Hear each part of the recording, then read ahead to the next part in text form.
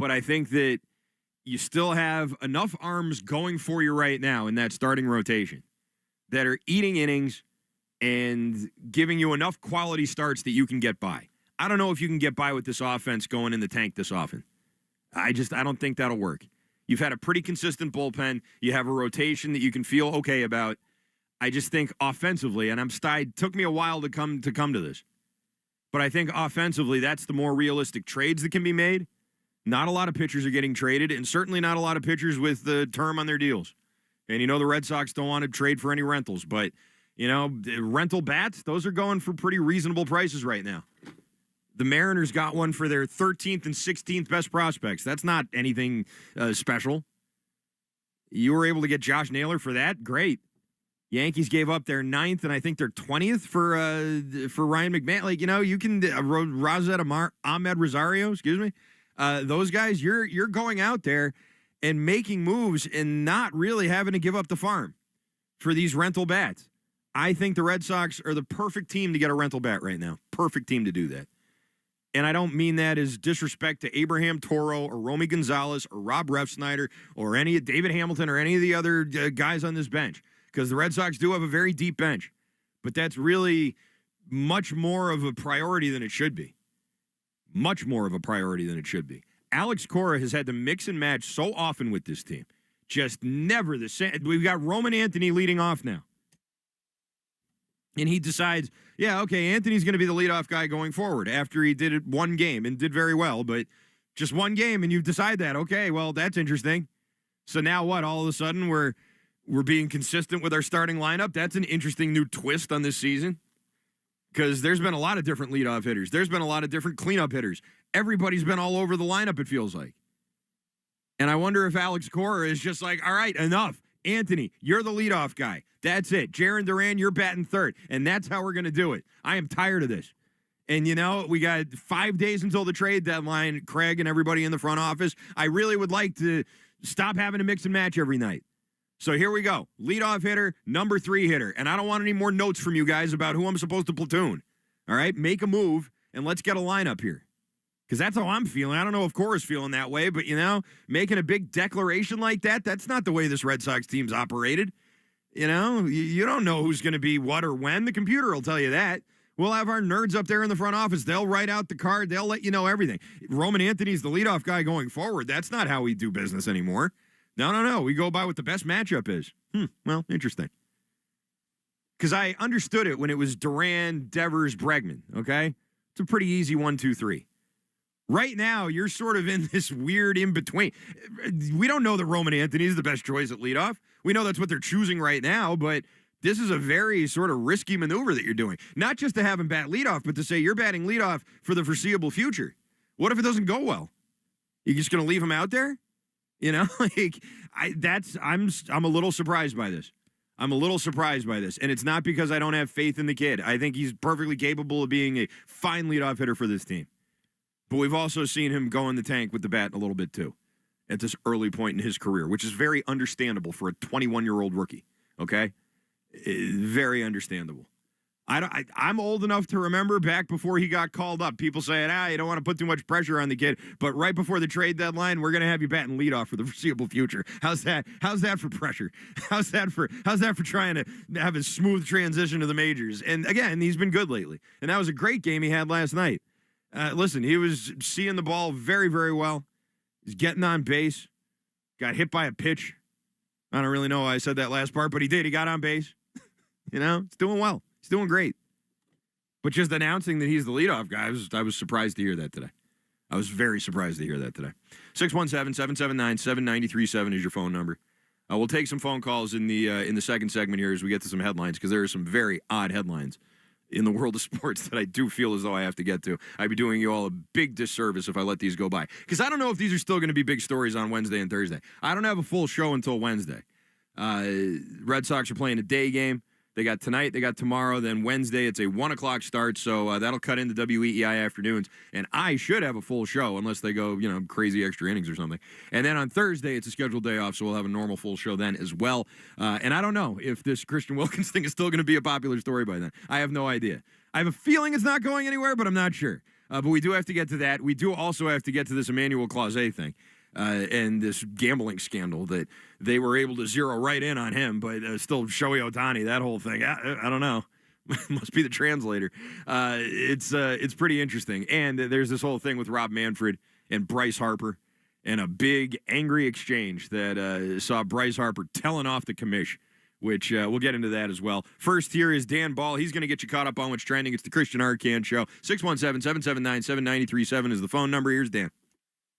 The Greg Hill Show, weekdays 6 to 10. Now, here's what's trending on WEEI. All right, here's what's trending now on WEEI and WEEI.com. The Red Sox completed the series victory over the Dodgers with a 4-3 win yesterday afternoon. Boston is now 4-5 since the All-Star break. They begin their final series before the trade deadline tonight in Minnesota against the Twins. First pitch is at 7:40. Richard Fitz will start against Simeon Woods Richardson. Here is your lineup for tonight as Roman Anthony leads off in left field. Alex Bregman at third, with Jarren Duran in center, Trevor Story at short, Masataka Yoshida is your DH, with Carlos Narvaez your catcher, Wilyer Abreu in right, Cedar Rafaela is at second, and Abraham Toro is at first base, and he bats ninth. You can listen to the game on WEEI FM 93.7 and across the Shaw's and Star Market WEEI Red Sox Radio Network. Shaw's perfecting the art of fresh. Mass Mutual pregame show with our guy Christian Arcand is tonight at 6:40, and Will Fleming and Mike Monaco have the call of the game. The MLB trade deadline is Thursday at 6 p.m. The latest moves from today: right-hander Seth Lugo and the Royals are finalizing a 2-year, $46 million contract extension. Detroit receives right-handed pitcher Chris Paddock and right-handed pitcher Randy Dobnak from Minnesota in a deal in exchange for catcher and first baseman Enrique Jimenez. And the Brewers are working to finalize a deal to acquire former Red Sox catcher Danny Jansen from the Rays. And from around the league, Guardians closer Emmanuel Clase has been placed on non-disciplinary paid leave as part of MLB's sports betting investigation. Clase is the second Guardians pitcher on leave tied to the investigation, joining right-hander Luis Ortiz. Clase's leave is through August 31st, MLB said in a statement. And finally, the Patriots completed their fifth day of training camp. Drake May went 5 of 6 with a touchdown earlier today. The Pats return to the practice field tomorrow at 10:15 a.m. I'm Dan Ball. This is trending now on WEEI and WEEI.com. More of the Christian Arcand Show coming up right after this. WEEI. WEEI, New England Sports Original. Mets make it 7 straight. I'm Joe Ostrowski here to help you beat the books with the BetMGM Network. The Mets started their West Coast swing with a sweep of San Francisco for 7 straight wins. Now they go to San Diego. Pitching record isn't everything, but Dylan Cease has 3 wins and 10 losses, while Frankie Montas has 25 Ks and 3 walks against the Pods. Mets a plus 110 underdog. I'm Joe Ostrowski from the BetMGM Network. Bet smarter and beat the books. Download the BetMGM app today. Please gamble responsibly. If something happens to you, what happens to your family? Will they struggle financially? Will they be able to afford the home you built together? With Ethos, you can get life insurance coverage in minutes. Get up to $2 million in coverage for as little as $2 a day. All online with no medical exam. Just answer a few health questions. Get your free quote at ethos.com/game. That's ethos.com/game. Rates may vary. Billed monthly. Sample rate 10-year term life policy for a 35-year-old healthy non-smoking male. Hey, listen to this. All it needed was a new starter. Got a great deal on eBay. Did it myself. Yeah, that's cool. But how about the soft purr of an upgraded exhaust when it fits just right? For me, it's the little things. Like these new windshield wipers from eBay I installed. From small fixes to big upgrades, eBay has all the parts you need at prices you'll love. Guaranteed to fit every time. eBay. Things people love. Eligible items only. Exclusions apply. We all belong outside. We're drawn to nature, whether it's the recorded sounds of the ocean we doze off to, or the succulents that adorn our homes. Nature makes all of our lives, well, better. Despite all this, we often go about our busy lives removed from it. But the outdoors is closer than we realize. With All Trails, you can discover trails nearby and explore confidently with offline maps and on-trail navigation. Download the free app today. I've never felt like this before. It's like you just get me. I feel like my true self with you. Does that sound crazy? And it doesn't hurt that you're gorgeous. Okay, that's it. I'm taking you home with me. I mean, you can't find shoes this good just anywhere. Find a shoe for every you, from brands you love, like Birkenstock, Nike, Adidas, and more at your DSW store or dsw.com. At some health systems, cancer care can make you feel like a number. At South Coast Health Cancer Care, you're more than a diagnosis. We offer the most advanced treatments and the latest surgical advancements, led by a connected team of experts who not only see your cancer, but all of you. Because healing isn't just medicine, it's compassion, it's connection, it's care that knows your story and walks along with you. We are South Coast Health Cancer Care. Visit southcoast.org/cancercare. Moms, dads, are you the parent of a student athlete? Do you want to know how to get the most out of youth sports? If so, listen to the Next Pitch podcast to give you the tools to raise an aspiring athlete. It's not simple, but we talk straight and give you the best insight there is when it comes to youth sports. We'll cover everything from nutrition and training to mental toughness and teamwork. It's a podcast you can listen to together with your kids so everyone can benefit. Follow Next Pitch on the Odyssey app or wherever you listen to podcasts. Your burger is served, and this is our finest Pepsi Zero Sugar. Its sweet profile perfectly balances the savory notes of your burger. That is one perfect combination. Burgers deserve Pepsi. This moment right now is the ideal time to throw on your helmet or boots, grab an ice-cold Mountain Dew with a refreshing citrus kick, and head to the hills for some hiking, mountain biking, and panoramic views you'll be liking. Because raising your heart rate and your elevation deserves the elevated deliciousness of cold refreshment. With lots to do. Give me a river, give me a dew. Give me something simple and true. Give me the sunshine, give me a dew. Do the Dew. From Jason Momoa, Hawaii's our home. Chief of War. He's streaming August 1st on Apple TV+. Cruel men will be coming soon. If this island is torn between chiefs, Hawaii will fall. Don't miss the epic event of the summer. To save a kingdom, I believe we are stronger together. a warrior will rise. If there's any hope, it is you. I will fight for our people. Chief of War, streaming August 1st on Apple TV+. When businesses thrive, communities score. That's why Bank of America is the official bank of FIFA World Cup here in Greater Boston. And our more than 100 local business specialists are ready to help your business win. What would you like the power to do? Learn more at bankofamerica.com/local business. Bank of America, official bank of FIFA World Cup 2026. Bank of America Corporation, all rights reserved. Hazy and warm tonight with a low in the upper 60s. Weather brought to you by Staples. Have you heard? The Staples Easy button is back with even more easy. Press it for custom prints, shipping services, even passport photos. Staples. That was easy. I'm Emma Greed, and I've spent the last 20 years building, running, and investing in some incredible businesses. The more success I've had, the more people started coming to me with questions. How do you start a business? How do you raise money? How do I bounce back from failure? On my new podcast, Aspire with Emma Greed, I'll be answering these questions and more through weekly conversations with the smartest minds out there.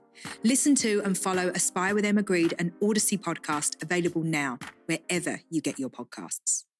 At Target, back-to-school-a-days are here. What is back-to-school-a-days, you ask? We're talking 7 days of deals on looks and styles the kids will love, at prices you'll love even more. Because back-to-school at Target means getting all of the above. Through August 2nd, save 25% on select kids' clothes, with additional savings to round out their looks, including uniforms, leggings, polos, and activewear. Plus, their new favorite backpacks are 30% off. Happy back-to-school-a-days, now through August 2nd, only at Target. Terms and conditions apply. Now is the perfect time to start on your next success. Apply now and save with no application fee. Classes start August 13th. An accredited state university, University of Maryland Global Campus, offers online and hybrid courses. Plus, you can earn up to 90 credits toward a bachelor's for prior learning and work experience, or transfer up to 12 credits towards a master's. Learn more at umgc.edu. Certified to operate in Virginia by Chevy. You can stream the show or listen on demand anytime. Just download the Odyssey app. That's AUDACY. Save WEEI as a favorite and listen wherever you go. The Christian Arcand Show on WEEI. This is 6:30 headlines. All right, it's a little before 6:30, but again, we got a different clock tonight because we got to throw things over to Red Sox baseball. I'm basically, it's like a self alley-oop is what's happening here, as I will have you for the Mass Mutual pregame show beginning at 6:40. The Red Sox in Minnesota taking on the Twins in the first of three, and we'll have more on that in just a minute. Right now, though, we got to get to some headlines, and let's go ahead and begin with Major League Baseball and a gambling scandal that saw Cleveland Guardians closer Emmanuel Clase on Monday, that's today, placed on non-disciplinary paid leave through August 31st as part of Major League Baseball's investigation into sports gambling. He is the second Guardians pitcher to get caught up. The first one was Luis Ortiz, who the Red Sox traded for last year, right? Isn't that the same Luis Ortiz? Or no, it's Luis Garcia. It's a different Luis. Different Luis. Sorry about that. Luis Ortiz, who's on non-disciplinary paid leave after he was put there July 3rd. And this was because of unusual gambling activity on a couple of pitches that he threw for balls, which, again, they're really figuring these things out quick, huh? In a statement, the Guardian said no additional players or club personnel are expected to be impacted. ... we hope, by the investigation. The investigation, a source confirmed, has not turned up information tying other players with the team to sports gambling. Clase finished third in AL Cy Young voting last year, had a .61 ERA. And he's already allowed more hits this year than last year. His ties to the investigation started following a June 27th alert from something called IC360. That's a firm that monitors betting markets for abnormalities. In other words, a bunch of snitches, a bunch of narcs out there trying to delete any edge that anybody can possibly find. IC360, those scoundrels, they monitor betting markets, and how he ties into the investigation is unclear. But sports books and gambling operators were alerted after a spike in action in Ortiz's first pitch in the bottom of the second inning against the Mariners on June 15th, and then on the top of the third inning against the Cardinals on June 27th. In both cases, unusual amounts of money were wagered on the pitches being a ball or hit batsman from betting accounts in New York, New Jersey, and Ohio. Both pitches wound up well outside the strike zone. At the All-Star game, Rob Manfred said that while he still supports legal gambling because of the transparency regulation offers, he was concerned about micro bets and ones that offer action on individual pitches. He says there's certain types of bets that strike me as unnecessary and particularly vulnerable.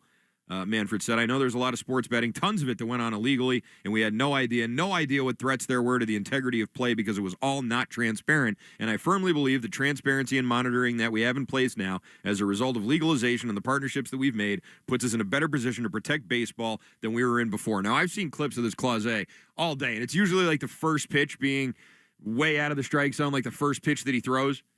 So I know you can go on and bet on those, but can I also just say, every time I've ever tried to bet on one of those pitch-by-pitch things, the little lock comes up, and I can't even throw a bet in. The thing's only available for like 10 millimeters of a second, or millisecond, or whatever. You know what I meant, 10 milliseconds, and then you can't even do it. And then it's on to the next pitch, and you have like a very small window where you can even get the bet in, and you have to enter the amount you want to, like, really quickly. And then, boom, there goes the little lock icon again, and that keeps happening. And I know I sound like a raging degenerate right now, but it is one of those things you can bet on that has, like, pretty good odds. You know, most pitches are this or this or that, you know, like, that's usually, you can make some money that way. I'm not saying everybody should go out and try it, but I'm saying it's one of those things that if you had enough time to actually get the bet in, it's not bad. So that's all. I'm sure that whatever this company that monitors spikes in betting is finding is probably true. I don't think that there's any doubt when stuff like that happens. Oh, a bunch of people all started randomly betting on Luis Ortiz to throw a ball at the beginning of the inning. Like, that's odd. That's interesting. And again, I mean, it's gambling, so, you know. You do what you do. You find an edge, you figure something out, you go for it. I'm annoyed that I didn't pick up on this Clase thing sooner. You know, you gotta cash in on these things while you still have a chance to, before the IC360 or whatever it is comes in and ruins everybody's fun. It's like the GameStop thing, man. If you missed out on that. Great point. You know, like you miss out, it's over, and all the fun stops. I'll be honest with you, I didn't know what the GameStop thing really was. Like, I knew that it was happening, but I didn't get what it was or why it was happening. Yeah, I'm with you. It was a bunch of people all trading GameStop stocks because, like, as like a joke, basically. Was that what happened? Basically selling shorts, but they made a ton of money. Mm-hmm. Yeah. I feel like a lot of people probably thought like, oh, this is a funny thing to do, and then they lost all their money. So, yeah, I like to stay away from that stuff because, number one, I don't understand it, and number two, I don't want to, I gamble enough on sports, which I know a little bit about. I don't know anything about the stock market. I'm not going to gamble on that. No way. Here's another piece of news.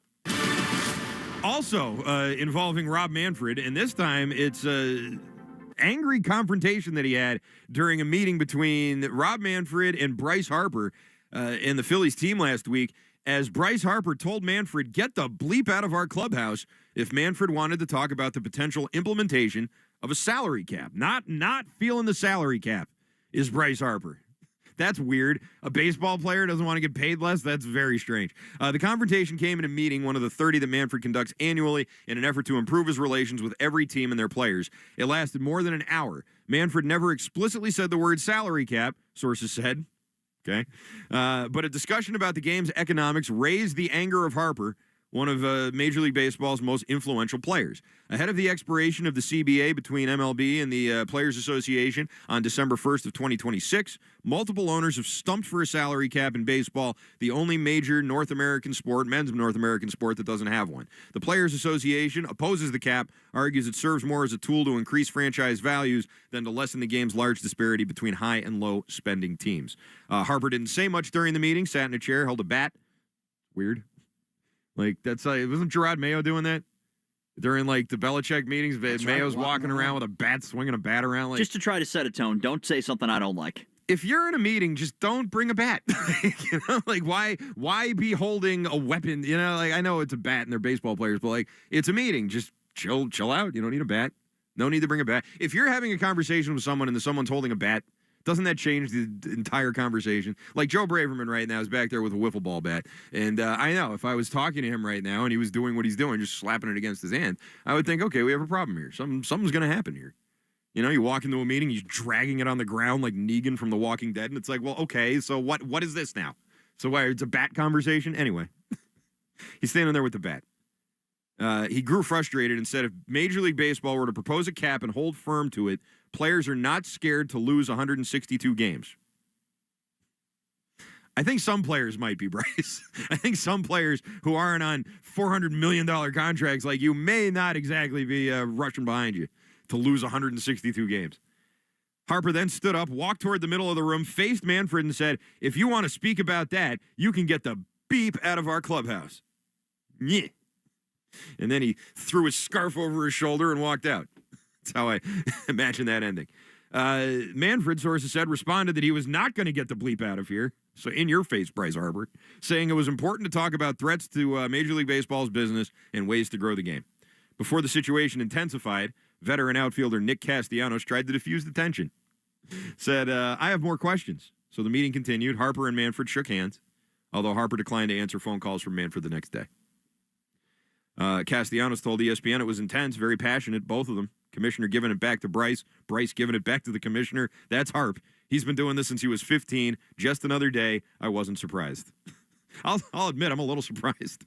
I'm a little surprised that he basically walked up to the commissioner of the league and told him, bleep you, get the bleep out, whatever he said. I mean, that's, wow.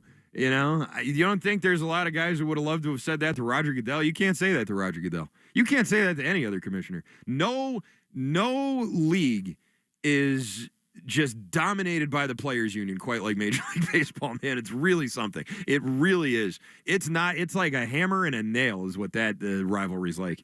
But what really sucks about this is that knowing that this is where things are, this is where tensions are, and they're not even going to start talking about this new CBA until next year? It expires the year from December. So, there's plenty of time here for this to get worse. And what do you expect? Do you think cooler heads are going to prevail here, or do you think that this is going to grow into something worse? Well, if this is any indication, then I'm not feeling great. I'm not feeling good either. And I know this is just one guy, and Bryce Harper's probably a little bit out of touch with the rest of the players in the league. But you can tell the owners have had enough of just getting bitched around all the time by the union. It's been going on my whole life. And they've made some strides lately, I guess, but the salary cap thing's still a big one. In baseball, they still just they hold all the cards here with this, and they always win. The union always wins. So if we're heading towards another lockout, and listen, as I said before, nothing would sum up Major League Baseball and their utter incompetence than another work stoppage right as you finally start turning things around and the ratings are going up and young people care about it again. And, more people are watching, more people are going to games, more people are buying hats and jerseys and beers and hot dogs. And what are you going to do? You're going to turn around, pick another fight with the union, and go down in flames again with some other work stoppage or a lockout. Doesn't it just seem like that's exactly where we're headed? Doesn't it just seem like that's exactly what's going to happen? Because it's baseball. It's Major League Baseball. This is what they do. Anyway, maybe you'll see some kind of resolution to this. But I'll tell you what, that doesn't make me feel good. That's for sure. All right, last episode. And that is a story coming out of Las Vegas, Nevada. As we know, Christian Wilkins, who was released by the Raiders last Thursday, some stuff has come out about him and what he was doing and why he got released. I'm going to read this from the ESPN piece because there was a lot of rumors on Twitter about what he was doing. I didn't see any of those backed up or verified by actual accounts from players or even reports with, reporters that I trust getting that type of story. I don't know where those came from. They may have leaked out from the locker room, but until I see him with at least a reporter attached to it, I'm not going to repeat those. But what has been reported is pretty weird. Christian Wilkins, who was released by the Raiders on Thursday, kissed a fellow player on the head, and the teammate took offense to it. This according to a source who told Adam Schefter. The incident was not the only reason Wilkins was cut. Wilkins has been recovering from a Jones fracture. What's a Jones fracture? Do we know what that is? Which he suffered in his left foot last October. I knew he broke something. I thought he just broke his leg, but a Jones fracture, I guess I've never heard that before. Because of how Wilkins treated the rehab from his injury, the Raiders voided the remaining $35.2 million of guaranteed money left on his contract back on June 4th. He was released with the designation of terminated vested veteran. Wilkins asked the association to file a grievance on his behalf. The union did so on Thursday. Unfortunately, unlike Major League Baseball, the NFL union's a joke. Yes, this. Jones fracture, a break in the bone that connects the pinky toe to the foot's base. Got it. Okay. That's the judge. Should be called the wee all the way home fracture, I think. Last week's incident happened inside a team meeting room. One source told ESPN that the interaction was, quote, playful, but that the teammate didn't see it that way. I can see that. It's not known what the fellow player did following the incident. I'd imagine it was something like, gross. A complaint was filed with the Raiders' Human Resources Department. I wonder how many of those you could get filed by a player. What happened? He kissed me. Oh. He did? Where? On the head? Yeah? Yeah. Human Resources investigated the incident. The Raiders declined to comment. Last offseason, Wilkins signed a 4-year, $110 million deal with almost $85 million guaranteed. He had 17 tackles, 2 sacks, and 6 QB hits in 5 games before undergoing season-ending surgery for that wee all the way home fracture. Okay, so a couple of things. Number one, this Wilkins here is a local guy. Springfield, and ended up playing at a prep school in Connecticut, which I just had this open, and now the name of it escapes me. And I know I was joking before about, some of these prep schools around here, but I went to a prep school around here, not one that was overnight, okay? Not one of those. Not boarding school. But, we played a lot of those teams. It's just weird. In boarding school, you do weird stuff at boarding school. People are doing weird stuff. I don't know. I heard rumors. I never saw anything. I was never saw it up close. And I don't know if this is still going on. It was 30 years ago that I was in high school, but you know what I mean? Like that, I heard that and I was like, okay, yeah, that makes sense. What he did was just kiss one of his teammates, and the teammate didn't want him to, then you can't do that. You can't, even in a locker room, you can't do these things without consent. And we've come a long way from the days of Charles Haley and what he used to do in locker rooms, which I was talking with Ted about the other day. And if you want to find out more about that, you can Google it. But I'm just going to say that it was pretty bad. In fact, the New England Patriots back in the 90s had some issues in the locker room, but it was with female reporter. It wasn't with each other. But yeah, this is a weird one. Wilkins is a very good player, and he was having a good year before he got hurt. We'll see what happens. We'll see if someone picks them up or if more of these stories come out. And that's all the time I have here on the Christian Arcand Show. Stick around. Red Sox baseball is next here on Boston Sports Original, WEEI.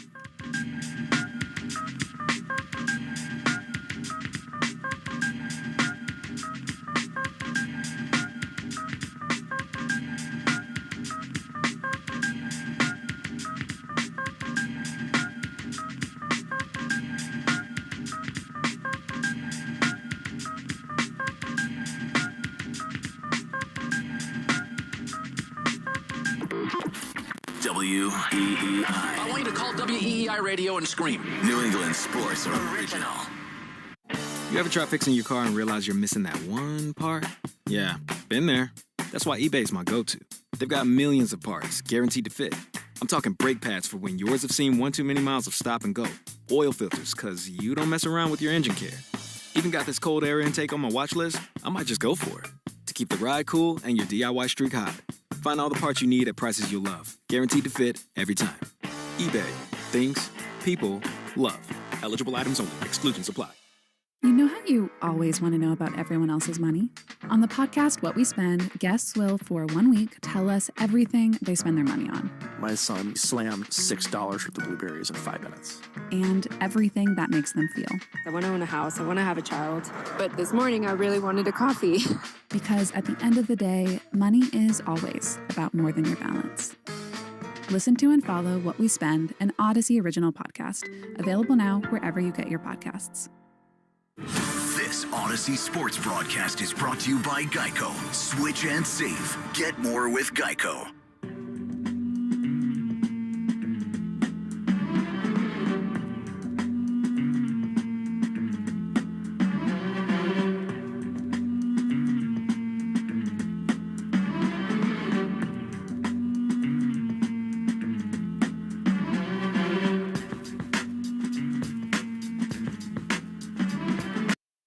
Here's Christian Arcand.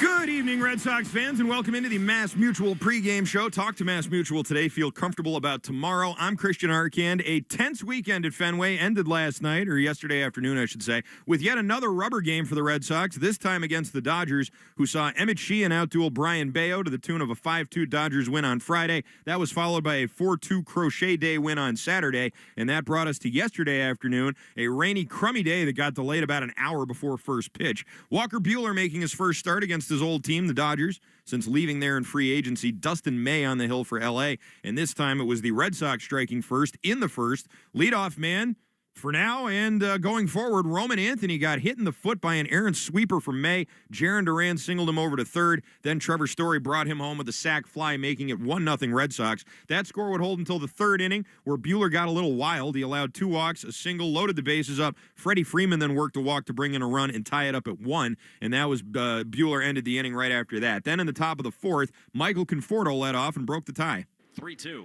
Conforto swings and skies it. Deep right center field. Near the triangle. Duran on the run. At the wall, and it's gone. Long home run for Michael Conforto, and a solo shot off Walker Buehler in the fourth inning puts the Dodgers on top 2-1 here at Fenway.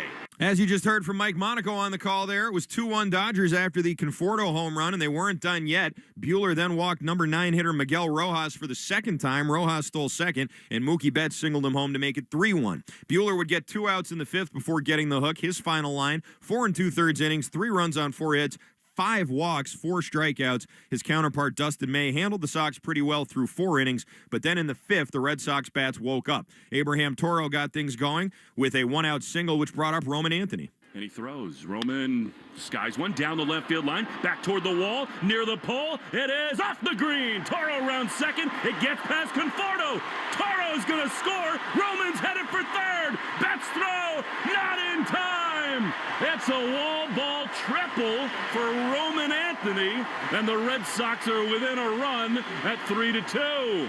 That was the first career triple for Roman Anthony, and it was a big one. Scored a run, made it 3-2 Dodgers, but it also set the stage for the next batter, Alex Bregman. Tying run at third, 3-2 Dodgers, infield in. May into the wind. He throws, and Bregman drives one high and deep into left field. It is gone! Off the National Car monumental sign, a braggy bomb, and it's 4-3 Red Sox. Home run number 13 on the year for Mr. Bregman, his second since returning from the IL. In those 11 games, he's hitting .289 with an .808 OPS, and that homer gave the Red Sox the lead, making it your play of last night's game. It's brought to you by Nissan. Stay tuned after the game for the Nissan postgame show. You deserve a car that thrills you, and Nissan's got an exciting full line that will put goosebumps on your goosebumps. Experience the thrill for yourself. Shop your local Nissan store and NissanUSA.com today. Both teams would strand base runners, with the Dodgers wasting a leadoff double in the 6th, first and second with 2 out in the 7th. Then in the 8th inning, Aroldis Chapman came on to pitch to the Dodgers' big bats, but after he walked Miguel Rojas, everybody walked Miguel Rojas yesterday. After he walked Miguel Rojas, Mookie Betts, he walked as well, and then he induced a Shohei Ohtani flyout and then left the game. Alex Cora said it was back tightness that prompted the hook. The injury is not believed to be serious, though Cora did say today that they will not be with the services of Chapman for a game or two. Jordan Hicks, who throws pretty hard himself, came on in the Devers trade from San Francisco, pitched the final inning in 2/3, slammed the door, and that was all she wrote. Red Sox take the game 4-3. And they take the series, their first series win since the All-Star break. Fantastic work by the bullpen in both wins Saturday and Sunday. They pitched a combined 7 1/3 scoreless innings. With the win, Red Sox improved to 57-50 on the year. They are 34-21 at Fenway. And more good news for the Red Sox, they now have sole possession of the second wild card. A Mariners loss and a Rangers win yesterday put those two teams in a virtual tie for the third wild card. And not only that, but there's only one game separating the Red Sox and the Yankees for both the first wild card as well as second place in the American League East. If the Red Sox were to pass the Yankees, it would be the first time they did that all year. After some home cooking, Red Sox go back out on the road tonight to begin a 3-game set with the Twins, and that brings us to tonight's pitching matchup, which is brought to you by Town Fair Tire. For the best prices on tires, nobody beats Town Fair Tire. Nobody. For the Red Sox, it'll be Richard Fitz getting the ball. He of the 1-4 record and an ERA of 4.86 in 9 starts. He struggled in his last start. It was against the Phillies. He went 3 1/3, allowed 4 runs on 6 hits with 4 strikeouts. He has 1 career win. It was against the Rockies. His ERA since June 1st is in the 7s.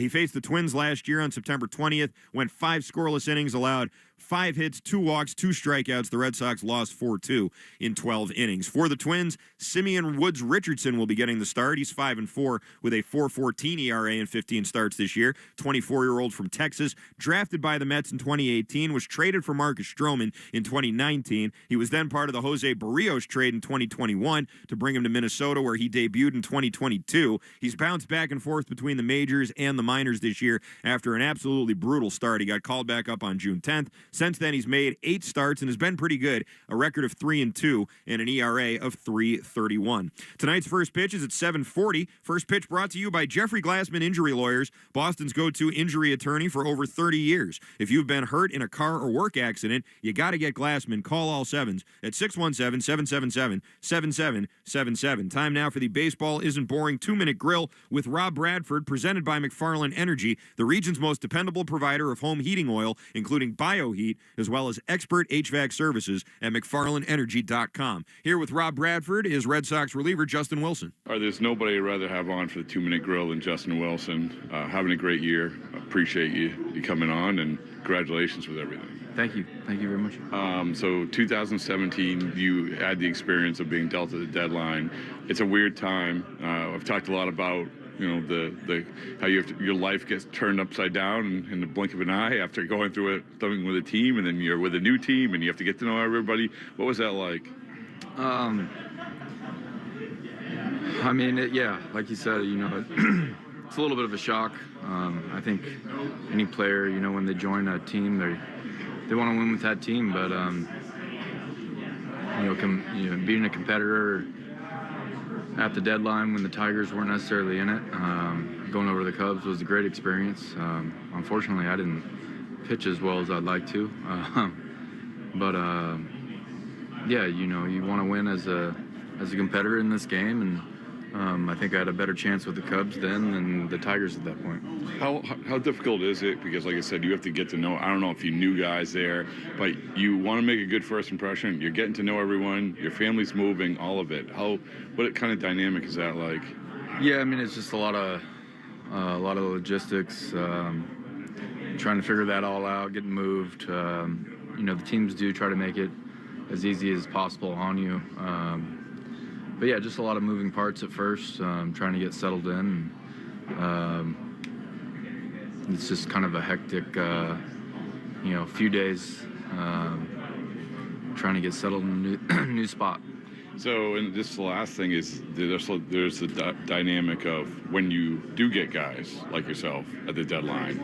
That's a real thing, I would imagine. I mean, I would imagine you get there, it's like, okay, let's go.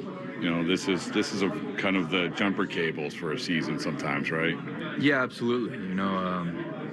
I think the player that traded, of course, wants to go over there and do well, or just continue on the path that they're on. For some guys, maybe it's a fresh start. But yeah, you just want to go keep competing, helping the new team win. But it's, I think in all of us, at the start of the season, whatever team you're on, you want to win with that team, and a little bit of a letdown when that doesn't happen. But new opportunities for guys are great, and I've been fortunate to be on some good teams. And trade deadline's always, an exciting time. All right, thanks, man. Appreciate it.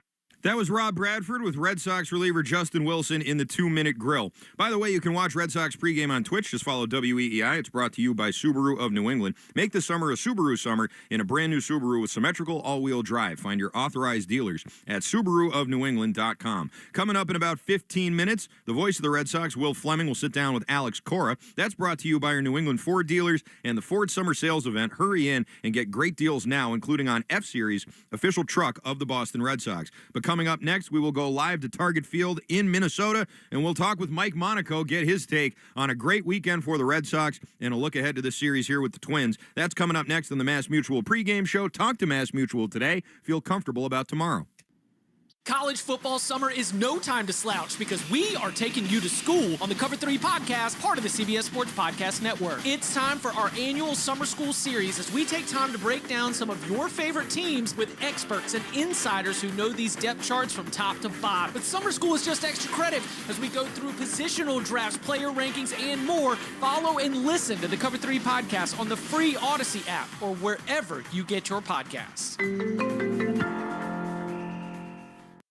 This moment right now is the ideal time to throw on your helmet or boots, grab an ice-cold Mountain Dew with a refreshing citrus kick, and head to the hills for some hiking, mountain biking, and panoramic views you'll be liking. Because raising your heart rate and your elevation deserves the elevated deliciousness of cold refreshment. With lots to do.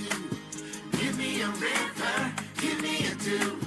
Give me something simple and true.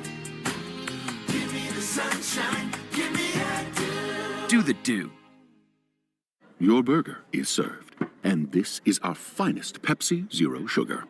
Its sweet profile perfectly balances the savory notes of your burger. That is one perfect combination.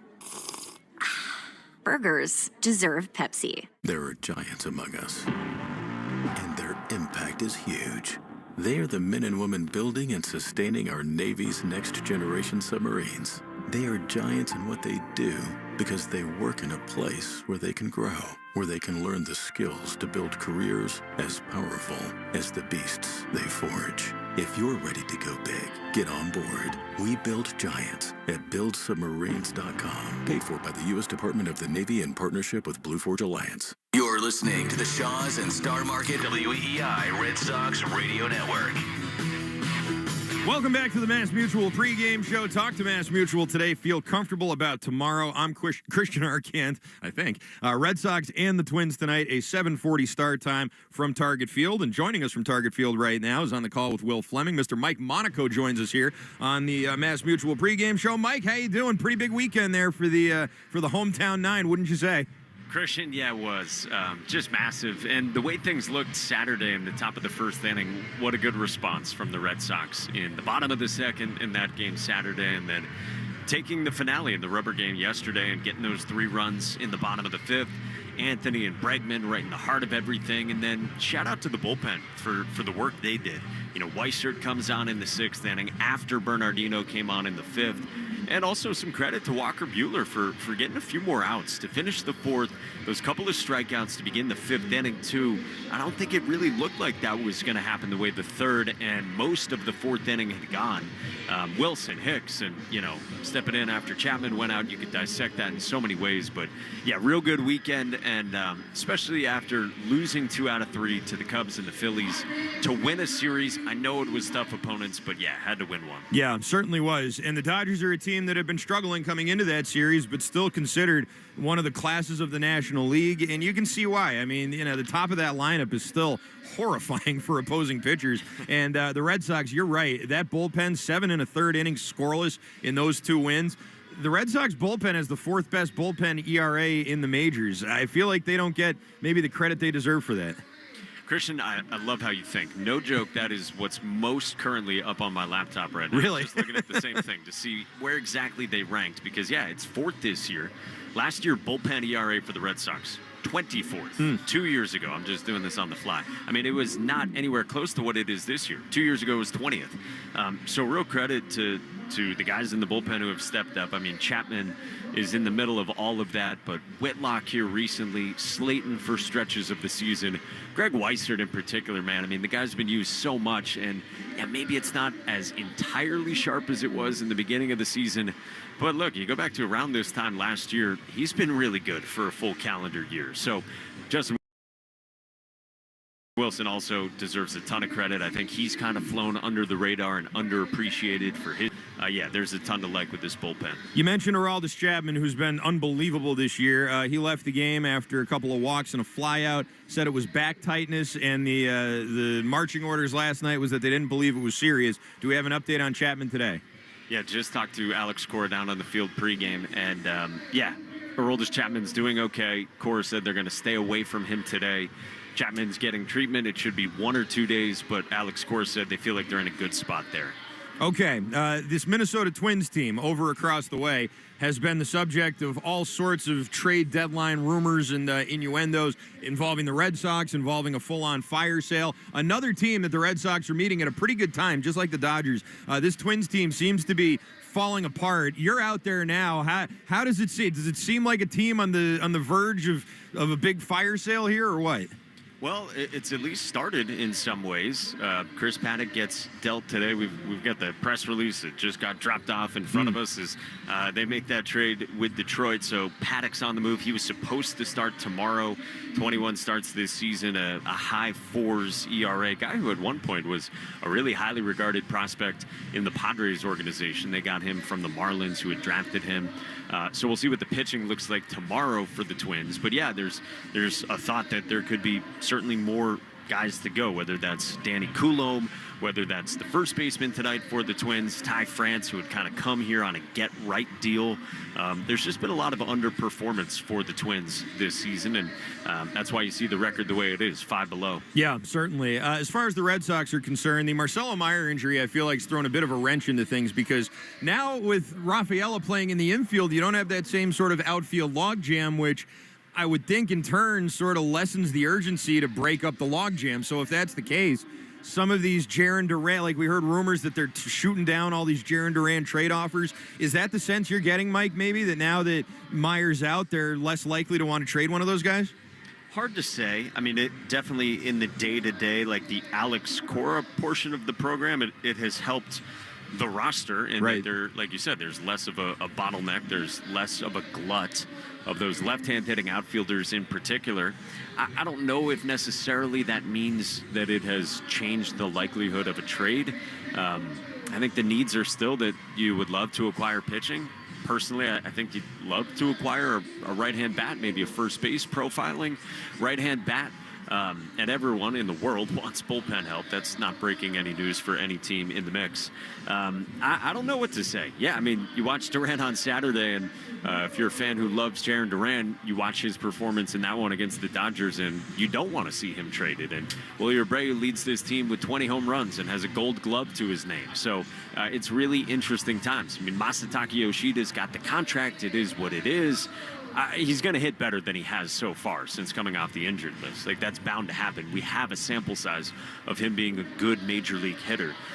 So it'll be real interesting to see before we get to Thursday at 6 p.m. Eastern. All right. Well, Mike, you only got one more day of me asking you about the trade deadline because Wednesday's a day game and then Thursday is a day off. So tomorrow will be the last time. I do want to ask you about Richard Fitz, though, a guy who at the back end of this rotation has struggled lately, certainly over the last month plus, with a pretty high ERA there. A guy who, when you sort of look at the rotation with the Red Sox right now, you think of maybe potentially someone they'd like to upgrade.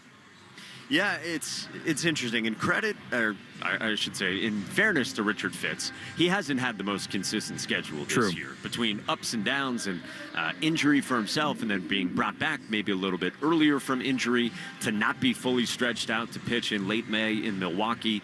Coming out of the All-Star break, it had been, 2+ weeks since he had pitched. In fairness to him, it hasn't been the most regular schedule. So I'm excited to see what he can do today against not one of those National League powerhouses that the Red Sox just had 9 straight against. See what he can do against a bottom third offense in baseball with consistency on a normal 5-day schedule or thereabouts. But yes, I do think, especially the way the Red Sox rotation as a whole, not just on Richard Fitz looks, I do think you would love to add starting pitching, and you would certainly love to add it from a depth perspective as well, because you've lost a lot of the depth that you thought you had when you were opening up spring training. Yeah, and lucky for Fitz, no Buxton or Bader tonight in the lineup, so he's got that going for him too. Mike Monaco, great to talk with you as always. We'll talk to you again tomorrow, I'm sure, and it'll be the last time I grill you about the trade deadline, I promise. Christian, I don't know what I'm going to do without getting asked about that, but I'll find a way somehow. All right, very good. Mike Monaco on the call with Will Fleming tonight. Looking forward to it. Thanks so much. Alex Cora will be joining the show here in just a minute. He sat down with Will Fleming, and that's coming up here in just a moment. But first, let's pause 10 seconds for station ID on the Shaw's and Star Market WEEI Red Sox Radio Network. From the WEEI studios, 93.7 WEEI FM and HD1, Lawrence, Boston. Always live on the free Odyssey app. Coming up next, Will Fleming and Alex Cora, presented by your New England Ford dealers. I'm Christian Arcan. This is the Mass Mutual pregame show. Talk to Mass Mutual today. Feel comfortable about tomorrow. At Raising Cane's, we focus on being the best at one thing and getting it right every time, which is why every hand-battered, cooked-to-order chicken finger meal we serve is made just for you. Raising Cane's Chicken Fingers, one love. Hey there, I'm Kendra Adachi, and my show, The Lazy Genius Podcast, helps you be a genius about the things that matter and lazy about the things that don't, and you get to decide what matters. I'm not here to tell you what to do. I'm here to give you a new way to see. Episodes of the Lazy Genius Podcast are full of compassionate time management tips and permission slips to do what makes sense for you. New episodes drop every Monday. Follow and listen to the Lazy Genius Podcast on the free Odyssey app or wherever you get your podcasts. Your burger is served, and this is our finest Pepsi Zero Sugar. Its sweet profile perfectly balances the savory notes of your burger. That is one perfect combination. Burgers deserve Pepsi. Celebrate the night. Citizens, since we each upgraded to Xfinity in our homes, the Wi-Fi has been booming. It's fair to say our town has officially become a boomtown. Mayor, will I be able to drop into multiplayer gaming battles with low lag? The lag won't be an issue, but your questionable skills may be. And what if I have hundreds of devices on the Wi-Fi? Purely hypothetical. Seems like a lot, but sure, hundreds of devices all booming together with the Xfinity Gateway. Yes, friends and neighbors, with Xfinity, the Wi-Fi is booming. The Wi-Fi isn't the only thing that's booming. Now get the most reliable Wi-Fi and our best-in-class equipment for one consistent price for 5 years guaranteed. All in. Plus, get unlimited data included and no annual contract. All with the 5-year price guarantee from Xfinity. Visit Xfinity.com, call 1-800-XFINITY, or visit a store today. Restrictions apply. Not available in all areas. New residential customers only. Select plans only. Xfinity Gateway with X-Fi Complete required for unlimited data except in certain areas. Most reliable Wi-Fi based on Open Signal Awards USA. Fixed Broadband Experience Report, August 2024. Actual speeds vary. With Kevin's Natural Foods, you're just 5 minutes from feeling like clean, protein-packed meals that taste as good as they make you feel. Get that clean eating feeling with Kevin's Natural Foods in the refrigerated aisle. Cordell.com. Hi, Zoe Saldana. Welcome to T-Mobile. Here's your new iPhone 16 Pro on us. Thanks. And here's my old phone to trade in. You don't need a trade-in. When you switch to T-Mobile, we'll give you you a new iPhone 16 Pro. Plus, we'll help you pay off your old phone up to $800, and you still get to keep it. There's always a trade-in. Not right now at T-Mobile. I feel like I have to give you something in return for karma. That's okay. I don't really have much in my purse. Oh, let's see. Hand sanitizer. It's lavender. I'm good, seriously. Let me check this pocket. Oh, mints?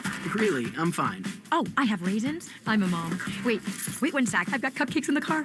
It's our best iPhone offer ever. Switch to T-Mobile. Get a new iPhone 16 Pro with Apple Intelligence on us. No trade-in needed. We'll even pay off your phone up to $800. With 24 monthly bill credits, new line, $100 plus a month on experience beyond finance agreement, $999.99 and qualifying forwarded. For well qualified plus tax and $10 connection charge. Pay off via virtual prepaid card allow 15 days. Credits end and balance due if you pay off early or cancel. See T-Mobile.com. Moms, dads, are you the parent of a student athlete? Do you want to know how to get the most out of youth sports? If so, listen to the Next Pitch podcast to give you the tools to raise an aspiring athlete. It's not simple, but we talk straight and give you the best insight there is when it comes to youth sports. We'll cover everything from nutrition and training to mental toughness and teamwork. It's a podcast you can listen to together with your kids so everyone can benefit. Follow Next Pitch on the Odyssey app or wherever you listen to podcasts. This moment right now is the ideal time to throw on your helmet or boots, grab an ice-cold Mountain Dew with a refreshing citrus kick, and head to the hills for some hiking, mountain biking, and panoramic views you'll be liking. Because raising your heart rate and your elevation deserves the elevated deliciousness of cold refreshment. With lots to do. Give me a river, give me a dew. Give me something simple and true.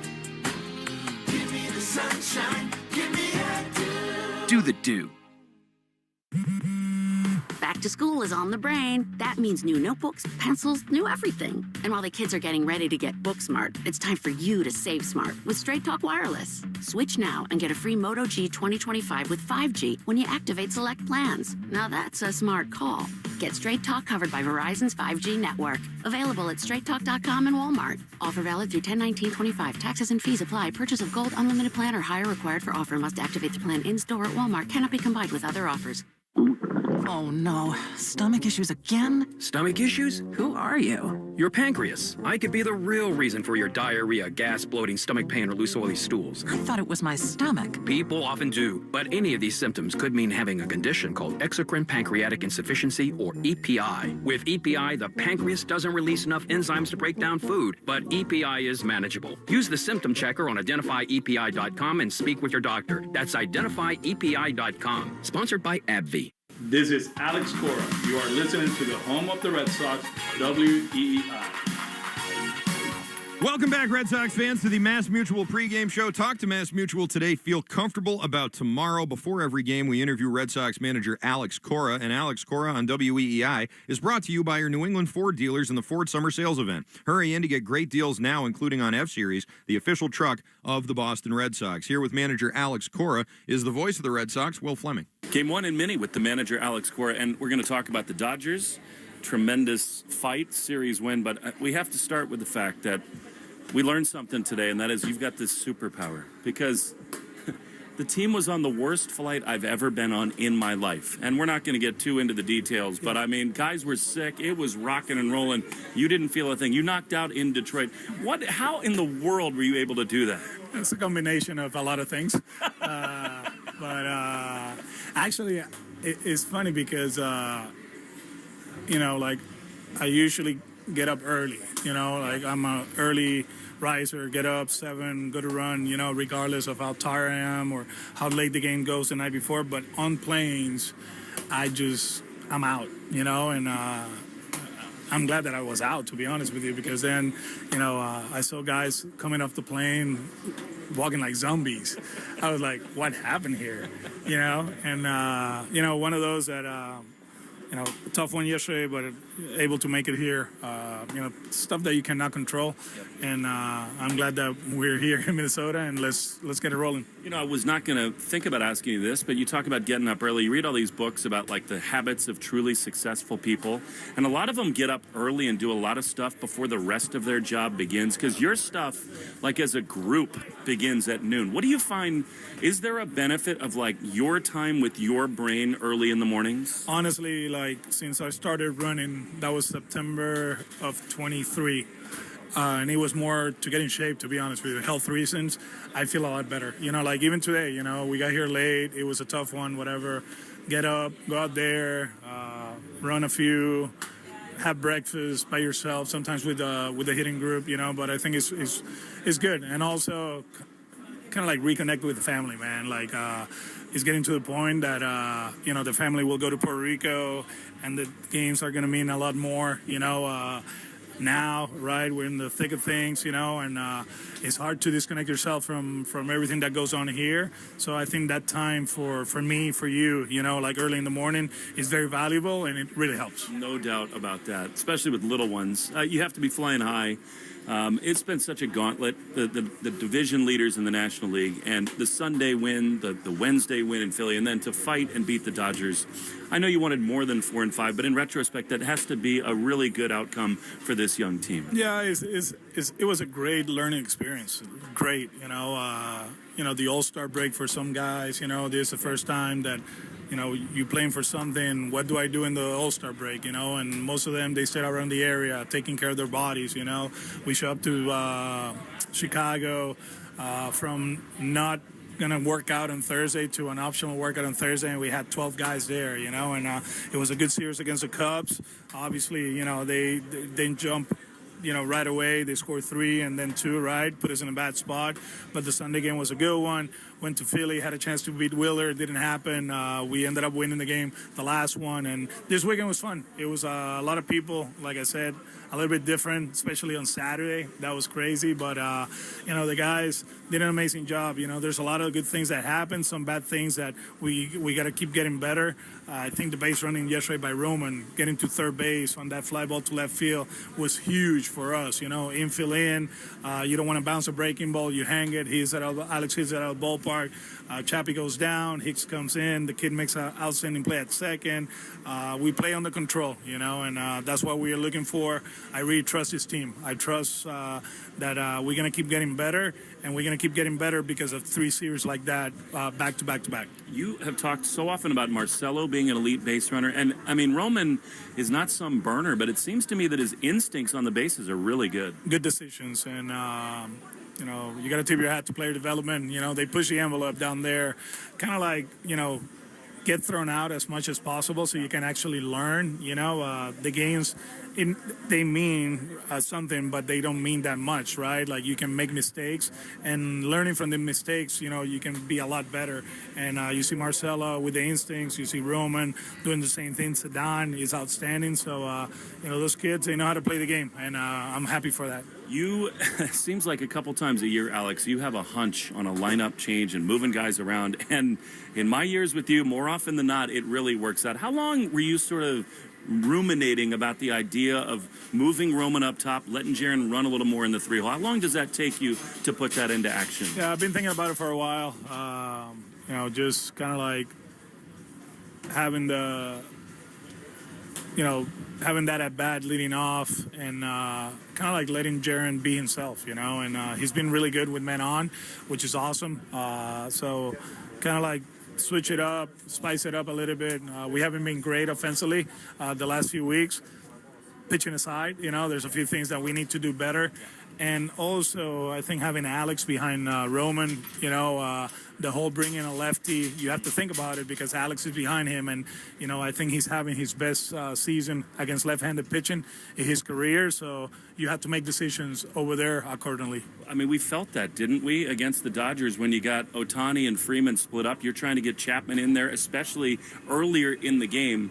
How about what Jaron has done of late in that 3 spot? He seems just kind of more freed up. Yeah, it started with Kershaw hitting down there, 7th, I think it was, put some good at-bats.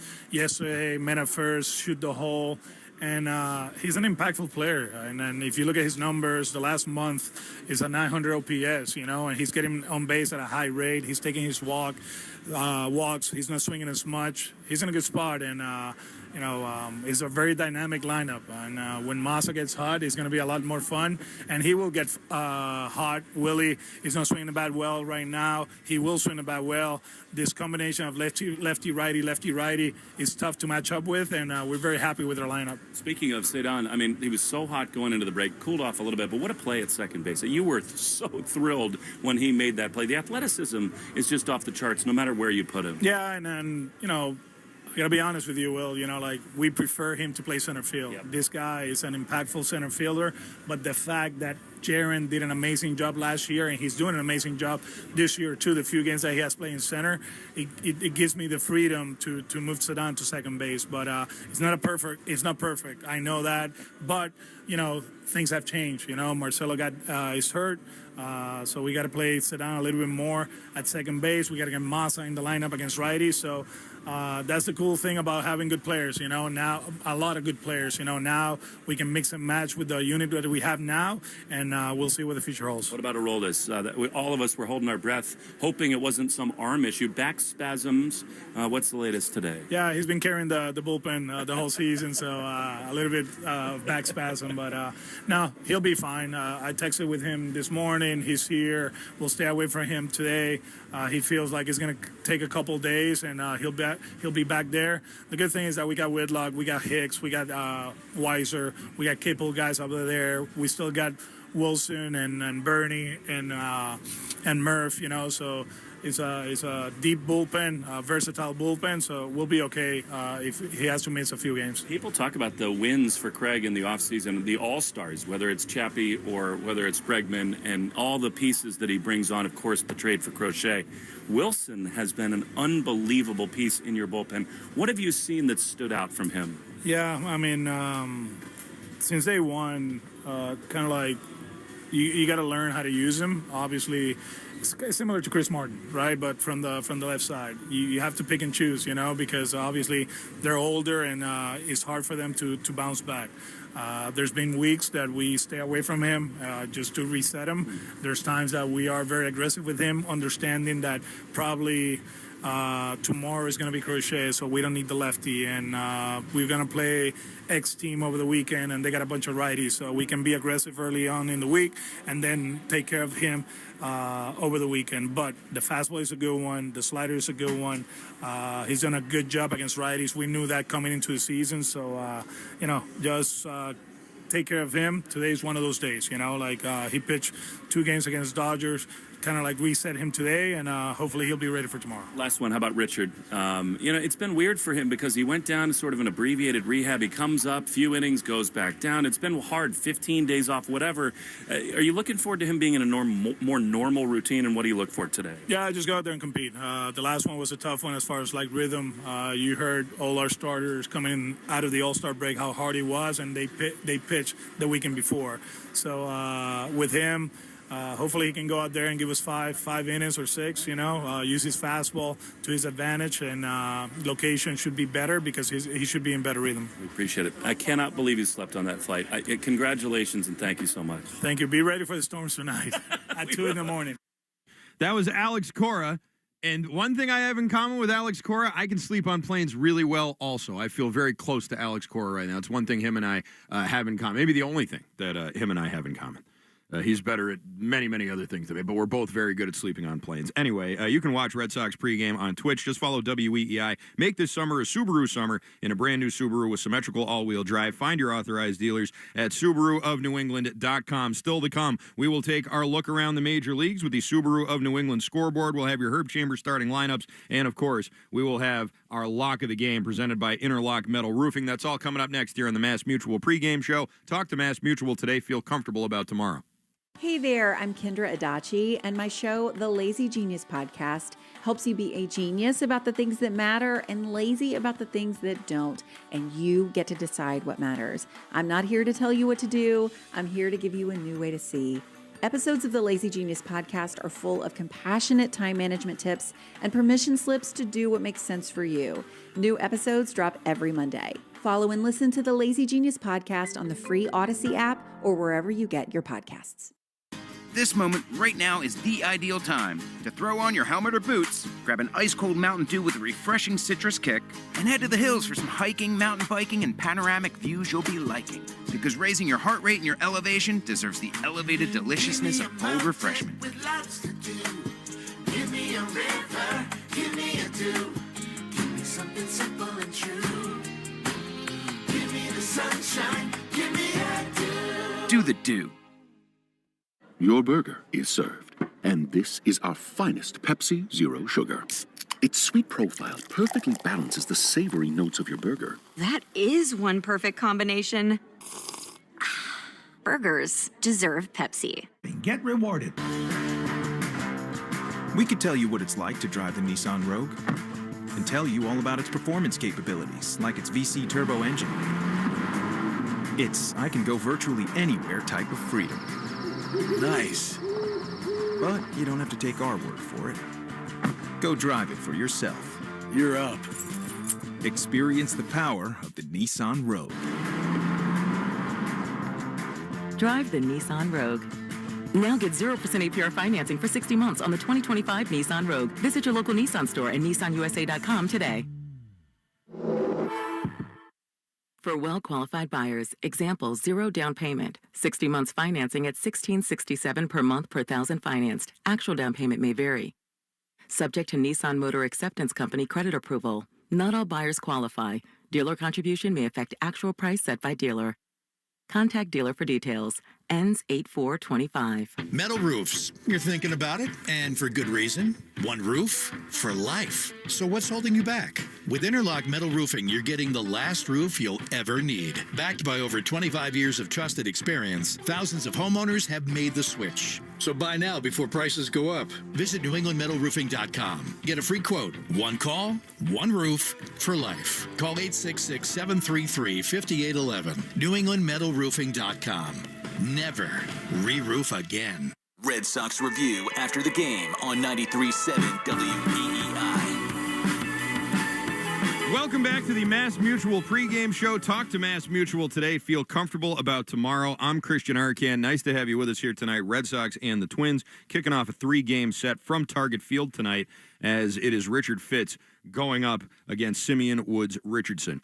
It's now time for the Herb Chambers starting lineups. At Herb Chambers, we don't sell cars. We help people buy them for the Red Sox. Leading off, the new leadoff man, according to Alex Cora. He did it for the first time ever yesterday, had a great game, and that's Roman Anthony in left field. On Sunday, he tripled twice and doubled. He's hitting .341 in his last 25 games, and according to manager Alex Cora, he's your new leadoff man. Alex Bregman, who had the big home run last night, will bat second and play third, followed by Jarren Duran in center field. Sunday was the first time he ever hit third. He's slugging .653 in his last 21 games. Your cleanup hitter tonight is Trevor Story at short. He'll be followed by Masataka Yoshida, the DH, Carlos Narvaez batting sixth, and catching Wilyer Abreu, your number 7 hitter in right field. Ceddanne Rafaela down in the 8-hole at second base. He's been slumping lately, 5 of his last 26 in his last 7 games. And Abraham Toro, your number 9 hitter and first baseman behind the starter, Richard Fitz. For the Twins, it'll be Trevor Larnach leading off, DHing. Willie Castro in left field will bat second, followed by Carlos Correa at shortstop. Cody Clemens is your cleanup hitter and second baseman. Royce Lewis batting 5th and playing 3rd. He'll be followed by Matt Wallner in right field. One of the real threats in this roster. He came back from injury on May 31st. He has 11 home runs in 46 games since then. Ty France will bat 7th and play first, followed by old friend Christian Vasquez doing the catching, and Deshaun Kersey Jr. will bat 9th and play center field behind the starter Simeon Woods Richardson. Couple of noticeable things here. No Byron Buxton. He's out with a rib strain, and no Harrison Bader, a scheduled day off. He has a .972 OPS this month, so good on Richard Fitz to be missing both of those guys. Excuse me. Time now for the Subaru scoreboard update, brought to you by Subaru of New England. Make this summer a Subaru summer in a brand new Subaru with symmetrical all-wheel drive. Find your authorized dealer at SubaruofNewEngland.com. Some games in progress to tell you about, like the Orioles and the Blue Jays. Blue Jays just tied it up. It was 3-1 Baltimore, and the Blue Jays just made it 3-3. They're in the top of the 3rd inning there. Blue Jays did drop the final game of that series with the Tigers, the Orioles. a team that many are expecting to do some selling at the deadline. Bottom 3 in Detroit. Tigers up 2-0 over the Diamondbacks. Detroit's been struggling lately, looking to get back on track. The Guardians and Rockies are in a rain delay in the top of the first inning. No score there. Top 1 in the Bronx. It's the Rays already with a 2-0 lead over the Yankees. A very important game here for the Red Sox. It was Junior Caminero with a home run in the first inning, scoring Jonathan Aranda to give the Rays that lead. And if the Rays win and the Rays beat the Yankees and the Red Sox win, then that would put the Red Sox and Yankees in a tie, with the Red Sox having the tiebreaker for both the first wild card as well as second place in the American League East. If they do that, it would be the first time they've passed the Yankees all year. Bottom of the first inning in Cincinnati, the Dodgers up 1-0 over the Reds. Still to come tonight. Bunch of games to tell you about, including the Braves taking on the Kansas City Royals at 7:40. Braves very cold right now. It's Spencer Strider and Rich Hill getting the start for Kansas City. The Milwaukee Brewers will host the Chicago Cubs, Battle of the Titans there in the NL Central. Matthew Boyd and Jacob Mizorowski are starters there. White Sox hosting the Phillies tonight at 7:40. A 7:45 start time in St. Louis between the red-hot Marlins and the Cardinals. It's Edward Cabrera and Andre Palante, your starters there. An 8:10 start time in Houston for the Astros and the Nats. A 9:38 start time in Anaheim as the Rangers, who are very hot right now, take on the Angels. That'll be Jake DeGrom and Jack Kohanowitz, your starting pitchers there.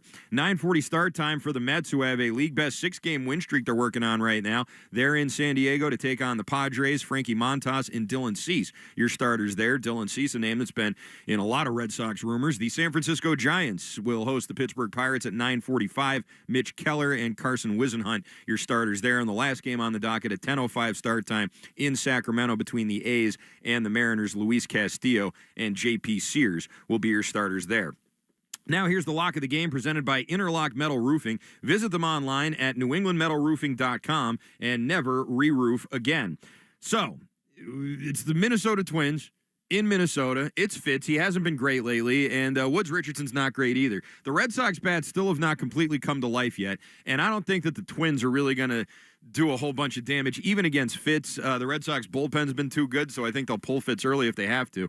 The over-under in this game is 9.5, so I'm going to go ahead and hammer that under. I know my hot streak got broken up on Friday. I'm trying to start a new one. Also, Alex Bregman props. I think he's hot right now. I think that he has a chance to get a hit, maybe an RBI or two in this game here tonight. So that's going to be what I go with for my lock of the day. And that leaves us with just one thing left to do, and that is the New England Chevy Dealers question of the day. Every game we have the New England Chevy Dealers question of the day. Together we drive. Listen in for that during the broadcast today. Your question of the night: which of these rumored names would you most like the Red Sox to trade for? Will Fleming and Mike Monaco will discuss the results during tonight's broadcast. Your options: Yandy Diaz, David Bednar, Mitch Keller, or Merrill Kelly. I know who I'm voting for. You can go ahead and vote right now. Yandy Diaz out to a huge lead with 65% of the vote so far. I voted Mitch Keller. You can vote right now at Sox Booth on Twitter. I'm Christian Arcan. This has been the Mass Mutual pregame show. Talk to Mass Mutual today. Feel comfortable about tomorrow. Don't go anywhere. First pitch coming your way next, right here on the Shaws and Star Market WEEI Red Sox Radio Network. You've been listening to the Mass Mutual pregame show. Mass Mutual, insurance, planning, investments. The Red Sox are coming up next on the Shaws and Star Market WEEI Red Sox Radio Network. Hey there, I'm Kendra Adachi, and my show, The Lazy Genius Podcast, helps you be a genius about the things that matter and lazy about the things that don't, and you get to decide what matters. I'm not here to tell you what to do. I'm here to give you a new way to see. Episodes of the Lazy Genius Podcast are full of compassionate time management tips and permission slips to do what makes sense for you. New episodes drop every Monday. Follow and listen to the Lazy Genius Podcast on the free Odyssey app or wherever you get your podcasts. Your burger is served, and this is our finest Pepsi Zero Sugar. Its sweet profile perfectly balances the savory notes of your burger. That is one perfect combination. Burgers deserve Pepsi. Hey guys, Andy Hart here, and let's face facts. We can't exactly dodge Father Time. But does that mean we need to wave the white flag on our health? Absolutely not. Look, I get it. The pounds start creeping up, the medicine cabinet gets crowded, and suddenly everyone just shrugs and says, "That's aging for you." Well, guess what? It doesn't have to be. Awaken 180 Golden changes the game for anyone over 60. You want to move easier? Boom. Want fewer meds instead of more? Done. Less joint pain and more comfort? Absolutely. And oh yeah, you'll shed weight fast too. Awaken 180 Golden isn't boot camp. It's a focused, doctor and dietitian approved nutrition program with goals reached in just 1 to 3 months. Plus, you're locked in with expert coaching and lifetime support. You guys know my story. I'm proof Awaken 180 works. Now imagine the results you'll get with Awaken 180 Golden. So call 844-346-1800 or visit awaken180weightloss.com. Searching the internet is great. It stinks. I've typed in happiness. I still can't find it. Type in replacement windows, you get 5 million pages. It's like playing Where's Waldo, but he changed his shirt and got contacts. It's impossible. So I got this idea. Instead of doing an internet search, do an internet find. Type in well, you know where this is going. Right window. And look at that. Right window quality Energy Star windows installed. A galaxy of 5-star reviews, a bunch of, wait a minute, 1 star. Oh, it's that guy we had to let go. But we heard he found a new job, and we're very happy for him. Right window phone number, lifetime warranty, right window patio and entry doors installed. Cool. Well, you get the idea. If you need a new door, new windows, why do a search? If you type in right window, you'll do a find. Well, what's this? Right window jingle. Ooh, I love this. Buffering. I hate buffering. Come on, when are you going to finish? Oh, thank you. Do Crohn's disease or ulcerative colitis symptoms keep coming back? Tremfya, guselkumab, may help, with rapid remission achieved at 12 weeks and lasting clinical remission at 1 year. Some even saw visible improvement of their intestinal lining at 12 weeks and 1 year. Tremfya is a prescription medicine used to treat adults with moderately to severely active Crohn's disease and adults with moderately to severely active ulcerative colitis. Serious allergic reactions and increased risk of infections and liver problems may occur. Before treatment, your doctor should check you for infections and tuberculosis. Tell your doctor if you have an infection, flu-like symptoms, or if you need a vaccine. Healing is possible with Tremfya. Approximately 3 out of 10 patients were in endoscopic remission at 1 year, based on areas visualized on colonoscopy, which may not represent the deeper bowel layer or entire GI tract. Individual results may vary. Ask your doctor about Tremfya today. Call 1-800-526-7736 to learn more or visit tremfyaradio.com. I'm Emma Greed, and I've spent the last 20 years building, running, and investing in some incredible businesses. The more success I've had, the more people started coming to me with questions. How do you start a business? How do you raise money? How do I bounce back from failure? On my new podcast, Aspire with Emma Greed, I'll be answering these questions and more through weekly conversations with the smartest minds out there. Listen to and follow Aspire with Emma Greed, an Odyssey podcast, available now, wherever you get your podcasts. Are you living with dry AMD? If so, you could be on the road to geographic atrophy, or GA, a condition that leads to retinal cell death and permanent vision loss.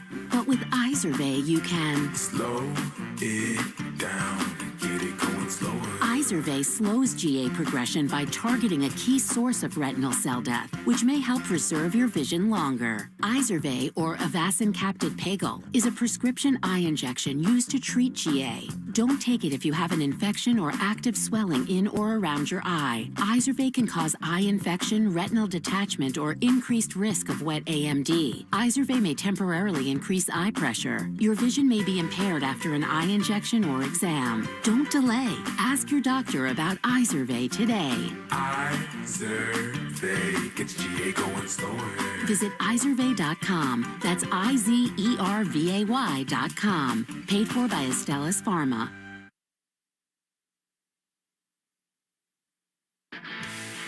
This is the story of the one. As a lineman, he does whatever it takes to keep the power on in his community. And he wants a partner like Grainger who does the same. Grainger offers the professional-grade products he needs, from voltage detectors to harnesses to hard hats, plus fast, dependable delivery, so he can rise to every challenge. Call 1-800-GRAINGER, click Grainger.com, or just stop by. Grainger, for the ones who get it done. If something happens to you, what happens to your family? Will they struggle financially? Will they be able to afford the home you built together? With Ethos, you can get life insurance coverage in minutes. Get up to $2 million in coverage for as little as $2 a day. All online with no medical exam. Just answer a few health questions. Get your free quote at ethos.com/life. That's ethos.com/life. Rates may vary. Billed monthly. Sample rate 10-year term life policy for a 35-year-old healthy non-smoking male.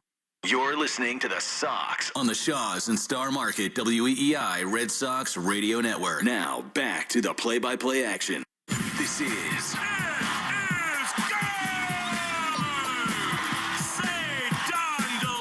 Red Sox baseball. Can you believe it? On the Shaw's and Star Market WEEI Red Sox Radio Network. And the left field, adios. Sale winds, he fires. Swing and a miss, strike three, it's over. And the Red Sox win. Jump on his back, fellas, the Red Sox win. The Red Sox on WEEI are brought to you by Shaw's and Star Market, the official supermarket of the Red Sox Radio Network. Subaru of New England. Find your authorized Subaru retailer at SubaruofNewEngland.com. And Hideo Nomo has pitched a no-hitter. Mass Mutual, insurance, planning, investments. Nissan. At Nissan, we make cars that thrill. Experience the thrill for yourself today. Shop NissanUSA.com. And that ball is gone into the front row of the monster seats. Drains by James. Eastern Mass's choice for drain cleaning and pipelining. Arbella, here for good. Fires. Swing and a miss, strike three, it's over. Buy cars for kids. That's Cars with a K to donate your car today. Ford Trucks, official truck of the Boston Red Sox. Strike three, a no-hitter. 23-year-old Craig Buchholz has no-hit the Baltimore Orioles. Morgan & Morgan, America's largest injury law firm. Sponsored by Town Fair Tire. For the best prices on tires, nobody beats Town Fair Tire. Nobody. Duran will score. Dig Safe. Click digsafe.com or call 811 before you dig. Cape Cod Lumber. Find the lumber for your next project. cclco.com. Way back. Grand slam. Citgo. Club Citgo can save you money every day. When you start with Citgo, you're good to go. 110 Grill. Gluten-free dining done right. C&S Wholesale Grocers. It's gone.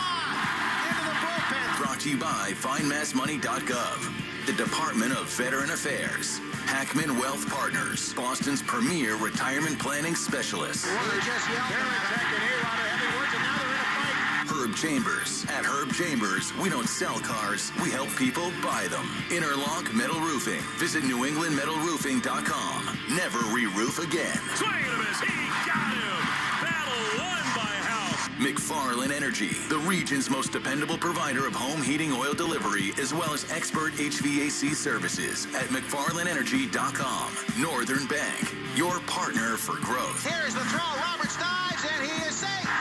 And by Verizon Wireless, the network Boston relies on. New England Chevy dealers. Together, let's drive. Goodbye, Christian Campbell. Now, with all the play-by-play action, here's Will Fleming and Mike Monaco. On an absolutely spectacular Minnesota summer Monday night, we welcome you to one of the defending world champion LA Dodgers. Red Sox come in 7 games above 500. Firmly in the playoff mix. They hold the second wild card at the moment, but very much thinking about the AL East division as the trade deadline looms 3 days away. Tonight, the Red Sox hand the baseball to Richard Fitz. He's got to be good. The Red Sox have a limited bullpen tonight. We'll get into that for a variety of reasons. Simeon Woods Richardson is on the mound for the Twins, who have already started their sell-off. They traded Chris Paddock, who was scheduled to start tomorrow for the Twins, to the Detroit Tigers. So who knows who's going to start for the Twins here tomorrow. It's not going to be a big crowd. It will be Red Sox heavy, and the Sox looking to carry momentum forward here in the Twin Cities. Along with Mike Monaco, I'm Will Fleming. And Mike, that's the story of the day. The Red Sox got through the gauntlet of the Cubs, the Phillies, the Dodgers, and now these Twins who came in with big expectations. They're more than 10 games out in their division, 5.5 out in the wild card. They are going to be sellers. They're selling the club. There's so much uncertainty around this team. They miss the Red Sox, do Joe Ryan. This is a series you can definitively say they absolutely have to take advantage of. And that's kind of what Alex Cora will said pregame, that, yeah, you've gone through those 9 tough games, and now you have an opportunity here. And Alex Cora was very honest. He said this team is not playing well right now. And so, yeah, you missed Joe Ryan. Chris Paddock's not here to start what would have been Game 2 tomorrow for the Twins. Byron Buxton not in the lineup. Like, let's go do some work right now. I've been saying it's kind of like when you take the donut off the bat in the on-deck circle and you're swinging a little more freely in the box. In some ways, that might be what it's like for the Red Sox after those 3 division leaders in the National League. Got to keep the foot down on the gas pedal. Ramon Vasquez and Rocco Baldelli bring out the lineup cards. But before we get there, time now for the National Anthem, brought to you by BuildSubmarines.com. You'll find stable, sustaining, skilled trades careers, helping bring the next generation of the U.S. Navy submarines to life. We build giants because it takes one to build one.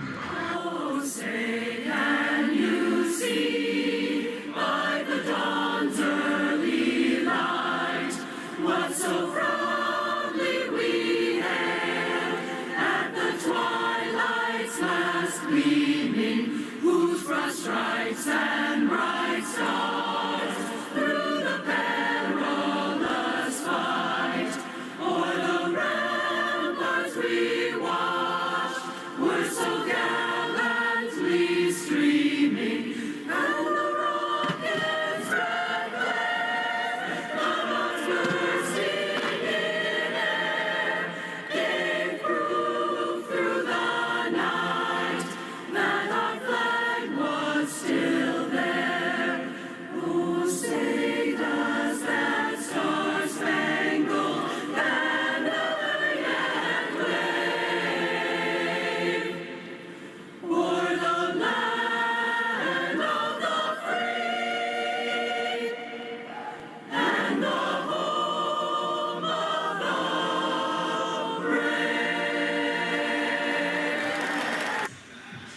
So that is the national anthem here at Target Field in Minneapolis as we gear up for first pitch. Game 1 of this series, the Red Sox on the road in the Grays against the Minnesota Twins here in the home whites. Time for the Morgan & Morgan starting lineups, brought to you by America's largest injury law firm.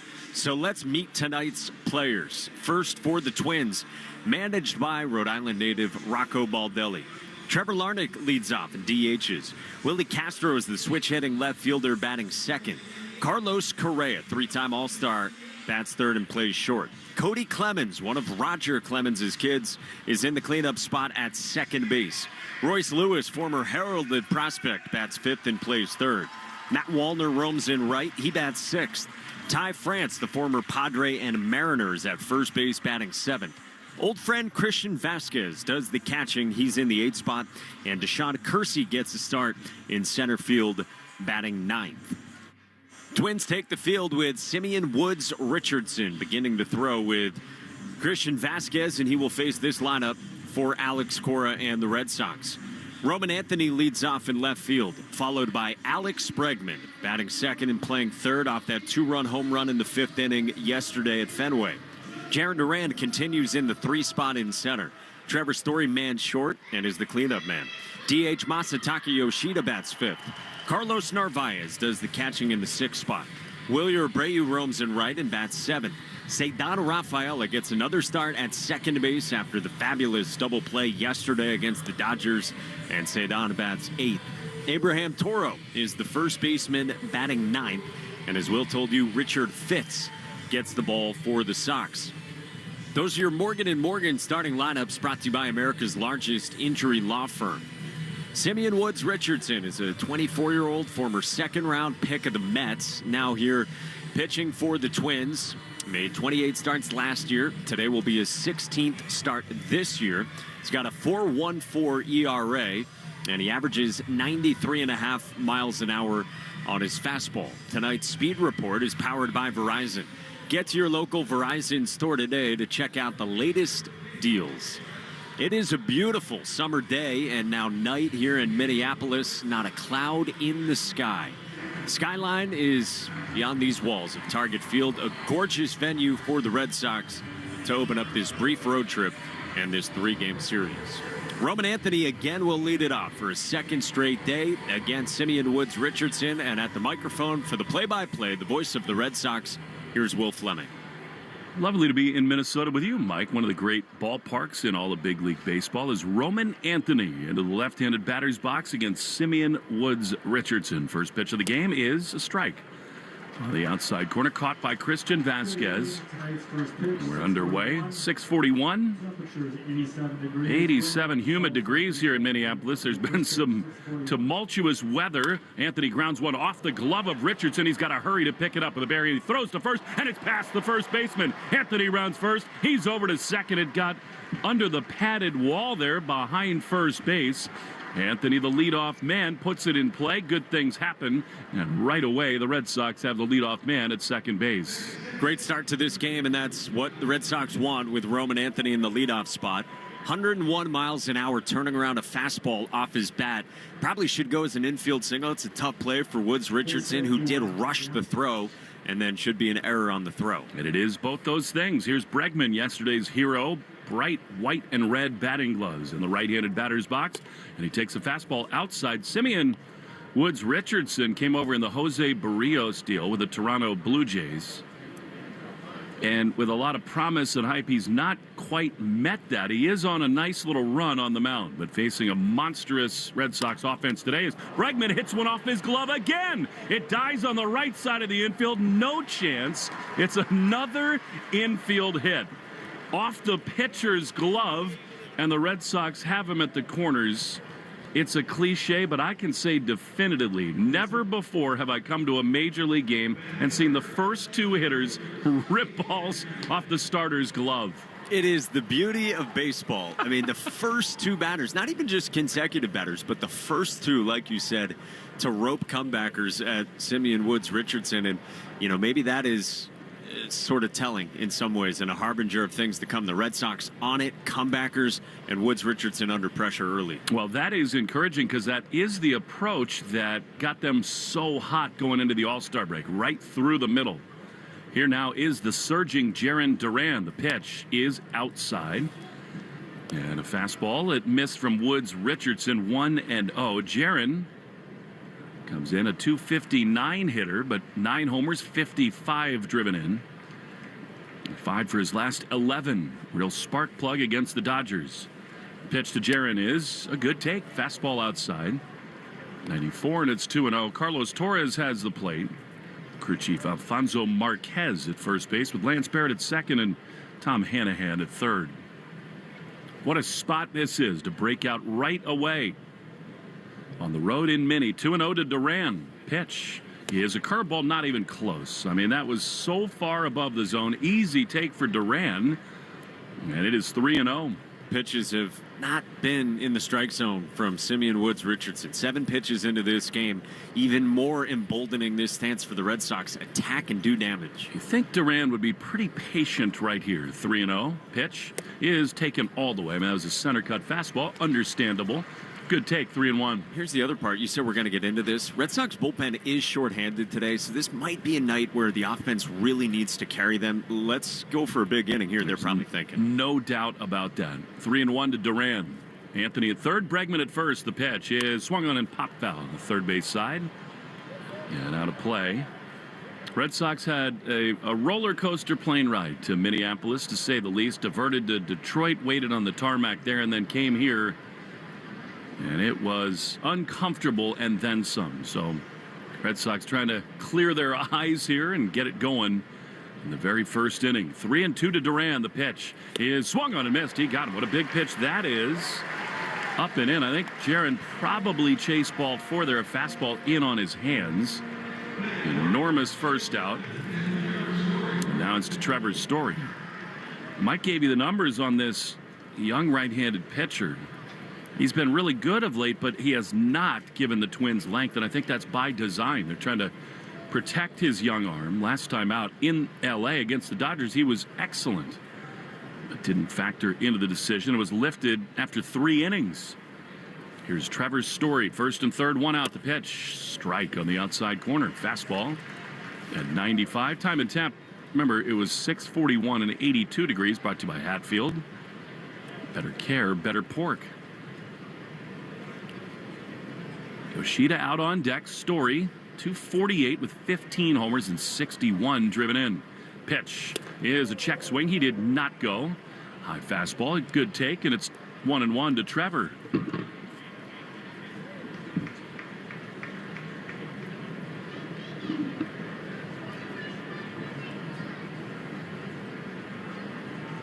Story was such a spark plug in the latter weeks of June for this offense. The 1-1, swing and a miss late on a fastball. That's a swing that tells you Woods Richardson's got some life on the heater. And it is 1-2. 0 for his last 6. Did have a big sac fly yesterday in the opening inning. He steps out for the right-handed box and adjusts the batting gloves. Yeah, you're right. This is a fastball from Simeon Woods Richardson. We said 93, 94 typically with it. He's come out hotter than that. It's the pitch that has got him the most strikeouts, and there hasn't been a ton of damage against it. 1 ball, 2 strikes. Got to cash this in. Double play depth behind the pitcher. And Story drives one high into left field. Anthony back to third. Castro comes in, makes the play. Roman will not come home. The throw way up the line, and Red Sox do not yet get their first run in. They're 2 down. It's been fastballs from Simeon Woods Richardson that got him back into this inning. First against Duran, then against Story. And then he threw Trevor Story a slider away, and Story did enough to get it into the air, but it really didn't travel far at all and not deep enough to get Roman Anthony in. Woods Richardson, 24 years old. Still very much a project in the making for these Minnesota Twins, who traded away Chris Paddock before the game today. Will Duran go? Could it be possible that Griffin Jacks or even Joe Ryan would be traded by these Twins? That's all in the air here tonight. But first and third for Massa, who takes a strike on the outside corner. Yoshida 0 for his last 4. And he has really not gotten it going. Had the 3-hit game in his debut, but scuffling since. 0-1. Pitch. Massa lines it foul on the third base side. This is pretty impressive recovery so far from Woods Richardson, who had 2 balls go off of his glove, made the error with Anthony, the leadoff man, and then first and third, nobody out. Now a strike away from getting out of it unscathed. 0-2. Massa waits the pitch. Swinging a foul on the first base side. Got a slider. Pulled it foul. Massa is 8 for his first 37. I think most interestingly to the Red Sox, they really want him to start putting the ball in the air. This is always the case for him. 3 of his 8 hits have been doubles. Alex Cora has a feeling he might be about to get hot. 0-2. Here's the pitch. Massa swings and misses. He's gone. Splitter. And the Red Sox had him at first and third with nobody out and did not score. Richard Fitz to the mound for the bottom of the first. Scoreless in mini on the Shaws and Star Market WEEI Red Sox Radio Network. Hey there, I'm Kendra Adachi, and my show, The Lazy Genius Podcast, helps you be a genius about the things that matter and lazy about the things that don't, and you get to decide what matters. I'm not here to tell you what to do. I'm here to give you a new way to see. Episodes of the Lazy Genius Podcast are full of compassionate time management tips and permission slips to do what makes sense for you. New episodes drop every Monday. Follow and listen to the Lazy Genius Podcast on the free Odyssey app or wherever you get your podcasts. Hello summer and hello savings. It's the best time to drive home a brand new Hyundai Elantra from Pride Hyundai of Seekonk. Lease the 2025 Hyundai Elantra SEL Sport for just $199 a month. Or go with 0 down for just $289 a month. Summer's here and so are the savings. Come visit us today at Pride Hyundai of Seekonk. The best deals, the newest models, shop now at HyundaiofSeekonk.com. Your burger is served, and this is our finest Pepsi Zero Sugar. Its sweet profile perfectly balances the savory notes of your burger. That is one perfect combination. Burgers deserve Pepsi. If you could hear Old Spice Fiji Antiperspirant, what would it sound like? First, you'd start with Fiji Antiperspirant's amazing scent of palm trees. Add pure notes of fresh coconut and layer on 24/7 odor and sweat protection. You won't hear any dyes or parabens because with Fiji, you won't have any. So while your regular antiperspirant sounds like this, Old Spice Fiji sounds like this. Sounds like it smells amazing. Ask your smart speaker to play 93.7 WEEI. Now back to Red Sox baseball on WEEI. Richard Fitz is on the mound for the Red Sox in a scoreless game. In the bottom of the first in Minnesota, Trevor Larnach, left-handed hitter, crowds the plate. And the leadoff man takes a fastball pumped in there from Fitz, 96 miles an hour. And it is 0-1. Trevor Larnach had a kind of a powerful season by his standards. 241, 13 homers, and 43 driven in. He grounds one foul outside of first. Too shy of his career high. This Twins offense just is not hit. They went into the All-Star break with momentum and then figured they got the Rockies, the Nationals, and the Pirates coming out of it, and they went 4-5 in that stretch. And that's why Derek Falvey and the Brass here are about to sell big. 0-2 to Larnach. Fitz throws, and a line drive up the middle, but right at the shortstop. Story. He was perfectly positioned. And there's one away. First responders develop cancer at a higher rate than the general population. Boston Firefighters Credit Union is reminding all first responders to get checked. If something feels off, get it checked. Early detection saves lives. Fitz making his 10th start. Willie Castro in. Bregman in on the grass at third. Pitch to Castro, ripped into right field, but Abreu back into his left. He's there to make the play. And very quickly, 2 down. 4 pitches. They get 3, and they're 2 down. That's 4. I can count. The beer cheese soup and the walleye fingers make it hard to do math early in games. I guess we always are well fed, but yeah, popcorn in the beer cheese soup was a play by you. Not sure I'd do that particular part of it again. 1-4 with a 4.86 ERA for Fitz. Last time got really roughed up in Philly. The pitch to Carlos Correa. Swung on and fouled on the first base side. Does Toro have room? He does not. These guys know each other well, Toro and Correa. Carlos, 266, 7 homers, 31 driven, and he gets hits, but he's not hit for power at all. I think there are a lot in this fan base and probably some in their front office that would like to see Correa moved at the deadline. Get rid of the big salary he carries. 0-1. Here's the pitch. Swinging a shot to short. Caught by Trevor. 2 in 1 inning. Bullets to short. Outs all count the same. We go to the second inning. No score after 1. Ian Minnie on the Shaws and Star Market. WEEI Red Sox. Moms, dads, are you the parent of a student athlete? Do you want to know how to get the most out of youth sports? If so, listen to the Next Pitch podcast to give you the tools to raise an aspiring athlete. It's not simple, but we talk straight and give you the best insight there is when it comes to youth sports. We'll cover everything from nutrition and training to mental toughness and teamwork. It's a podcast you can listen to together with your kids so everyone can benefit. Follow Next Pitch on the Odyssey app or wherever you listen to podcasts. It's breakfast time at the McGee Manor, folks. Jenny goes in for the oat milk. Dad.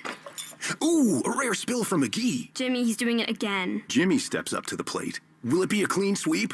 Really? We're still doing this? He goes for a hash brown, and that tater is gone. Along with my appetite. Halfway home, and we would never miss a play. Mass Mutual, official partner of the Red Sox. Learn more at massmutual.com/Red Sox. First responders are 9% more likely to develop cancer and 14% more likely to die from it than the general population. As a first responder, what are you doing to mitigate this risk? What are you doing to keep yourself safe? Boston Firefighters Credit Union is reminding all first responders to get checked. If something feels wrong in your body, get to the doctor. Early detection saves lives. You are the first line of defense against this threat. Head to bosfirecu.com for more resources. Sponsored by Boston Firefighters Credit Union. Jeffrey Glassman Injury Attorneys have been Boston's go-to injury attorneys for over 30 years. If you've been hurt in a car or work accident, you've got to get Glassman. Call all sevens at 617-777-7777. That's 617-777-7777. The Greg Hill Show, weekdays, 5:30 to 10. Now back to the Shaws and Star Market WEEI Red Sox Radio Network.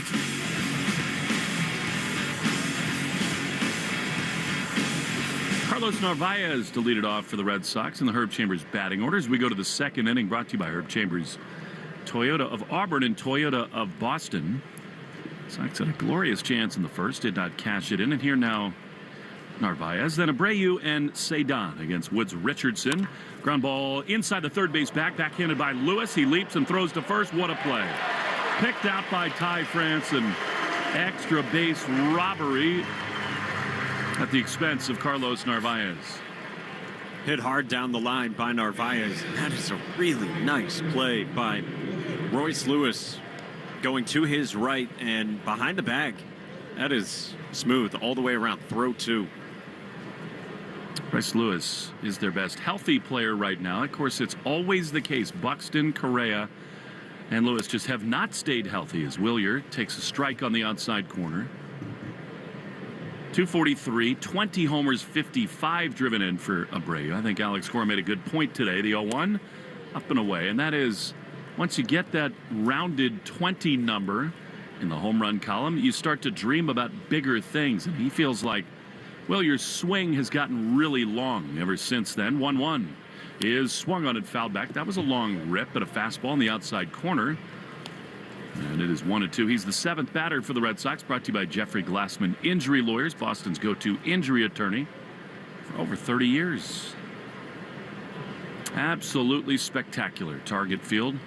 Yellow limestone all around. 1-2. Abreu takes a ball. The other point that Alex made was that he stopped walking lately, and that always that's been such a huge part of his offensive value. A little overeager. 2-2. One down in the second, no score. Woods Richardson throws. Willier swings and pops one high into left center field. Castro, the twin left fielder, is in and over to make the grab. Just missed that one.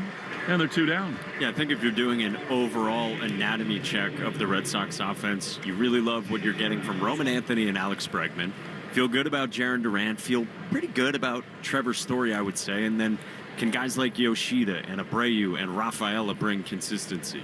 Do you often do overall anatomy checks? Yeah, I don't know. What do we think of that? Here's Cedon, and a fastball misses outside. I probably should more than I do. We all need to go to our primary care doctors. I've had one long lapse in doing that, but most of the time pretty good with it. 1-0 to Rafaela. He takes fastball outside. Arbella Insurance Foundation, dedicated to striking out cancer by supporting the Jimmy Fund. Every strikeout from a Sox pitcher during this year, $50 donated from Arbella to the Jimmy Fund. 2-0, two down, bases empty. The pitch. Cedon takes one right there. That tells me he was guessing on something else there. And a fastball center cut, and it's 2-1.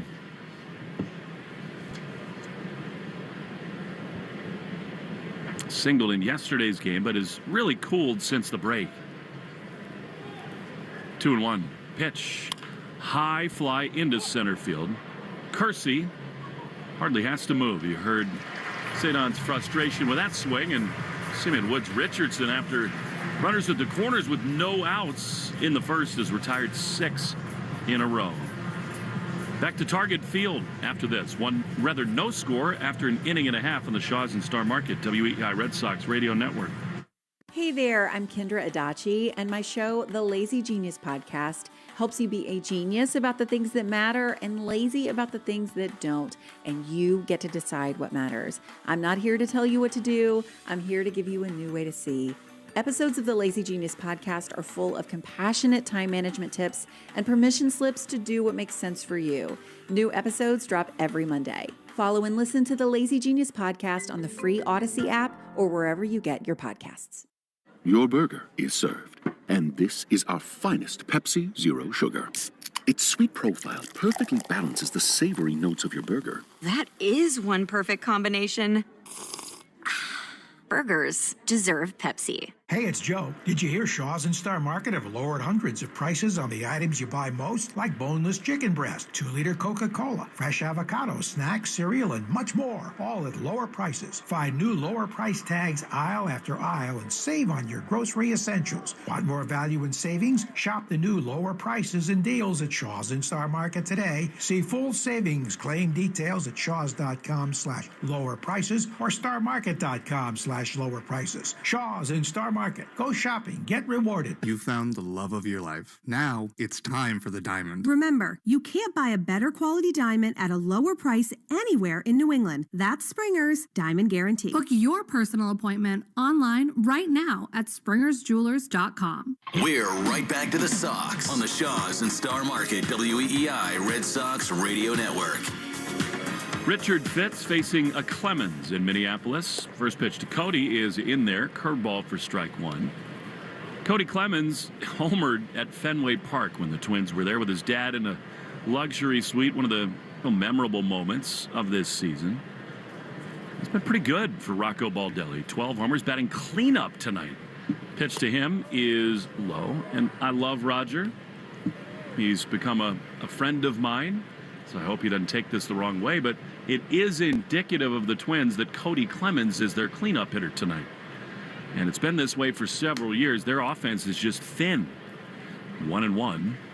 Pitch is low. We said the same thing of the Red Sox when people like Carlos Narvaez and others were in the cleanup spot. I mean, it's not that their current performance is not deserving of that spot, but when you get out of Chicago and Philly and you see the Dodgers, those are the real power-filled lineups as Clemens takes a strike on the inside corner. Good curveball from Fitz, and it's 2-2. We just started going through it yesterday, like the stars, especially offensive stars that the Red Sox saw in those 3 series in Chicago.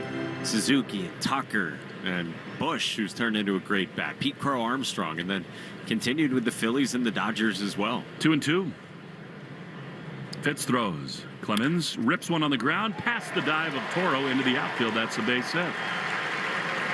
Somewhere in Texas, Roger and Deb are smiling. I mean, Clemens is now 10 for his last 34, which on this club is red hot. And that's a big swing because he sets the table for their best player, Royce Lewis. And just something to monitor here, but the exit velo for 4 batters so far against Fitz. 99 miles an hour, 98, 104, and 102 there from Clemens. It has been hard contact. Oh, yeah, just as it was in Philadelphia. 2 homers that day. Lewis is their big power threat. He took slider outside for ball 1. Lewis limited to only 168 at-bats. Lunging into that first base bag. 5 homers, 20 RBIs in that span. But he's always super dangerous. 1-0, the pitch. Driven high into center field. Duran back in front of the warning track is there to make the play. It doesn't appear that the ball's going anywhere tonight. That also might have been a little bit off the end of the bat. And there's one down. We take 10 seconds for station ID on the Shaws and Star Market, WEEI Red Sox Radio Network. From the WEEI studios, 93.7 WEEI FM and HD1, Lawrence, Boston. Always live on the free Odyssey app. Will Fleming, Mike Monaco, 1-on-1 out, scoreless game in the second in Mini. Left-handed hitting Matt Wallner, wide open stance, digs in. Fitz throws, and Wallner takes a ball outside. If you haven't heard, Shaws and Star Market have lowered hundreds of prices on the items you buy most. Boneless chicken, 2-liter Coke, avocados, snacks, and much more. Shaws.com/lower prices. No score, bottom 2. 1-0 to Wallner, the pitch. Strike on the inside corner. You talk to the Twins folks so often in spring training because they're just down the road in Fort Myers. They had huge expectations for this guy, Matt Wallner. The Twins, one of so many teams in baseball who have fallen victim to the declining local cable network revenues that go into the pockets of ownership. They cut payroll. 1-1. Swing and a miss. Fastball. It's 1-2. They traded away Sonny Gray. They didn't add after winning the division a couple years ago. And it really bothered their fan base. And that's why, even on a beautiful summer night with the Red Sox in town, it's not even close to a full house. 1-2. Fitz throws. And he misses just low with a slider. It's 2-2. Get you caught up on the Subaru of New England scoreboard in a moment. Get into a Subaru summer with symmetrical all-wheel drive. The Twins are so limited financially, and then they just have all of their stars, it seems, most years injured for a lot of the season. 2-2. Pitch, swing and a miss. He got him. Great curveball. Fitz picks a good time for his first strikeout. And they're 2 down in the second. Rivalry report. Yankees, at last look, were tied in their ball game. They're hosting the Tampa Bay Rays tonight. It's 2-2 in the bottom of the third. Meantime, Orioles trying to help the Sox. They lead the Blue Jays 6-4 in the top of the fifth. Here's Ty France. He grounds one over Fitz to second. Cedon calmly gloves and steps on the second base bag, inning over. Nice job by Fitz. If you're looking for a warm, vibrant community for mom or dad, River Spring Living truly feels like home. Red Sox not at home, but scoreless in mini. Third inning next in the Shaws and Star Market. WEI Red Sox. History That Doesn't Suck is a legit, seriously researched, hard-hitting history podcast told through entertaining stories. Listen to History That Doesn't Suck on the free Odyssey app or wherever you get your podcasts. Your burger is served, and this is our finest Pepsi Zero Sugar. Its sweet profile perfectly balances the savory notes of your burger. That is one perfect combination. Burgers deserve Pepsi. Radio Network. Hey, it's Lou. Did you hear? Shaw's and Star Market have lowered hundreds of prices on the items you buy most, like boneless chicken breast, 2-liter Coca-Cola, fresh avocados, snacks, cereal, and much more, all at new lower prices. Find your new lower price tags aisle after aisle and save on your grocery essentials. Want more value and savings? Shop the new lower prices and deals at Shaw's and Star Market today. See full savings claim details at shaws.com/lower prices or starmarket.com/lower prices. Shaw's and Star Market. Go shopping. Get rewarded. Here's a club you'll want to get into. Club Citgo. It's the super easy app that opens the door to great fuel savings and more. Sign up and instantly save 23 cents per gallon on your first fill-up. Plus everyday savings that really add up. You can also enter our sweepstakes with multiple winners and giveaways, like free gas for a year. And Club Citgo makes paying easy with a convenient mobile pay feature.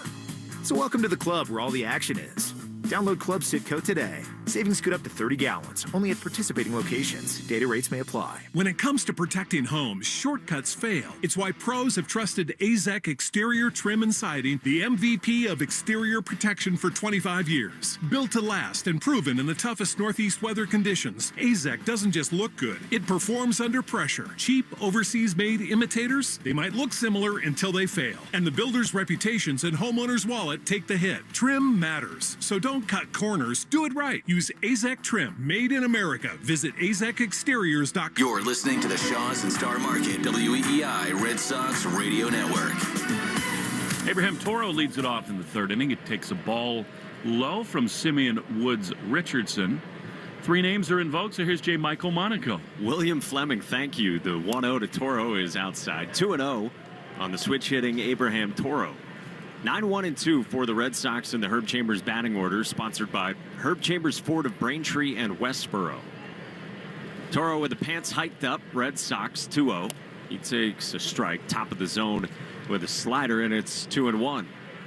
As Joe Castig would say, a squander for the Red Sox in the top of the first, leaving them at the corners. I can hear him saying it right now. Here comes the 2-1. Toro swings, and he pops it foul behind home plate, 2-2. He always loved coming here. Truly one of his favorite stops. He called it Minnesota and loved walleye and going out on the river for bikes and runs. And he was in Cooperstown this weekend celebrating Tom Hamilton. Ford Frick winner. 2-2.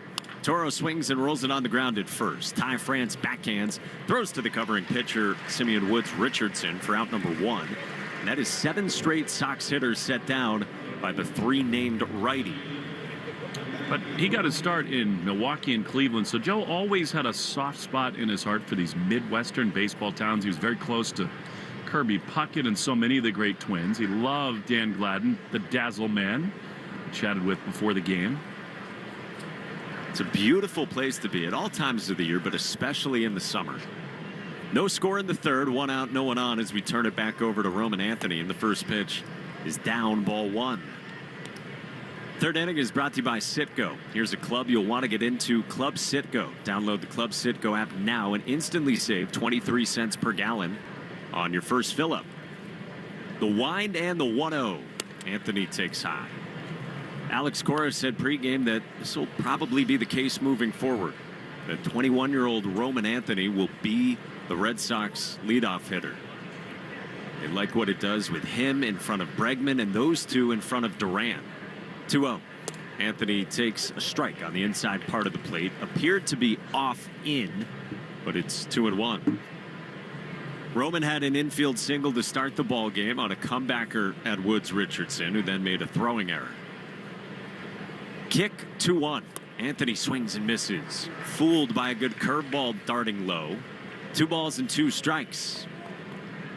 Roman was telling us post-game yesterday that his foot was bothering him, his right foot, after he got hit by a pitch to begin the ball game in the bottom of the first yesterday. Told us it felt like he had a dumbbell on his foot the rest of the game, but he grinded through it. 2-2.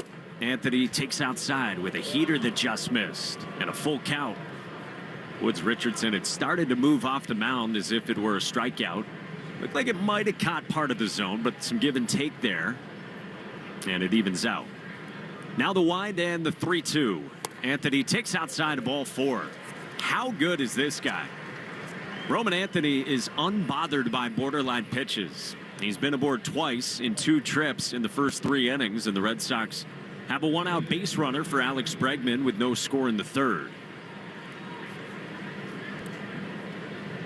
So Anthony's on at first, and here's Bregman, who had an infield single comebacker himself in the 1st inning. First pitch, Bregman takes outside ball 1. Alex Bregman is really starting to get going. Had the huge home run in the bottom of the 5th inning yesterday to give the Red Sox the lead on the Dodgers. Alex Cora said postgame Bregman is getting close. He said very close. The 1-0. Bregman takes high, 2-0. Cora felt like Bregman early in the game yesterday missed a few pitches that he could do damage with. But then on a breaking ball that was left up in that 5th inning, in a 2-0 count, he went deep. 2-0 here in the 3rd. The pitch. Bregman swings and he pops it foul behind the plate, 2-1 on a fastball away. And then there was an interesting pregame conversation as well between Alex Bregman and assistant hitting coach Dylan Lawson yesterday about not just opening one eye, but both eyes when you hit. Bregman said he's usually just looking out of his left eye. 2-1. He takes outside. Wide-eyed there, and it's 3-1 from Simeon Woods Richardson. It's been a great season, of course, for Bregman. The OPS at .923 with 13 home runs. Anthony at first, 1 out in the 3rd, the 3-1. Bregman swings and he pops it up. Right behind the second base bag toward Cody Clemens, who creeps in right of the bag and makes a one-hand catch for out number 2. Bregman wanted to launch on a 3-1 and a pretty good pitch to hit, but 2 down. Time now for the New England Chevy Dealers question of the day. Together we drive, and today's question at Sox Booth on Twitter is, which of these rumored names would you most like the Red Sox to trade for? Yandy Diaz, David Bednar, Mitch Keller, or Merrill Kelly? Jaron Duran, the batter, and the first pitch floats high, ball 1. Run that by me again. Yandy Diaz, we both like. David Bednar for the bullpen, or starting pitching options, Mitch Keller or Merrill Kelly. That's a good one. Real good. 2 out, 1 on, no score, 1-0. Duran swings and he floats this toward left center. Hangs up for the left fielder, Willie Castro comes in to make a running catch and end the inning. Roman Anthony left at first, and in the middle of the 3rd in Minneapolis, Red Sox and Twins scoreless on the Shaws and Star Market WEEI Red Sox Radio Network. The Recap Show is an unfiltered, inside look into the world of global soccer and women's sports and all things culture. From 2 U.S. Women's National Team World Cup champions and Olympians. Follow and listen to The Recap Show wherever you get your podcasts. Our daughter Jessie loves playing detective. A clue. But since we discovered she has sensitive skin, we've been playing detective too. We thought the problem was our puppy. but it was actually our old detergent. Aha. So we switched to Tide Free and Gentle. Tide Free and Gentle provides an excellent Tide clean, and it doesn't leave behind irritating residues like dyes or perfumes, so it's gentle on your skin. Case closed. If it's got to be clean, it's got to be Tide Free and Gentle. At some health systems, cancer care can make you feel like a number. At South Coast Health Cancer Care, you're more than a diagnosis. We offer the most advanced treatments and the latest surgical advancements, led by a connected team of experts who not only see your cancer, but all of you. Because healing isn't just medicine, it's compassion, it's connection, it's care that knows your story and walks along with you. We are South Coast Health Cancer Care. Visit southcoast.org/cancercare. Family is everything. And for the past 100 years, Shriners Hospitals for Children has become family to over 1.5 million kids. In tough times and good times, they're there when we need them most. But it's only possible because of people like you. All you have to do is go online to loveshriners.org right now with your monthly gift. You'll make a difference in our lives every day. Jones and Keith. Weekdays 10 to 2. Now back to the Shaws and Star Market WEEI Red Sox Radio Network. Bottom of the third, no score in Minneapolis. Red Sox and Twins, and 8-9-1 coming up for Minnesota against Richard Fitz. His first pitch to Christian Vasquez is up and away, ball one. Vasquez, Deshaun Kersey, and Trevor Larnach in the Herb Chambers batting order. Christian's had a tough year offensively. Now 34 years old, the 1-0. That's in for a strike with the slider away. 1-1. Of course, it was 22. Vasquez shipped out to Houston, helped bring back Wilyer Abreu, and now 3 years here with the Twins. Here's the wind and the 1-1. Vasquez takes a slider that just missed outside. 2-1. Average at 190 for Vasquez with only 2 home runs in about 180 plate appearances. Fitz kicks and deals. Vasquez swings and tips it foul right at home plate. 2-2. Ryan Jeffers, Twins catcher, is on baby duty. Maternity list, so Christian Vasquez getting the nod behind the plate. No score, bottom of the third in Minneapolis. Sox had chances in the top of the first against Simeon Woods Richardson, who ever since has really settled in. Light brown glove for Richard Fitz. Peers over the top, begins the wind, and the 2-2 is up high. Full count on Vasquez. Beth Israel Deaconess Medical Center is the official hospital of the Red Sox, providing first aid at Fenway and supporting Red Sox scholars. BIDMC.org. Can't afford a walk here. Fitz 3-2, and Vasquez takes down ball 4. So Richard Fitz issues his first walk of the game. It's to the 8-man, the light-hitting Christian Vasquez, and the Twins have a base runner to start this bottom of the third with no score.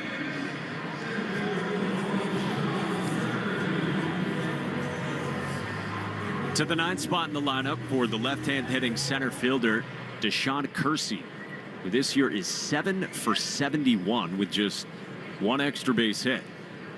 Bregman comes in at third. First pitch is swung on and lifted to left. Well struck. Anthony goes back on the track, looks up, and that ball is gone. Second home run of the season for the light-hitting Deshaun Kersey. He goes oppo, and it's 2-0 Twins in the bottom of the third. That's just not good enough. I mean, a leadoff walk to the light-hitting Vasquez, who's in a rut, and then to give up that big fly the other way. Man, does that hurt.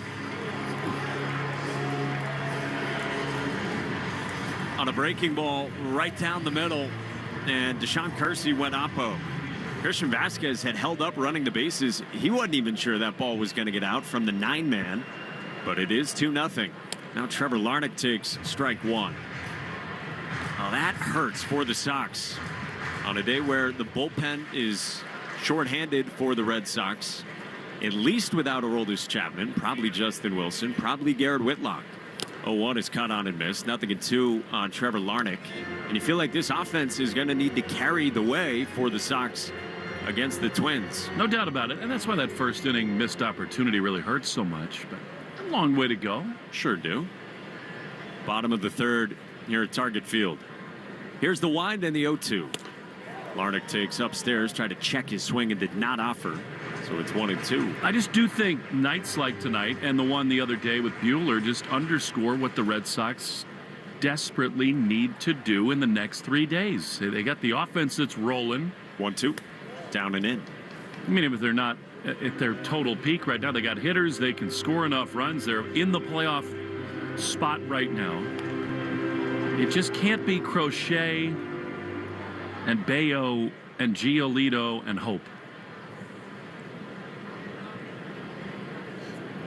Base is empty, nobody out. Fitz kicks and fires. That's high. Full count on Trevor Larnach from 0-2 to 3-2. That's what Alex Cora said earlier, too. It's like they left camp in February thinking we got all this depth, but no Houck, no Quinn Priester, who they traded to the Milwaukee Brewers.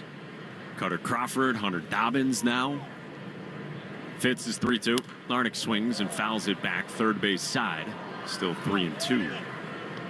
Yeah, and you started looking at the opening day roster. I was doing this yesterday when Chapman got hurt. Devers, Casas, Campbell, Houck, Slayton, Crawford, and Hendricks, who both began the year on the injured list, but currently unavailable. 3-2's down, and another walk from Fitz. This time to the leadoff man, Larnach. And a base runner with nobody out in the bottom of the third, and the Red Sox down 2-0. Time now for our league leaders and who's circling the drain, presented by Drains by James. Andrew Bailey will visit here, striding out of the Red Sox third base dugout. Drains by James, Eastern Mass's leader in residential and commercial drain cleaning and pipelining at drainsbyjames.com. At Drains by James, they give a poop about your pipes. Red Sox bullpen this year has the 4th best ERA in all of baseball. But again, the news on Aroldis Chapman, bad back coming out of yesterday. Chapman said it popped up on Saturday, was bothering him Sunday. He wanted to pitch through it late in the game yesterday, but Alex Cora proceeding with caution and said Chapman's going to be down at least 1 or 2 days. I would think so. I mean, I think maybe the weekend's a good target for him. I've not seen as much of that lately, although we did from Buehler. You know, off-speed pitches, walks to the 9-hole hitter, a homer, and then followed up with a spinning walk. And so now Larnach's on for the 2-hitter for the Twins, Willie Castro. Line to right his first time sharply. Fitz first pitch, and that bends down ball 1. Now, I don't think the Red Sox, to be fair, did Fitz many favors with the way they handled his injury, his rehab. He went down, he came back, throw just a couple innings, 40 pitches, then got hammered, went back down to AAA. And it's just been an adventure. 15 days off at one point. 1-0 sales high. 2-0 on Castro. So they got to navigate that part probably a little better, but that doesn't change the reality of what's going on right now. You need more than this. Sox trailed the Twins 2-0. Last of the third. Fitz 2-0. Swing and a tip foul right at home plate. 2-1. And I think most importantly, I'm not saying who am I to say it anyway, but I don't want him to just throw fastball after fastball after fastball, but you'd rather go down with your best stuff. He's been up to 98 earlier this game. Man at first, nobody out, and Fitz 2-1 is a strike on the outside part of the plate. Backdoor 97, to your point, 2-2. Yeah, stay there. Yeah, it was 15 days between starts. Fitz against the Rockies at Fenway before the break, and then Tuesday in Philadelphia, after which Fitz said, I don't feel good about anything tonight. Said he felt like he let the team down, said he felt like he let himself down. Very open and honest and accountable. 2-2. Castro swings, rolls it towards second. Rafael at gloves, fires to Story for 1. Back to first, not in time. Willie Castro stays out at 2. Not hit hard enough to second for the Red Sox to turn 2, but they get the force on Larnach. Castro's on, and there's 1 away. Smooth by Cedon. I mean, he did his part very well. I'm with you. That wasn't hit hard enough to turn it, but swung those hips around and ripped one to second. How about that double play from Cedar Rafaela yesterday against the Dodgers? That was slick. Perfectly positioned, yes. And it worked out for the Red Sox.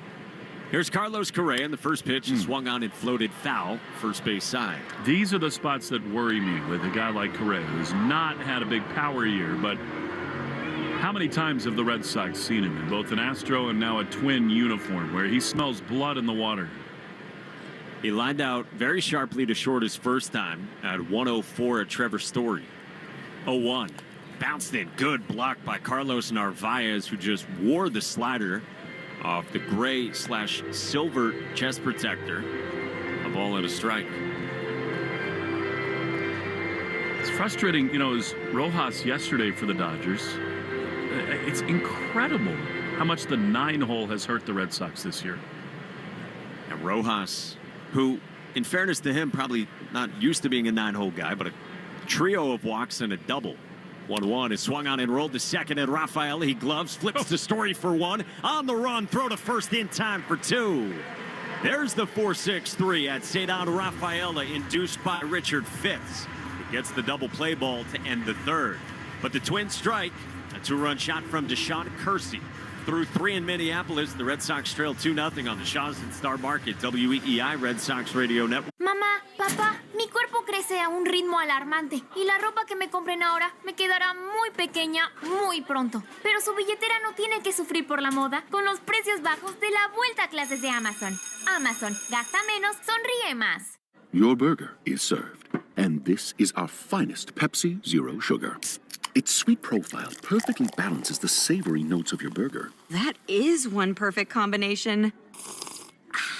Burgers deserve Pepsi. Since I was little, I've broken 100 bones, and I've had 19 surgeries. Shriners Hospitals for Children was with me every step of the way. Help children like Sebastian by joining the Shriners Children's family. When you donate, you will help provide the most amazing care to children in your community and around the world, regardless of the family's ability to pay. Show your support and give at loveshriners.org today. Thank you. Gracias. Thank you.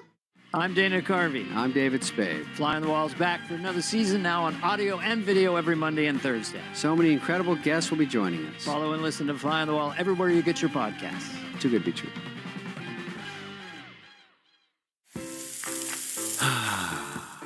That's the sound of James adding long-lasting Gain scent boosters to his laundry this morning. Several hours later, James sniffs the irresistible scent of Gain on his shirt. Gain. Several hours later, James has even caught the attention of his mother-in-law, and she never gives him attention. Ooh, you smell amazing, James. Oh, thanks, Mom. I love you too. I never said that. Add Gain scent boosters to your laundry. Add joy to your day. More Boston sports opinion, more often. Just download the Odyssey app. Now, back to Red Sox baseball on WEEI. Work to do for the Red Sox offense. Down 2-0 as we go to the fourth inning in the opener at Target Field in Minneapolis, where it was humid and gorgeous today. First pitch to Trevor Story is pumped in, strike one at the bottom of the zone from Simeon Woods Richardson. Trevor Story flew out to left field his first time in the first inning. Infield plays to pull. 0-1. Story swings and rolls it foul near the on-deck circle. At Masataka Yoshida, 0-2. Story, Massa, and Narvaez for the Red Sox in the Herb Chambers batting order. Sponsored by Herb Chambers Chevrolet of Danvers. Against Simeon Woods Richardson at 48 pitches. It's a guy who has not been going super deep into games, as Will told you. Part of that is some struggles third time through the lineup. This guy got demoted to AAA earlier this season. He called it a reset for himself. The right-hander winds and is 0-2. Story takes down. Simeon Woods Richardson said he had to go back to the drawing board and just come out and attack hitters. He's done that here recently. Since those 2 infield singles to begin the game, just a walk. That's the only Red Sox base runner ever since. Down 2-0 in the fourth. 1-2. Story swings and misses and strikes out on a pitch down. The catcher Vasquez applies the tag on a good splitter And there's one away for the Sox in the fourth. The fourth inning is brought to you by Cars for Kids, the easiest way to get rid of your old car. Donate today and your car can be picked up tomorrow. Donate now at carsforkids.com. One out, base is empty for Massa. First pitch is a fastball on the outside part of the plate. Called strike one. Massa struck out swinging his first time on a good splitter from Woods Richardson. He's got 3 Ks total. 0-1. Swung on and sprayed foul over the Red Sox third base dugout.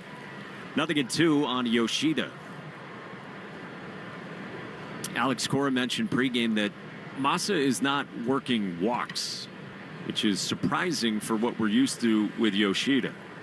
The pitch. Yoshida takes down a ball and 2 strikes. 38 at bats and no walks for Masataka Yoshida. Trying to get him going, as Will told you earlier, since coming off the injured list.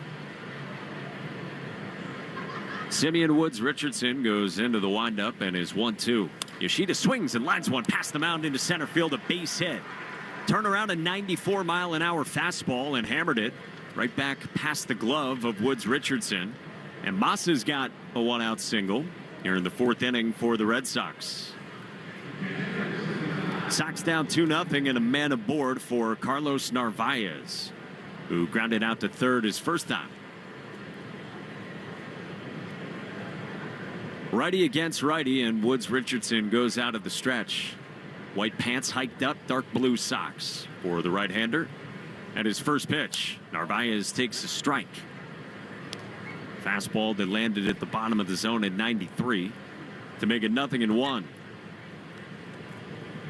3 straight starts for Carlos Narvaez after Connor Wong started the opener Friday at Fenway against the Dodgers.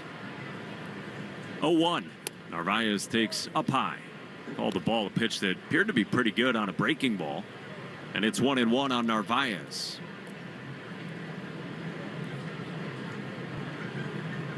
Some clouds have filtered in right around 7:30 local time here outside Target Field. The 1-1. Narvaez swings and strikes it down the line and right, but that fades off foul shy of the pole. And it's 1-2. There is, by the way, expected to be some bad weather coming through later, but the hope is that we'll be done by then and hopefully avoiding all of that. Will told you earlier the Red Sox dealt with their fair share of it on the flight last night from Boston to Minneapolis with a diversion to Detroit late night. And turbulence for the Sox traveling party coming in. Red Sox down 2-0 against the Twins here in the fourth. Massa on at first, 1-2. Narvaez swings and fouls it straight back to the netting. He got a slider from Simeon Woods Richardson.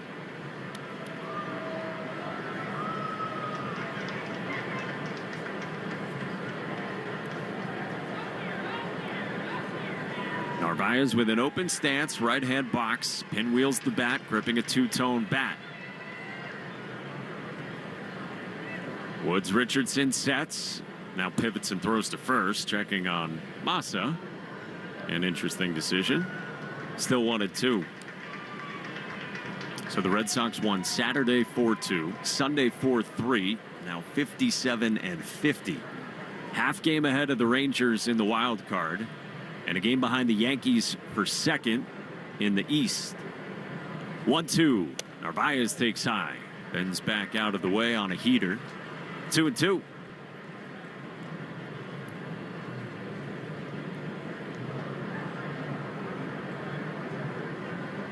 Rather sparse crowd here at Target Field. A little sleepy inside the ballpark.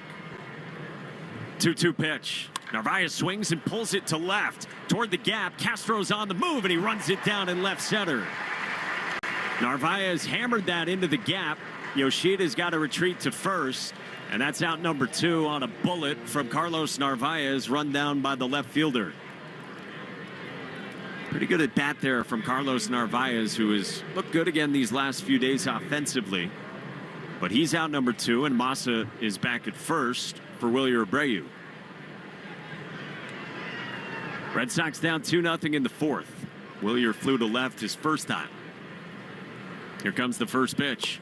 Abreu takes a strike at the bottom of the zone with a slider, and a great pitch to begin from Simeon Woods Richardson. Alex Cora said Williers just been missing his pitches recently. Feels like a lot of that has been on fastballs. A throw to first, and Massa dives back easily. And Alex Cora has kept saying that even for Abreu leading this team in home runs, up there toward the lead in RBIs as well, that he can hit for more average. He can go oppo more. Will said earlier, he can work more walks. The 0-1. Abreu swings and fouls it back our way, and it's 0-2 as he got a fastball up in the zone. Well, there you go. I mean, that's 93 in the middle of the plate. That's what Alex Cora is talking about. Saw that a handful of times against the Dodgers. Willier had the huge 2-home-run game against the Cubs at Wrigley. Trying to get in gear since. 0-2. Abreu swings and pops it foul back our way toward the booth and just above us.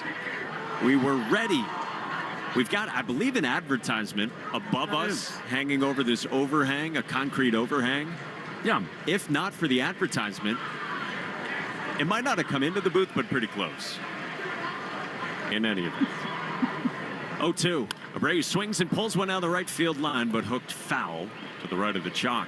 I think it clipped the cable first and then hit down further to us. Like it was going to head above our heads, and then it hit that cable and then the sign. But I was right here to make the play. You were ready, using every inch of the frame. But you've got a standstill microphone, so... Yeah. Luckily, you're doing the play-by-play. We wouldn't have missed a thing. If you were doing it, would you have sat where you were? Probably have to. 0-2. Abreu takes high. No, because once it's foul, who cares? I got it. That is the sound of Will standing up from his stationary microphone. And when I stand up, it's pretty far from mine. Yes. Much farther than it is for me. Sox down 2-0 in the fourth. 1-2 to Willier. He swings and pops another one foul. Well out of our reach. Like, don't you think it'd be important to say, like, it's fouled back to us? Oh!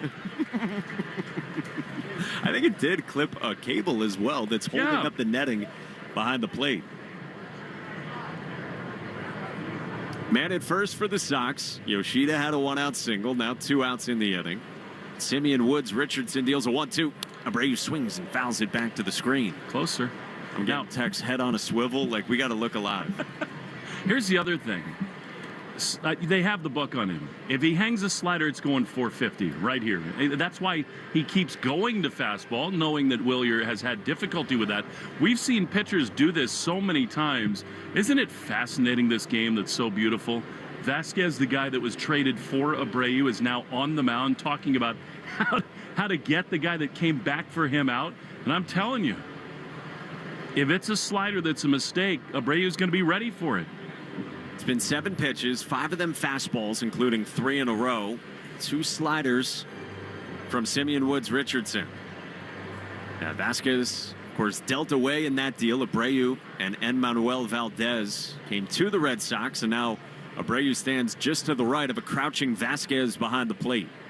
4th inning, 2 outs, and a 1-2 on the way. The pitch. Abreu takes down. It was a splitter, and it's 2-2. So what does Willier get here? This will be the 9th pitch of this plate appearance. It's the 110th pitch, brought to you by 110 Grill, gluten-free dining done right, and an official partner of the Red Sox radio network. 2-2.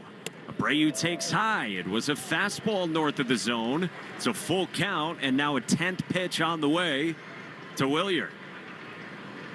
Maybe this has locked him in as well on fastballs. Seeing a bunch of them in this AB. Man at first, 2 outs. Red Sox down 2-0. Woods Richardson deals. Abreu swings and lines one over second into right field, a base hit. Yoshida was on the move, so he jogs to third. Stops there standing. A heck of an AB from Willier Abreu. And the Red Sox have him at the corners for a second time tonight with 2 outs here in the 4th. That was fantastic. And fastball center cut. He rips it into the outfield. He took close pitches. He wasn't over anxious. I like the hand action, Mike, that he had before that last pitch, it's like he'd seen enough. He was really keyed in now. Unlike in the first inning, this becomes a spot. Another scuffling hitter. They've got to cash it in. That's Cedano Rafaela, who flew to center his first time. But Alex Cora has said Cedon's often better with runners on like this. He is. They're at the corners.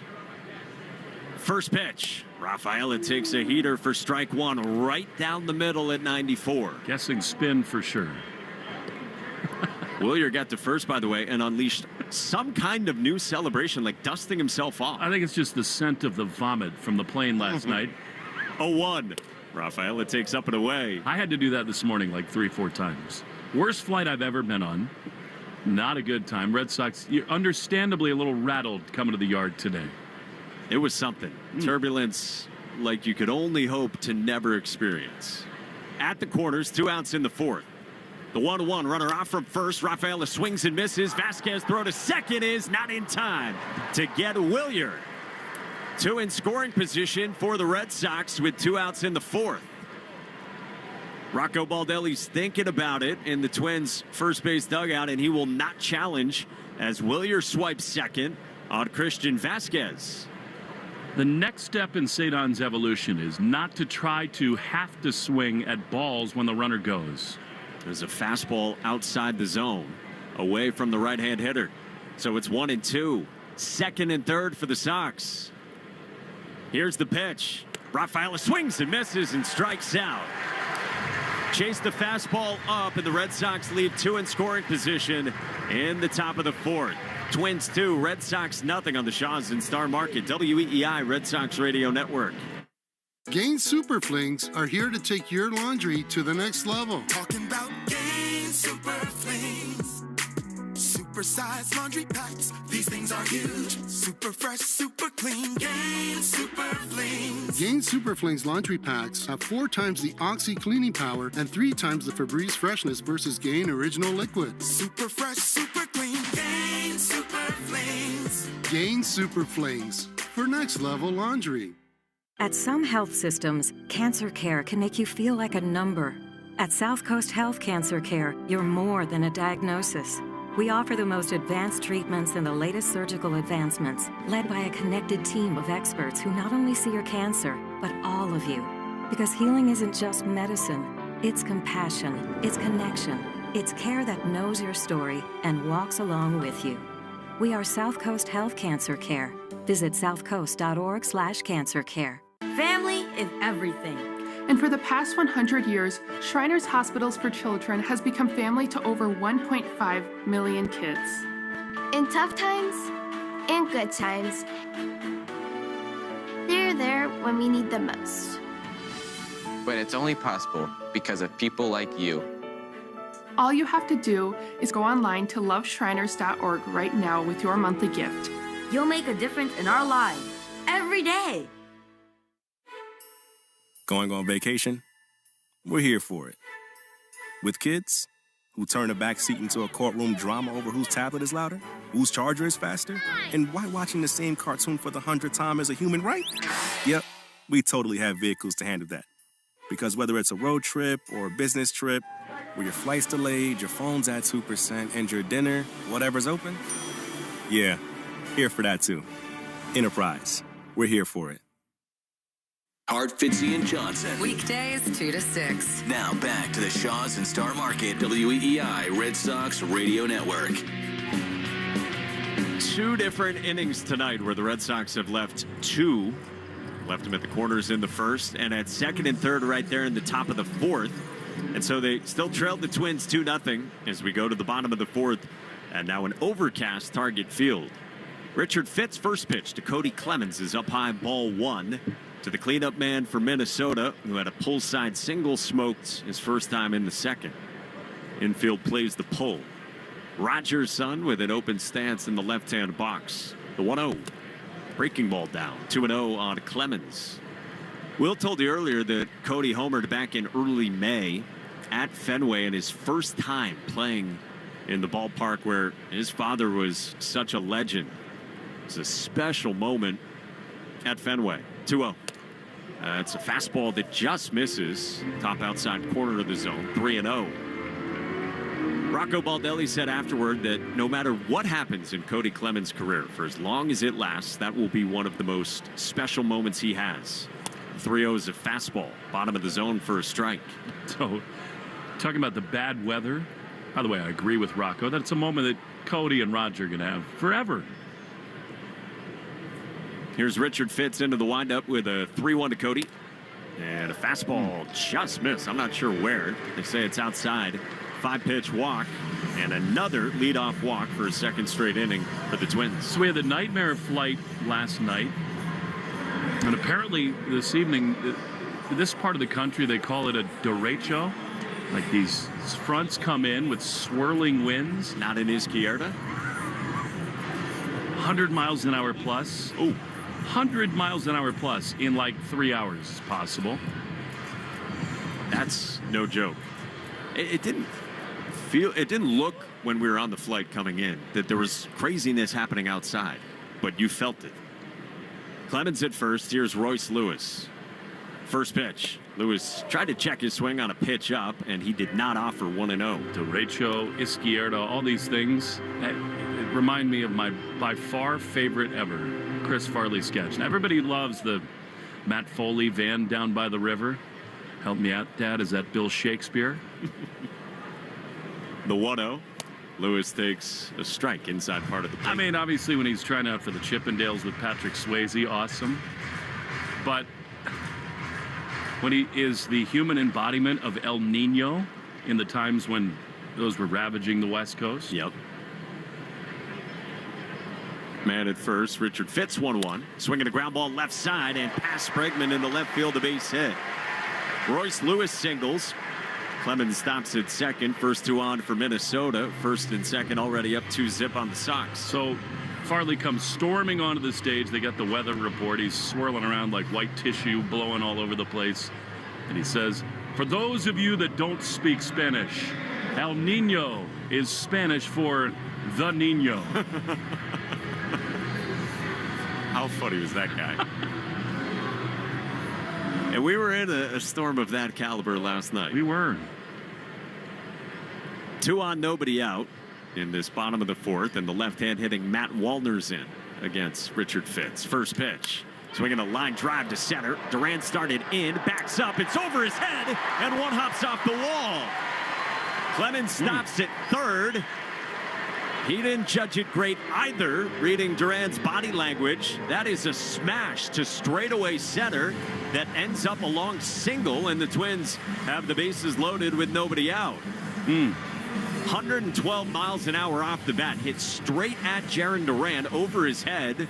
Wallner was on his way to second, had to slam the brakes because Lewis was only on his way to second with Clemens freezing off a second. Well, for those of you who don't speak Spanish, El Hanging Slider means the hanging slider, and that's what that was. I mean, he's done that too much, Mike, and again, there are reasons why he's been a little bit out of sorts, so you can make a logical case for that, but he just made way too many mistakes in the middle of the zone tonight. Andrew Bailey just paid Richard Fitz another visit, and Fitz is in a world of trouble here. Stormy in the bottom of the fourth. Red Sox down 2-0, loaded up, and nobody out. To the 7th spot in the Herb Chambers batting order for Ty France, former Padre and Mariner. Hasn't had a great offensive year, but has driven in 44.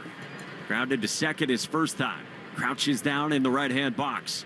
First pitch. Check swing, and that is called a strike on the swing. 0-1 from Fitz, who had the bases loaded. Notably works out of the stretch. He was in the windup when Bryce Harper tried to steal home Tuesday in Philadelphia last week. Bases loaded, nobody out. Fitz 0-1. France swings and lines it foul. Softly first base side, he got jammed, and it's 0-2. 98 from Richard Fitz. So here we go again. I mean, the conventional wisdom would say, all right, you just sped the bat up with a fastball, but he's not had good spin tonight. Stay with your strength. Does he go to the gas again? Righty against righty. Fitz 0-2. is up and away. 98. He did stick with it. Outside to France, and it's 1-2. It's a slider to start. A couple of fastballs since. Christian Vasquez is on deck for Minnesota. Sox down 2-0. 1-2. France swings and lines it foul. Second deck toward the right field side. Ty France was signed at the outset of spring training. He's in his first year with Minnesota. Came up with the Padres, has had success, as we said, in Seattle as well. Wide base, open stance, right-hand box. Base is loaded. 1-2. Down and away. The slider not nearly tempting enough. 2-2. This game was scoreless through 2.5. The Twins got 2 in the bottom of the third, and now threatening more in the fourth. Infield creeps in for the Sox. 2-2. France swings, tips it foul. Narvaez hangs on to it, and it's a strikeout for Richard Fitz, and a huge first out in the bottom of the fourth. Through the breaking ball, down and away, and Narvaez just hung on to it for out number 1. Second strikeout for Fitz. Base is still loaded, and here's old friend Christian Vasquez. First pitch. Vasquez takes just high, ball 1. 98 from Fitz. He's had the good velo on a warm and humid night at Target Field. Chris Murphy's up for the Red Sox in the bullpen. The 1-0. Vasquez swings, rolls it sharply at short. Story stabs on to second for 1. Rafaela's turn is 2. 6, 4, 3. Fitz escapes in the fourth and leaves them loaded. We go to the 5th inning in Minneapolis. The Red Sox trail the Twins 2-0 on the Shaw's and Star Market WEEI Red Sox Radio Network. Too fast, Trevor, too fast! Here at the Zebra, research shows people would rather teach their kids to drive than search for auto and home insurance. I know what I'm doing, Mom.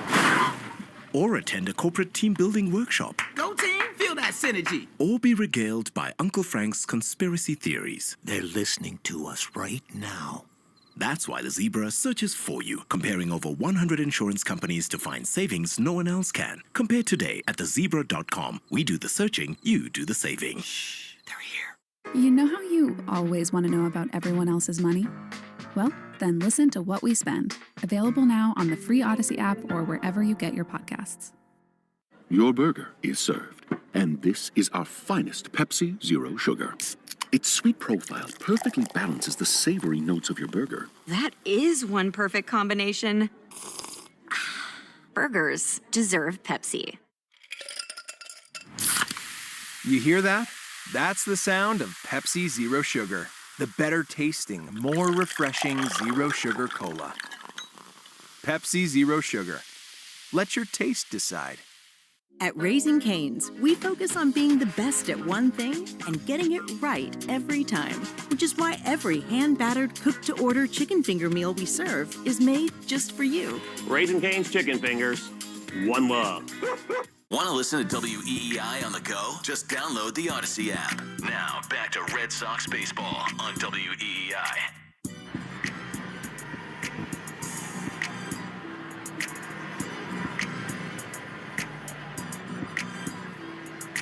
Red Sox trailing 2-0, but what a big pitch that was from Richard Fitz to get a double play. Here's Abraham Toro leading off. Top of the 5th inning. Takes a fastball outside for ball 1. He started a rally yesterday, did Toro. Singled into center field before the Alex Bregman blast. As he takes outside 2-0. You just love a base runner here. You got Anthony and then Bregman in this inning. Herb Chambers batting order brought to you by Herb Chambers Mini of Boston. 2-0. Woods Richardson winds, he throws, and Abraham rips one into right center field. That's sinking down, and that is another hit. Takes the big turn at first, but with the big guys coming behind him, he will put the brakes on. And the Red Sox are in business in the top of the 5th. 5th inning yesterday. Abraham Toro not leading off the inning, but with one out and the bases empty, singled into center. He does it again here. You said it yesterday in that rubber game against the Dodgers. Toro has started a lot of rallies. So too has this man. He's trying to carry one further here. Roman Anthony. Great time for him to get under one and launch right here. The pitch is low. Slider in the dirt. And it's 1-0. Now, the guy on deck, Alex Bregman, keeps saying this to people, and I do think it's worth paying attention when the Red Sox sort of anointed leader and captain speaks. And he had the highest possible praise for Roman Anthony. 1-0 to Roman. Pitch is outside. Vasquez throws behind, but Toro standing on the first base bag. He said, this kid is Yordan Alvarez. He's going to be one of the great superstars in the game. I was there when Yordan came up, and that's what it's like right here. Sign me up for that. It's a Rookie of the Year and a guy who has finished third in MVP voting. 2-0. Here's the pitch, and it is inside, ball 3. It seems like he's always going to do this. That's the baseline for Roman. Tremendous control of the strike zone. Bregman on deck. We'll see whether Roman is cautious here. Leadoff man aboard, 2-0 in the 5th. Pitch is taken for ball 4. He's just ridiculous. He's on base for the 3rd time. That's a huge mistake by Woods Richardson. Pete Mackey, the Twins pitching coach, is going to come out. We take 10 seconds for station ID on the Shaws and Star Market, WEEI, Red Sox Radio Network. From the WEEI studios, 93.7 WEEI FM and HD1, Lawrence, Boston. Always live on the free Odyssey app. Will Fleming and Mike Monaco target field. Sox twice in the first 4 innings had 2 on and did not score. They got it again. With nobody out for Alex Bregman. On the Subaru of New England scoreboard, the Orioles are all over the Blue Jays 10-4. Rays pulled ahead of the Yankees 3-2 in the 6th, make it a Subaru summer. Symmetrical all-wheel drive. Ronald Acuna Jr. hit a home run 468 feet. And trade candidate Eugenio Suarez got hit by a pitch on the hand and left the game. Mike Hazen's got to be sick to his stomach. 2 on, none out. Bregman in. The pitch is outside. Woods Richardson cannot throw strikes right now. He fell behind Toro 2-0. Then on 4 pitches walked Anthony.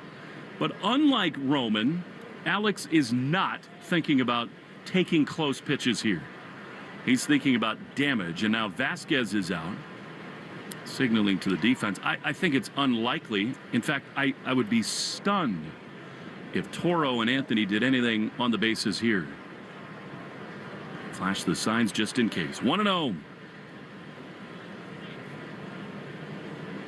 The pitch to Bregman is a strike on the outside corner. Slider. He was looking for something else. That was center cut, and it's 1-1. Bregman said yesterday on a 2-0 he had been looking fastball, but saw the breaking ball up and just launched. Yes, he did. Changed the game, won the series. 1-1 is inside. That's called a strike. And actually, at second look, Bregman crowds the plate. He lifted his hands up. I do think that clipped the inside corner. It did. 84 pitches thrown. The biggest of the game may be coming right here. 1-2 to Bregman. Here it is. Alex takes just outside. That was a slider. It was a ball. And it's 2-2. It's a really good take by Alex Bregman to get back to 2-2 with that. Toro at second, Anthony at first. 2 balls, 2 strikes. Here's the pitch, and it is low in the dirt, a slider. And it is now 3-2. I still think for a lot of reasons, there's just no reason to get aggressive on the bases here. Let Bregman see it through clean. 2 on, none out. 2-0 Twins. Full count to Bregman. Here's the pitch, and it is swung on and driven high and deep into left center field. It is back. It is out of here. He does it again. Alex Bregman is ridiculous. A 3-run homer, and the Red Sox lead it 3-2. How good is this guy? Another go-ahead shot in the 5th inning, just like yesterday. Does it in a 2-strike count, and that was demolished. 418 feet to the bullpens in left center for Alex Bregman, who, without any trouble here today, adorns the Wally hat. He didn't forget this time. It is a little sort of off skew, a little off kilter there as Duran takes a strike in the middle of the plate. Now he's got it like up on his forehead. Bregman does. He doesn't want to relinquish it. I mean, this dude, is Alex Cora right or what about when hitters are about to get hot? 0-1 to Duran. The pitch is fouled straight back. Missed the fastball right there, and it's quickly 0-2. He knew it right away, Bregman did. The good news there, Mike, is that we can dispel of any conspiracy theories that Bregman's got a little beef with the Wally head. Yes, it seems that they are in total accord. Willier was ready to just about fight Alex Bregman yesterday if he did not put the Wally helmet on. Hey, hey, hey! That's great. As he came in, Duran takes a little bit low with a slider. It's one of the great celebrations in baseball, and it's become such a part of their identity. And it was, of course, created by this man, Jarren Duran. 1 ball, 2 strikes. What a swing again from Bregman. Pitch. Duran takes in the dirt. Bullpen going for the Twins. You would imagine that Alex Cora is now going to be even more aggressive. Chris Murphy was up earlier. Fitz has just not been all that sharp, though. The huge double play off the bat of Vasquez. 2-2. Duran crushes one into right center field. This thing is back at the wall, and it's off the wall. Beautiful play on the carom by Kersey. Wide throw to second. Duran will hold there. Extra base machine. It's a double, and I wonder whether Rocco Baldelli has seen enough. That ball was destroyed. That might have been out at Fenway. Just obliterated by Duran, and yet another extra base hit for him. Fastball up in the zone, and Jarren gets to that thing. Came off his bat at 106 miles an hour and just thumped to right center off the wall. If Kersey doesn't play that as well as he does, it's a triple, maybe more, honestly, for Duran. 27th double of the year. Now Trevor Story, Jarren dancing around at second.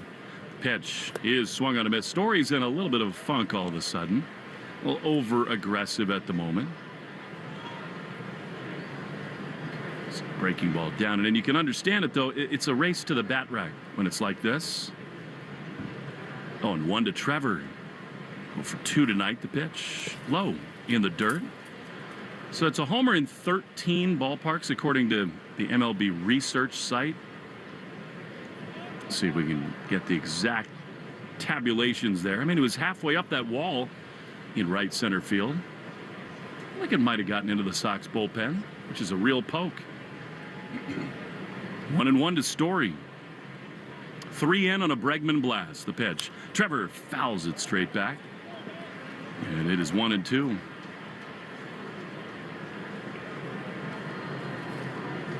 The fight and resilience of this team on display again. And how about that big three atop the lineup? Anthony, Bregman, and Duran. The way they're going right now, this has looked pretty good the last couple of days. How big does the double play ball off the bat of Vasquez feel now? Felt like the game was hanging in the balance. 1-2 to Story. Red Sox not trying to stop right now. Here's the pitch. Trevor takes high. Fastball. And it's 2-2. The code word of the game, Bueller 0. Make sure to enter your code word in the member portal today to claim your points. Bueller 0. Would not have been out at Fenway, but into the triangle perhaps. 2-2 to Story. The pitch. Swing and a miss. He got him. Slider. And that's the first out of this 5th inning. And now here comes Yoshida. Alex Bregman, if you just look at his OPS, 9th best in all of baseball. Like, he's been a top 9 hitter in the sport. He's played a fabulous defensive position at third base, and he's led this team in every way. So here now Massa, who singled his last time. Duran at second. The pitch is high. I think that Woods Richardson and Vasquez would be very well advised to think about Duran at second right now.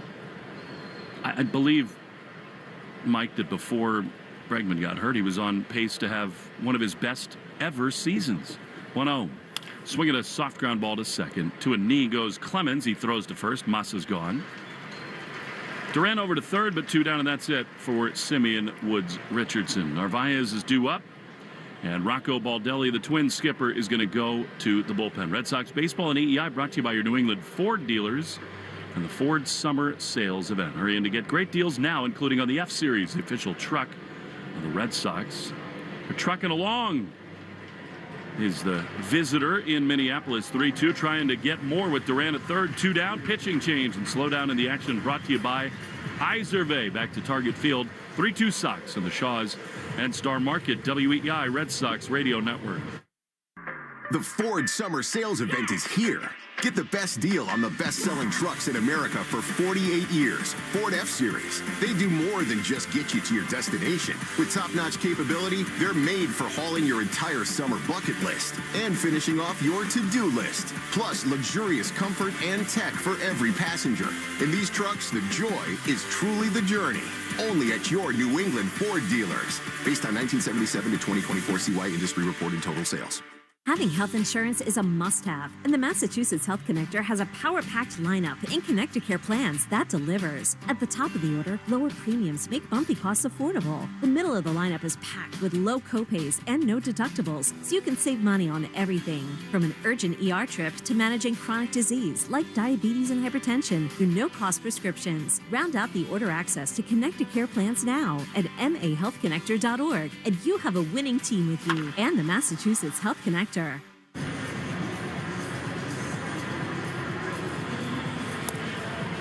Twins have gone to their bullpen. The Red Sox, thanks to Alex Bregman, have a 3-2 lead. Justin Topa, the right-hander, is on. You'll see Carlos Narvaez 2 down with Duran at third. Yet again, Mike, it's an inning and a rally that involved Toro and Anthony in the same way. A little blue pit, and then a clutch walk by Anthony, and Bregman paid it off. It's another thing that we really haven't spent a ton of time on the last 3 days. We talked about it in Chicago and Philly. But what the Red Sox do at first base is going to be interesting because Abraham Toro has solidified things, and he's been valuable. He's picked a lot of balls, and then you said it yesterday, and it proved itself again here today. He's been in the middle of a lot of these rally starting moments. So here we go. The Red Sox trying to just pile it on here a little bit. 3 runs in with Duran leading at third. Topa, right-handed pitcher, throws, and Narvaez takes strike. Well framed there by Vasquez. I don't think that was strike. Sinker beneath the zone.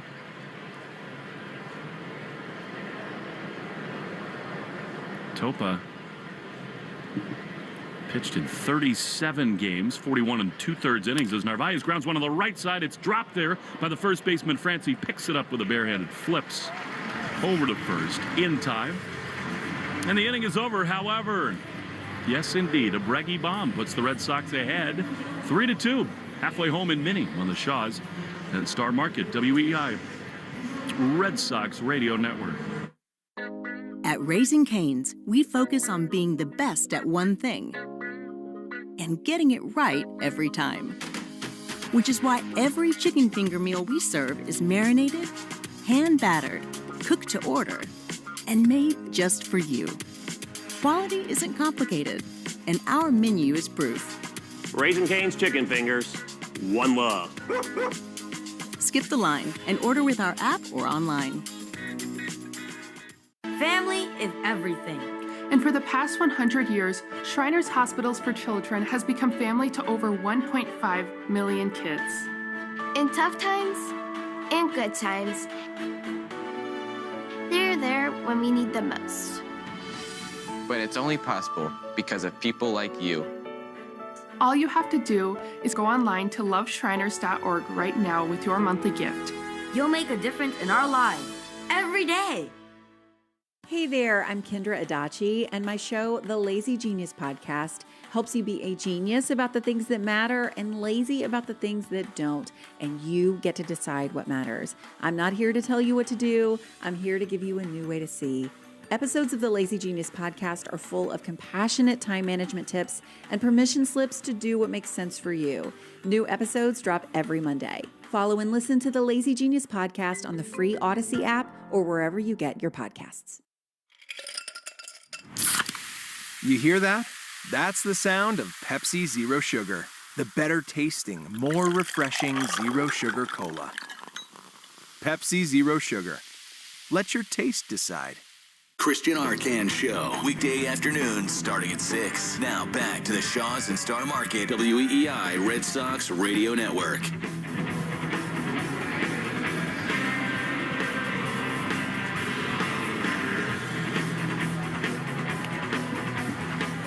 Well, the Red Sox are going to be bold here after the Bregman blast. They will go to the bullpen. Chris Murphy in relief of Richard Fitz, who only gets 4 innings.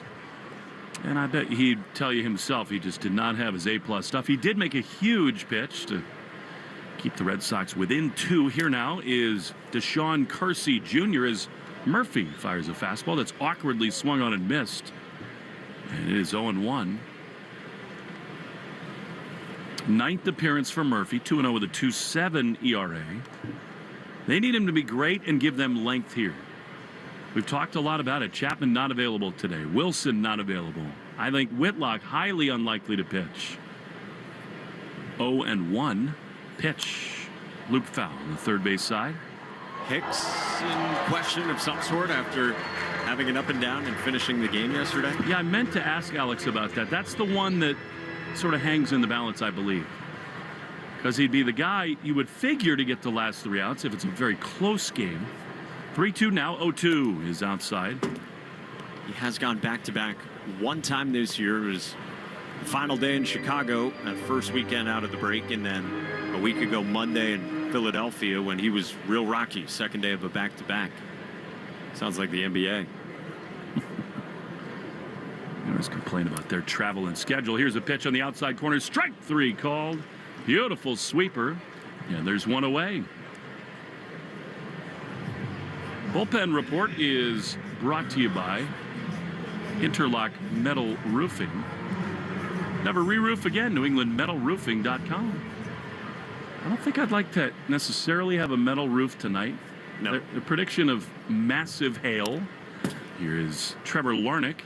And, I mean, we know that our friends at TimberTech and New England Metal Roofing and AZEC and all those places would get you through a hailstorm. They'd repair it. It might not even get dented, but it might be a little loud tonight in Minneapolis. That's what it sounds like. Cora said to you it's coming at 2 a.m. We hope. The 0-1 is down and in. But, I mean, it sort of feels like it's coming anyway. Yeah. Feels like it's hovering. Not too far from here. 1 ball, 1 strike, 1 down. The weather in the Midwest, particularly this time of year, can get totally wild. Here's a pitch. Check swing. He went around, according to Tom Hanahan, the third base umpire. Wild, wacky. Any other words you want to use for that? I'm good for now. Okay. Just checking. Don't bait me, all right? It's a children's program. 1-2. Larnach waits. The pitch is on the ground to the left side. Bregman backhands. He's got to leap and throw all the way across. Come on. In time. And they're 2 away. Newsflash, Alex Bregman, really good at baseball. Super valuable to the Red Sox. I mean, this guy's been awesome. And in 1 full inning of work here, he has shown what his value is to this team. He has. And by the way, think that's a play Rafi Devers makes? No. Do you think that the Red Sox at the moment are happy with the guy anchoring their lineup? Yes. Here's Willie Castro. The pitch is inside. It's ball 1. Trade deadline in 3 days. What a development Mike told you about. Eugenio Suarez leaves the game hit by a pitch on his hand. Pitch. Swing and a miss. Great curveball. And it's 1-1. If you want to win free groceries for a year or $500 in Shaw's gift cards, out of the Grand Slam Summer Sweepstakes. Sox hit a slam. Here's a pitch that hits Castro. That's a mistake there by Murphy. You could win free groceries for a year on a slam. $50 spent, get your code and enter. You know, Murphy is a great story. Worked his way through the minor leagues, has battled massive injury, came back. At times, throwing harder, been really good. When he's off, he does that a bunch. Misses wildly with breaking stuff. That's a true unforced error in that spot. A 2-strike count to hit a batter, and here comes Cora, who, no matter the year, no matter the run he's on, is always dangerous. Pitch, strike, fastball, top of the zone. I think Murphy's flown under the radar a little bit since coming back. Came back from the Tommy John surgery he had in April of last year, and it's been pretty good. Versatile mix, and he can give you a little bit of length as well. On the infield to pull, 2 down, runner goes. Pitch is low. Narvaez, his throw is not in time. Slide in there for Willie Castro. On an off-speed offering. Red Sox only talking to Mike Brenly in the video room about whether or not he maybe went through the bag with the glove on. They will not look. He was definitely safe. So now the tying run in scoring position.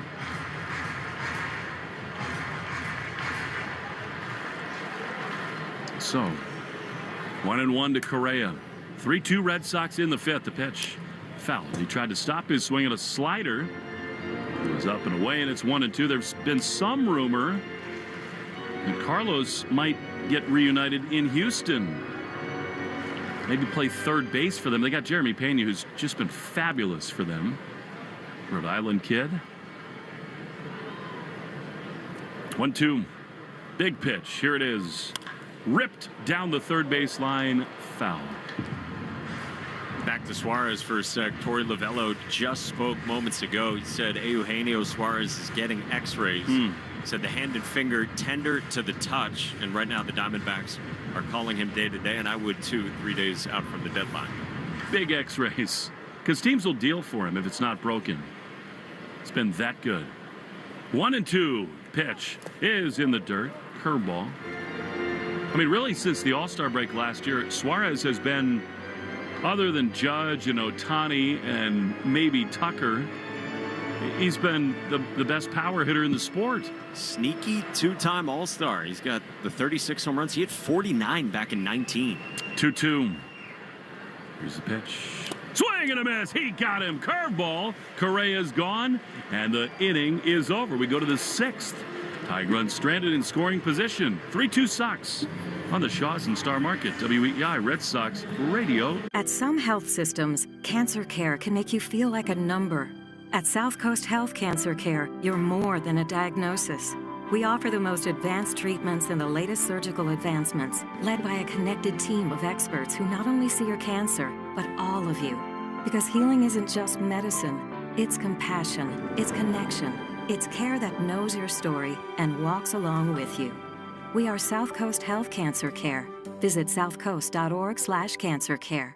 At Raising Cane's, we focus on being the best at one thing and getting it right every time, which is why every hand-battered, cooked-to-order chicken finger meal we serve is made just for you. Raising Cane's chicken fingers. One love. Moms, dads, are you the parent of a student athlete? Do you want to know how to get the most out of youth sports? If so, listen to the Next Pitch podcast to give you the tools to raise an aspiring athlete. It's not simple, but we talk straight and give you the best insight there is when it comes to youth sports. We'll cover everything from nutrition and training to mental toughness and teamwork. It's a podcast you can listen to together with your kids so everyone can benefit. Follow Next Pitch on the Odyssey app or wherever you listen to podcasts.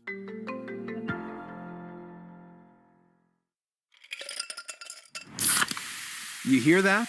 That's the sound of Pepsi Zero Sugar. The better tasting, more refreshing Zero Sugar Cola. Pepsi Zero Sugar. Let your taste decide. Your burger is served, and this is our finest Pepsi Zero Sugar. Its sweet profile perfectly balances the savory notes of your burger. That is one perfect combination. Burgers deserve Pepsi. You're listening to the Sox on the Shaws and Star Market WEEI Red Sox Radio Network. Now, back to the play-by-play action. Sixth inning at Target Field. The Red Sox up 3-2, and the first pitch is a strike on the back door to Wilyer Abreu from Justin Topa.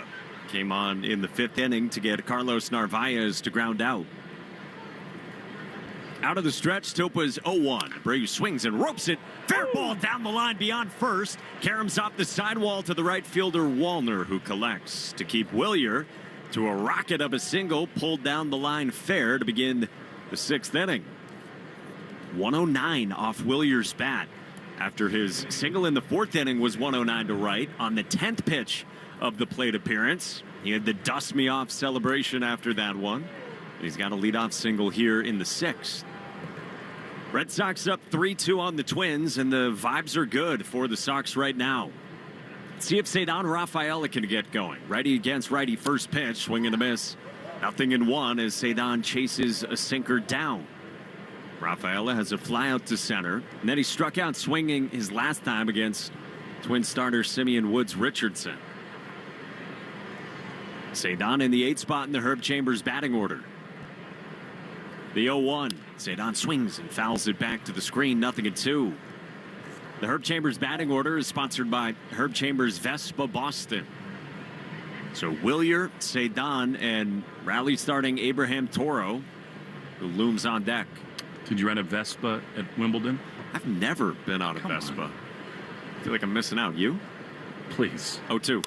Rafaela swings and chops it to third. That ball is foul down the line to the left of the bag. Cora went to second anyway for Royce Lewis. Fans thought it was fair. It was not. Known for your Vespa work? No, not even a little. You've seen my center of gravity, haven't you? You did scooter over here today, true or false? Love scooting. Was it easy to get a scooter? Super easy. Kind of regretted my choice of walking. Yeah, I mean, you got the steps in. It's all right. But some sweaty steps in at that. Warm, humid day here in Minneapolis. Will Fleming, Mike Monaco with you. Red Sox up 3-2. Top 6 at Target Field under cloudy skies. Abreu at first, nobody out. 0-2 coming to Ceddanne. The pitch. Swinging a roller toward third. Lewis charges, gloves fair, throws on the run to first, and gets Rafaela for the first out in this top of the sixth inning as Wilyer moves up 90 feet to second. Did walk along the mighty Mississippi earlier today. Beautiful early afternoon. It's a really good walking and biking, I guess scootering city too. It is. They've got bike lanes everywhere in Minneapolis. Well, this time of year too. I mean, it's just unreal. You can bike up to all the many lakes like Minnetonka and others. There's thousands of them. I've heard that. Wilyer's at second for Abraham Toro. Singled and scored in the fifth. First pitch. Toro takes a breaking ball that curls in for a strike. This copyrighted broadcast is presented by authority of the Boston Red Sox and may not be reproduced or retransmitted in any form. Abreu's at second. Red Sox up 3-2. Here's the 0-1. Toro swings, rolls it at second. Cody Clemens goes down to glove. Throws out Toro, and there's 2 down with Wilyer on to third. The accounts and descriptions of this game may not be disseminated without the expressed written consent of WEEI and the Boston Red Sox. And hey, first responders develop cancer at a higher rate than the general population. Boston Firefighters Credit Union is reminding all first responders to get checked. If something feels off, get it checked. Early detection saves lives. So 2 groundouts for the Red Sox after Abreu's leadoff single. He's over at third now with 2 outs for Roman Anthony, who has reached base in 9 of his last 11 plate appearances. Here in the sixth, first pitch. Anthony takes a breaking ball that bends in for a strike. Infield single in the first, walk in the third, walk in the fifth for Roman, who had the run-scoring triple yesterday and got hit by a pitch. Topa's 0-1. Anthony swings and misses. Tried to unload on a sinker down, but it's 0-2. Roman on Saturday against the Dodgers reached base all 4 times. 2 walks, a single, and a double. And he's hot right now. Told us he had to settle back in after those 2 4-strikeout games against the Phillies last week.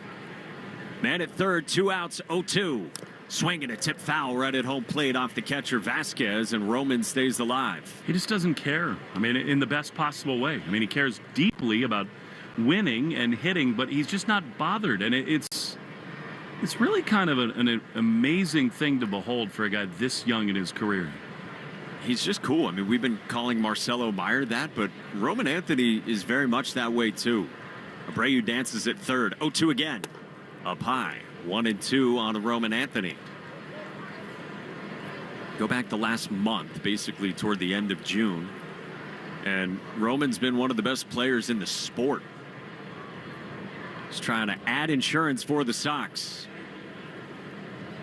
Topa's 1-2. That is up and in. A sinker at 94, and it's 2 balls and 2 strikes on Roman Anthony. Gets himself back into more advantageous counts, seemingly at will if he falls behind. Abreu leads off third. 2 outs in the inning. 2-2. Swing and a miss. Strike 3. Anthony fans on a changeup away, and the Red Sox leave Willier at third in the 6th. Go to the bottom of the 6th at Target Field. Red Sox 3, Twins 2 on the Shaw's and Star Market WEEI Red Sox Radio Network. Hey, it's Morgan Absher. And I'm Kaylin Moore. And we're the hosts of the Crime House original podcast, Clues. Every Wednesday, we sneak past the crime scene tape and open a new case file for some of the most gripping true crime cases. Follow and listen to Clues, an Odyssey podcast in partnership with Crime House, available now on the free Odyssey app and wherever you get your podcasts.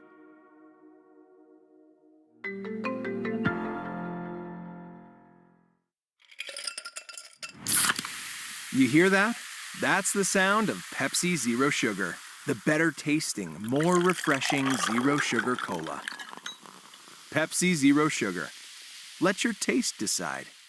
At Raising Cane's, we focus on being the best at one thing and getting it right every time, which is why every hand-battered, cooked-to-order chicken finger meal we serve is made just for you. Raising Cane's chicken fingers. One love. Your burger is served, and this is our finest Pepsi Zero Sugar. Its sweet profile perfectly balances the savory notes of your burger. That is one perfect combination. Burgers deserve Pepsi. Para los niños de Shriners Children's, el amor al rescate está en las palabras de aliento de su terapeuta, en la gentileza de sus enfermeras. Eso es amor al rescate. Si no hubiera sido Shriner, mi hijo Víctor no hubiera tenido esa esperanza de caminar. Shriners Children's está cerca de ti, brindando cuidado médico especializado a niños que realmente lo necesitan. Haz tu donación ya en amoralrescate.org. Gracias por donar. At Verizon, lock in a low price on the best 5G in Boston and be the best you. Check where your ride is for your trip to the office. Get that almost impossible dinner reservation. And save big with Verizon while you do it all. Switch today and pay $50 a month for a single line. That's right, just $50 a month when you bring in your phone on unlimited welcome with auto pay plus taxes and fees. Stop by your nearest Verizon store today. $15 monthly promo credits applied over 36 months with a new line on unlimited welcome. In times of congestion, unlimited 5G and 4G LTE may be temporarily slower than other traffic. Domestic data roaming at 2G speeds. Rankings based on route metrics. Route score report dated 2H2024. Your results may vary. Additional terms apply. You're listening to the Shaw's and Star Market WEEI Red Sox Radio Network. Bottom of the 6th begins with the first pitch from Chris Murphy in for strike 1 to the left-hand hitting Cody Clemens. Red Sox up 3-2 on the Twins in Minneapolis. 4, 5, and 6 in the Twins order, the 0-1. Breaking ball swung on and sprayed to center. Struck well. Durant goes back. On the run, he jumps and makes the catch in straightaway center. Well hit by Cody Clemens, and Durant kept going back on it, and he runs it down for out number 1. I think he's now sort of incapable of catching a fly ball with both feet on the ground. It just makes him comfortable, more athletic, whatever. Hey, it works. He makes the play. Very well done. Cedar Rafael is so graceful and so smooth. Duran, you feel every movement out there. Yep. But they both get it done. First pitch to Royce Lewis is fouled away right at home plate. Different ways to do it, but both effective. Alex Cora pointed out pregame that Jarren Duran, when he has played center, hasn't been a lot this year, but he's been good. 0-1. Lewis takes down and away. A ball and a strike from Chris Murphy. It's like Cedon's the wide receiver, and Duran is the cornerback. Yeah. Because Cedon knows from the minute it's hit where it's going. And he can just glide there. 1-1. Lewis swings, rolls it past the mound, past the dive of Cedon from second. Behind the bag into center at Duran. 1-out single for Royce Lewis, who's got a 2-hit day. Tying run on for the Twins with the Sox up 3-2 in the bottom of the 6th.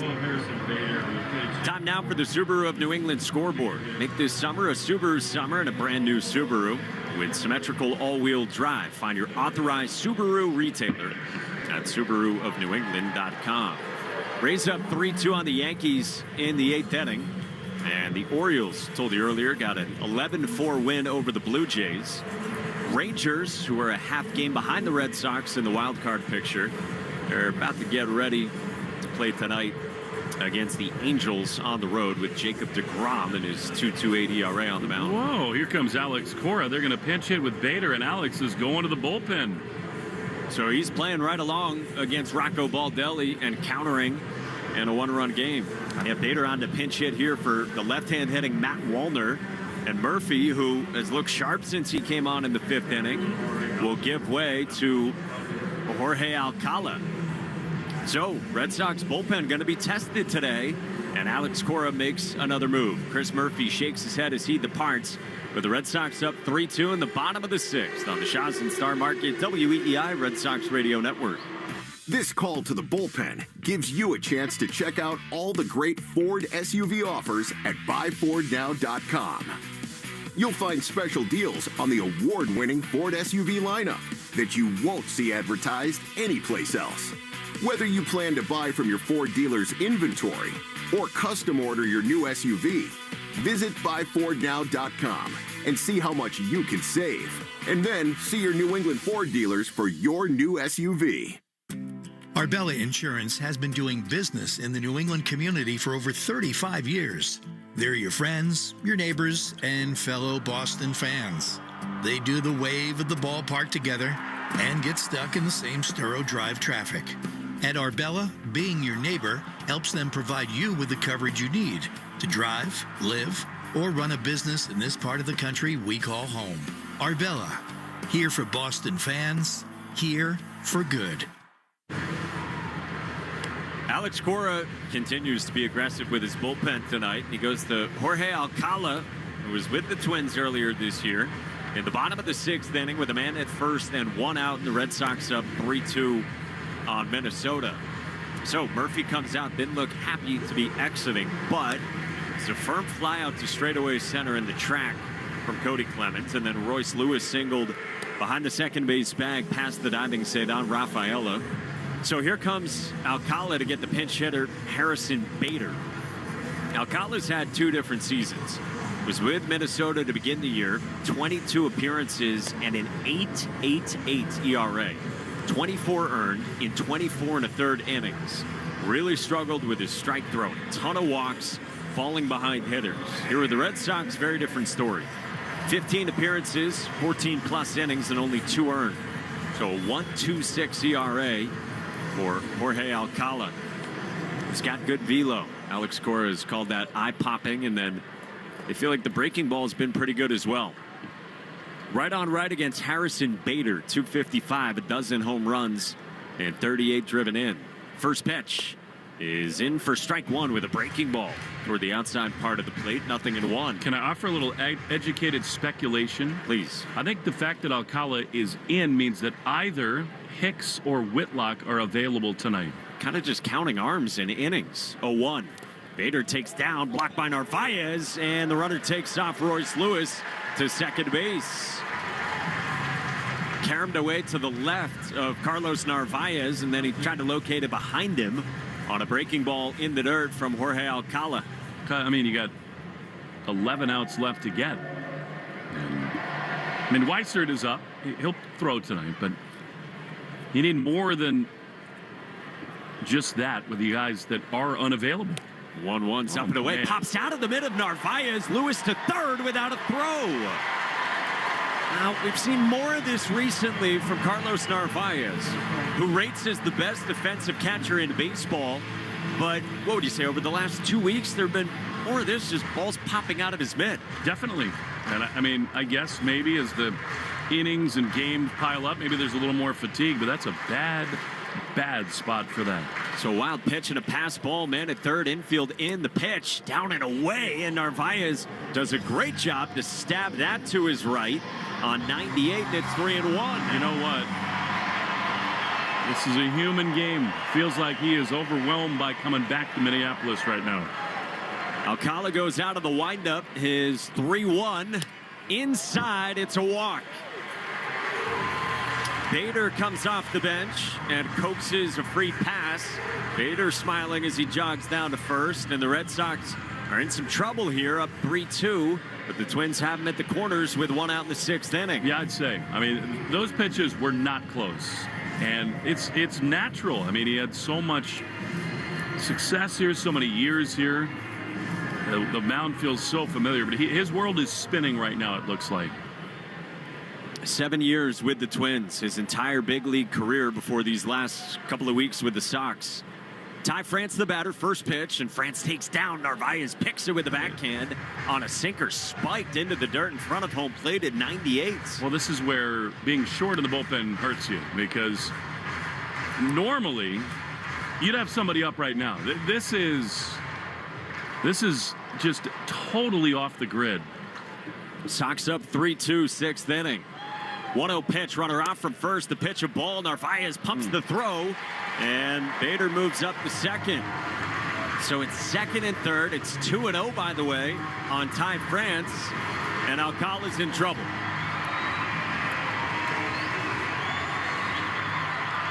Infield comes back in for the Red Sox. Wow. Alcala goes out of the windup. 2-0. That pops out of the mitt of Narvaez. He springs to it on a pitch away, and it's 3-0. What is going on? Is it the twilight sky? Whatever is going on. Wow. It's been uneven for Jorge Alcala. Pitching here on his 30th birthday and trying to find the strike zone. Second and third. Red Sox up 3-2, bottom of the sixth. And here's the wind in the 3-0. And France takes a strike. Ooh. 99 looked to be up, but Alcala will take it. Yeah, you just start working backwards. Chapman down. Wilson down. Whitlock a question mark. Hicks a question mark. 3-1. Down and away, ball four. Alcala has loaded the bases for the Twins with just one out in the sixth inning. Like, I think his mechanics look totally off. He's out of sync. He's rushing. Mike, these pitches are not in the universe. And Christian is always, Vasquez has always had a knack for the clutch. But if I'm him, I'm not swinging until I see a strike. He rolled into a double play last time. Bases loaded, first pitch. And Vasquez takes outside ball one. And Alcala's misses have been large. Again, this has been the issue for Alcala when it's gone south in his career. Alex Gorsuch strike throwing the problem with the Twins for him this year. 1-0. Outside, 2-0.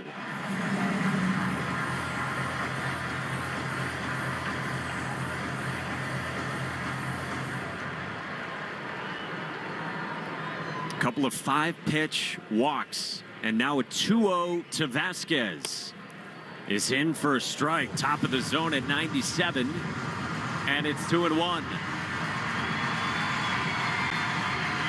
Bases loaded, one out, bottom of the sixth. Alcala out of the windup. He kicks and fires. Vasquez takes up high, and it's 3-1. Fastballs all over the place from Jorge Alcala. But again, with the bullpen short, nobody's up. This could get ugly in a major way. Again, Chapman's dealing with a sore back, down for at least a day or two. Justin Wilson has thrown back-to-back days. And Garrett Whitlock under the weather. Base is loaded. 3-1 pitch. Vasquez swings, skies it to shallow center. Doesn't look to be definitively deep enough. Durant's under it and makes the catch. Lewis tags the throw, goes to third, and a run scores, and we're tied at 3. That's the right move there from Jared Durant, throwing that ball into third. And Lewis able to score on the sac fly to left center, and this game's tied at 3. Absolutely the right play. I mean, at this point, I'm telling you, Mike, they know where this thing stands. They know where the game is. You just can't come home there on a 10% chance and let the go-ahead run get to third with 1 out. It's the right play, and now Alcala's just got to find a way. Durant was coming in, but probably too much to ask for to cut down Royce Lewis. And so it's first and second, 2 outs to the 9th spot, Deshaun Kersey. Righty to lefty. First pitch, Kersey swings and misses. Good curveball from Alcala to Deshaun Kersey, who popped an Oppo 2-run homer in the 3rd inning. 8 for 73 this season. His 2 home runs are his only extra base hits. 0-1. Kersey swings and tips it foul at home plate. 0-2. 99 from Alcala. Trying to recalibrate and keep this game tied at 3. Bader's at second. Francis at first. Alcala out of the stretch. Peers in and comes set. Waist high in the red mitt. 0-2. Up high. 1-2 the count on Deshaun Kersey. Got to capitalize against the 9th spot in the Herb Chambers batting order for Jorge Alcala. About to throw his 19th pitch since coming on this inning. 1-2. Swing and a foul back on 99 above the zone.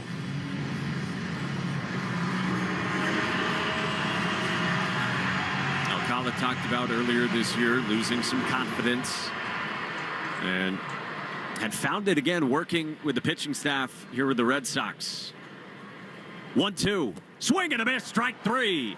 Kersey chases a slider in the dirt. Alcala slams his mitt on his right leg, but he does leave 2 and limit the damage. Twins tie it. We're locked at 3 as we go to the 7th in Mitty on the Shaw's and Star Market WEEI Red Sox Radio Network. College holds a mythic place in American culture.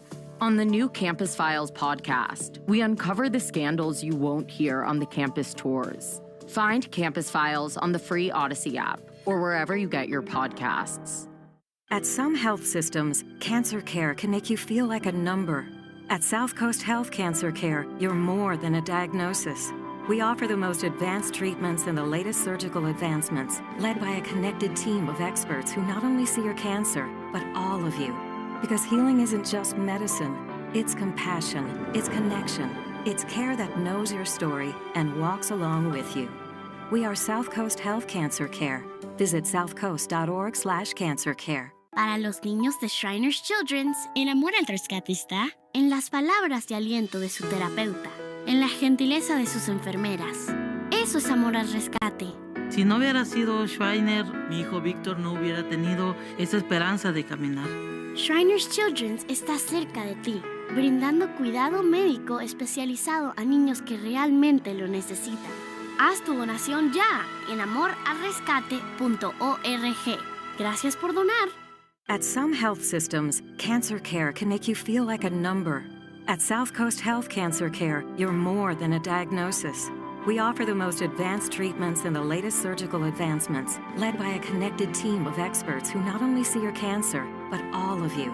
Because healing isn't just medicine, it's compassion, it's connection, it's care that knows your story and walks along with you. We are South Coast Health Cancer Care. Visit southcoast.org/cancercare. Hi, this is Alex Bregman. You're listening to the home of the Red Sox, WEEI. Alex Bregman leads it off for the Red Sox in the 7th in the Herb Chambers batting order, sponsored by Herb Chambers Pre-Owned Cars and Trucks. Red Sox and Twins tied at 3. Well, that could have been worse against Jorge Alcala. Stranded 2 with that strikeout to finish off the 6th. Griffin Jacks, the new Twins pitcher, pumps the first pitch past a swinging Alex Bregman, and it's 0-1. Jack's been a great reliever here over the last few seasons. His 49th appearance. An ERA at an even 4 and a boatload of strikeouts. His 0-1. Bregman swings and misses. Flails on a sweeper away, and it's 0-2. Bregman 2 for 3. Infield single in the first. Popped to second in the third. 3-run go-ahead blast in the 5th. to the bullpens in left center at 418 feet. 3-3 hour score, 7th inning. 0-2. Bregman takes away. Brennan Bernardino is up in the Red Sox bullpen. This is such an interesting outing for Griffin Jax. With trade questions looming around this organization. His 1-2. Bregman tried to check his swing, but he went around and strikes out on a good sweeper from the strikeout happy Griffin Jax, and there's one away. He's one of the great setup men and potential closers in the game. Jax is unbelievable. And I think the Twins should trade both of them. They should trade Duran and Jax to get huge return for both. So you know that Rocco right now is saying, wait a minute, I might have just called the bullpen for the final time to get this guy who's been so great for me. He now faces Jarren Duran, and the first pitch is swung on and rolled foul halfway up the first base line. This guy Jax has been awesome. He came up in 21 as a starter. 14 starts, didn't go great. Moved to a bullpen role starting in 2022. And these last 4 seasons as a reliever, he's had a 3.23 combined ERA. Absolutely awesome last year. 72 appearances. The ERA was 2.03. 0-1. Duran takes up and away. A ball and a strike. Jarren's 1 for 3, strikeout in the first, fly out to left in the third, double smashed to right center in the 5th. This game tied at 3 in the 7th. Base is empty, 1 out. Griffin Jax 1-1. Duran takes a strike inside part of the plate. Duran thought it was off. Fastball at 96, and it's 1-2. Bernardino's got a baseball. You got Larnick, Castro, the switcher, and then Correa due up in the bottom half. With a thin Red Sox bullpen like we've talked about throughout the night.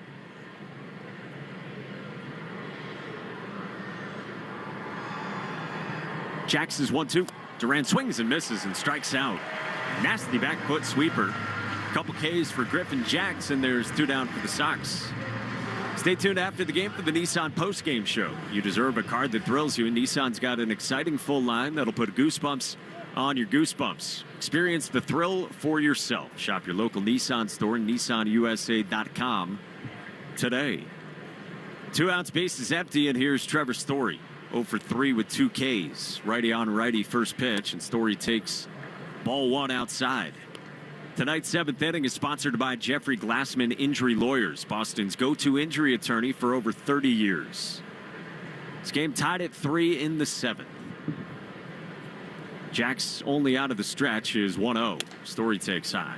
But Rocco Baldelli is such a competitor. I mean, it's so unlikely they're going to be in it. They're not going to have many more nights like this. You know, later this week they might lose Duran, Jax. They've already started to peel away bullpen pieces. 2-0's in for a strike. So you understand what he's doing here. It's like, all right, guys, let's try to channel it as long as we can. Till the front office tells us otherwise, let's go for it.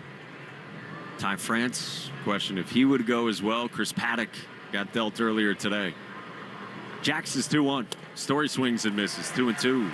I'm telling you, Mike, having watched this guy for years, he would be at the very top of my wish list. Like if he changes clubhouses on Wednesday, I would not hate it. The swing and miss strikeout stuff is prolific. It's among the most chased, the most swing and miss, the most strikeouts of any pitcher in the sport. And he has rolled so far in the 7th. 2-2. Swinging a roller to third. Royce Lewis backs up. He backhands hip high. He throws to first in time to get Story, and the inning's over. Griffin Jax is a dude. Sets down the Sox heart of the order 1-2-3 in the 7th. Stretch in many. Sox and Twins tied at 3 on the Shaws and Star Market. WEEI Red Sox Radio Network. I'm Jordan Robinson, host of the new podcast, The Women's Hoop Show. Each episode, I'll be joined by a rotating group of women's basketball experts to talk WNBA, college hoops, the new Unrivaled League, and the shifting landscape of the sport. The game is growing, and so are we. Listen to and follow the Women's Hoop Show and Odyssey podcast, available now for free on the Odyssey app or wherever you get your podcasts. At Raising Cane's, we focus on being the best at one thing and getting it right every time. which is why every chicken finger meal we serve is marinated, hand-battered, cooked to order, and made just for you. Quality isn't complicated, and our menu is proof. Raising Cane's Chicken Fingers, one love. Skip the line and order with our app or online. Going on vacation? We're here for it. With kids who turn a back seat into a courtroom drama over whose tablet is louder, whose charger is faster, and why watching the same cartoon for the 100th time is a human right? Yep, we totally have vehicles to handle that. Because whether it's a road trip or a business trip, where your flight's delayed, your phone's at 2%, and your dinner, whatever's open, yeah, here for that too. Enterprise, we're here for it. Your smart speaker to play, 93.7 WEEI. Now, back to Red Sox baseball on WEEI. Shaw's and Star Market have lowered hundreds of prices on the items you buy most, like boneless chicken breast, 2-liter Coca-Cola, avocados, snacks, and more. Find new lower price tags aisle after aisle. Full details at shaws.com/lower prices and starmarket.com/lower prices. 3-3 Red Sox and Twins as we go to the bottom of the 7th. And Brennan Bernardino comes on for the Red Sox. 47th appearance. 3.14 the ERA for Bernie, who will get a pinch hitter from the Twins. In the leadoff spot of the left-hand hitting Trevor Larnach is 0 for 2 with a walk. Here's Mickey Gasper, old friend who made his big league debut with the Red Sox last year at Fenway in August. First pitch. Up and away, ball 1 to Gasper, the switch hitter from the right side. How many tabs do you have open on that second monitor? 95? I would say like 13 and growing. The 1-0 pitch bends in for a strike. I was trying to find where Bernie ranks in appearances. That's got to be pretty high. It's up there. Let's go AL only. Tied for 13th, which feels low coming in. The 1-1. Gasper takes just outside off the back door, 2-1. So he's got a huge look up at Greg Weissert. Tim Hill of the Yankees, 51.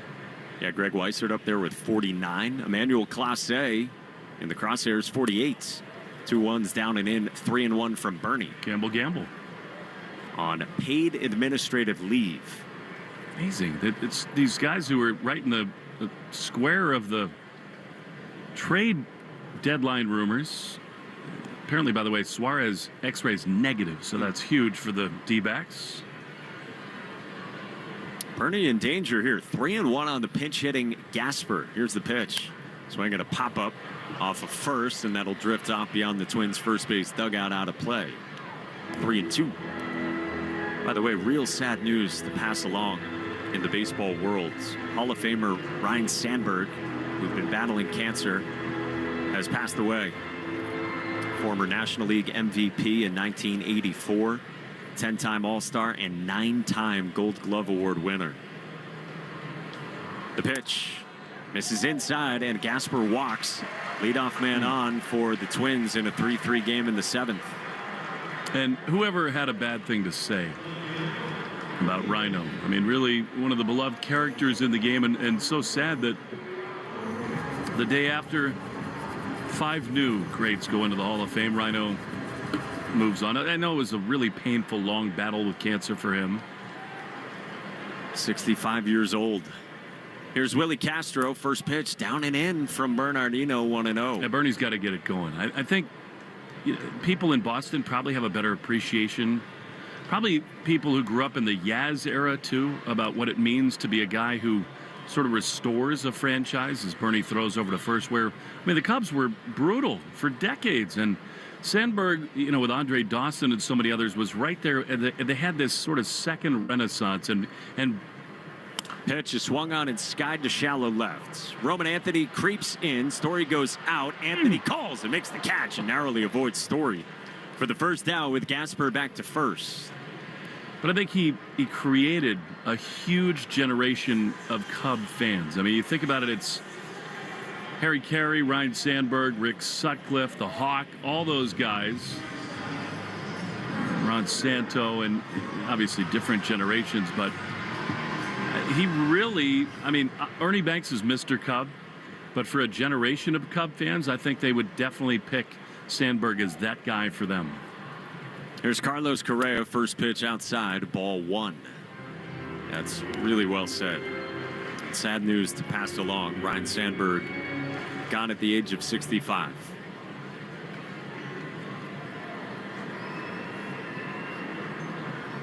(1-0). Correa takes down. Brennan Bernardino continues to fall behind against the top of the Twins order here in the bottom of the 7th in a 3-3 ball game.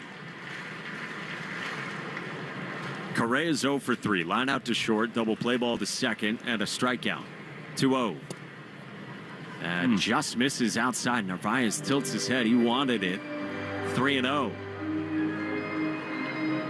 Gasper on at first, had the leadoff pinch hit walk against Bernardino, who came on for Alcala.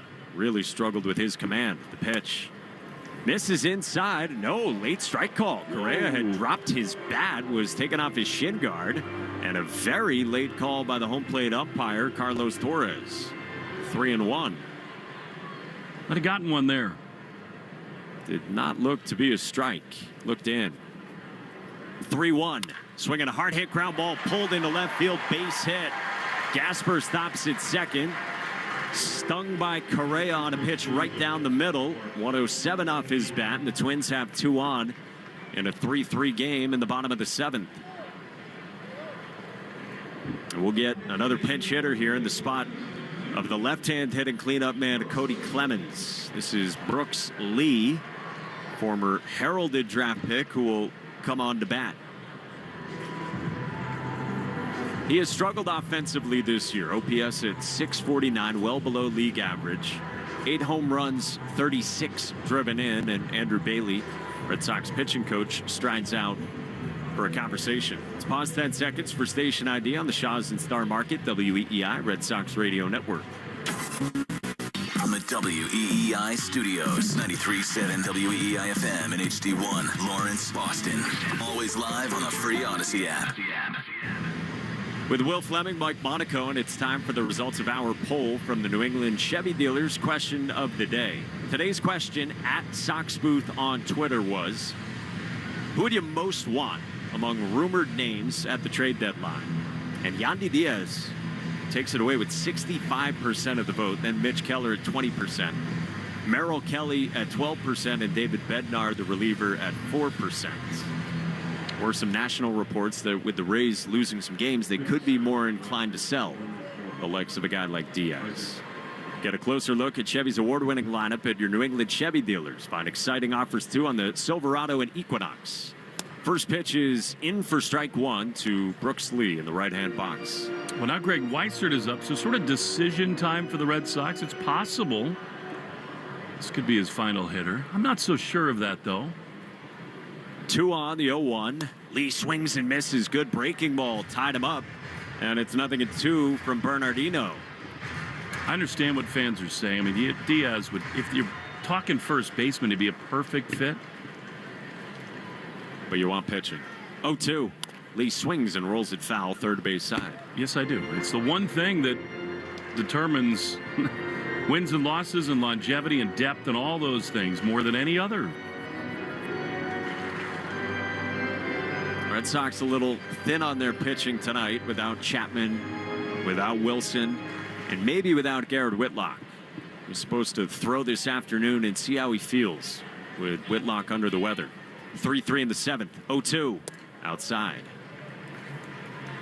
And Whitlock, not to mention he has pitched a bit here recently. They like these one-inning stints, but they went to him over the weekend against the Dodgers. First and second, 1 out, bottom of the 7th. Bernie's 1-2. Swing and a miss, strike 3. Lee fans on an excellent changeup darting low from Brennan Bernardino. And there's 2 outs here in the bottom of the 7th. Awesome. Triple B's for Brennan Bernardino. And here comes Alex Cora. He's going to Weissert right now. Because Royce Lewis, the right-hand hitter, is coming up, and he's 2 for 3. And so Alex Cora will go righty on righty in the bottom of the 7th.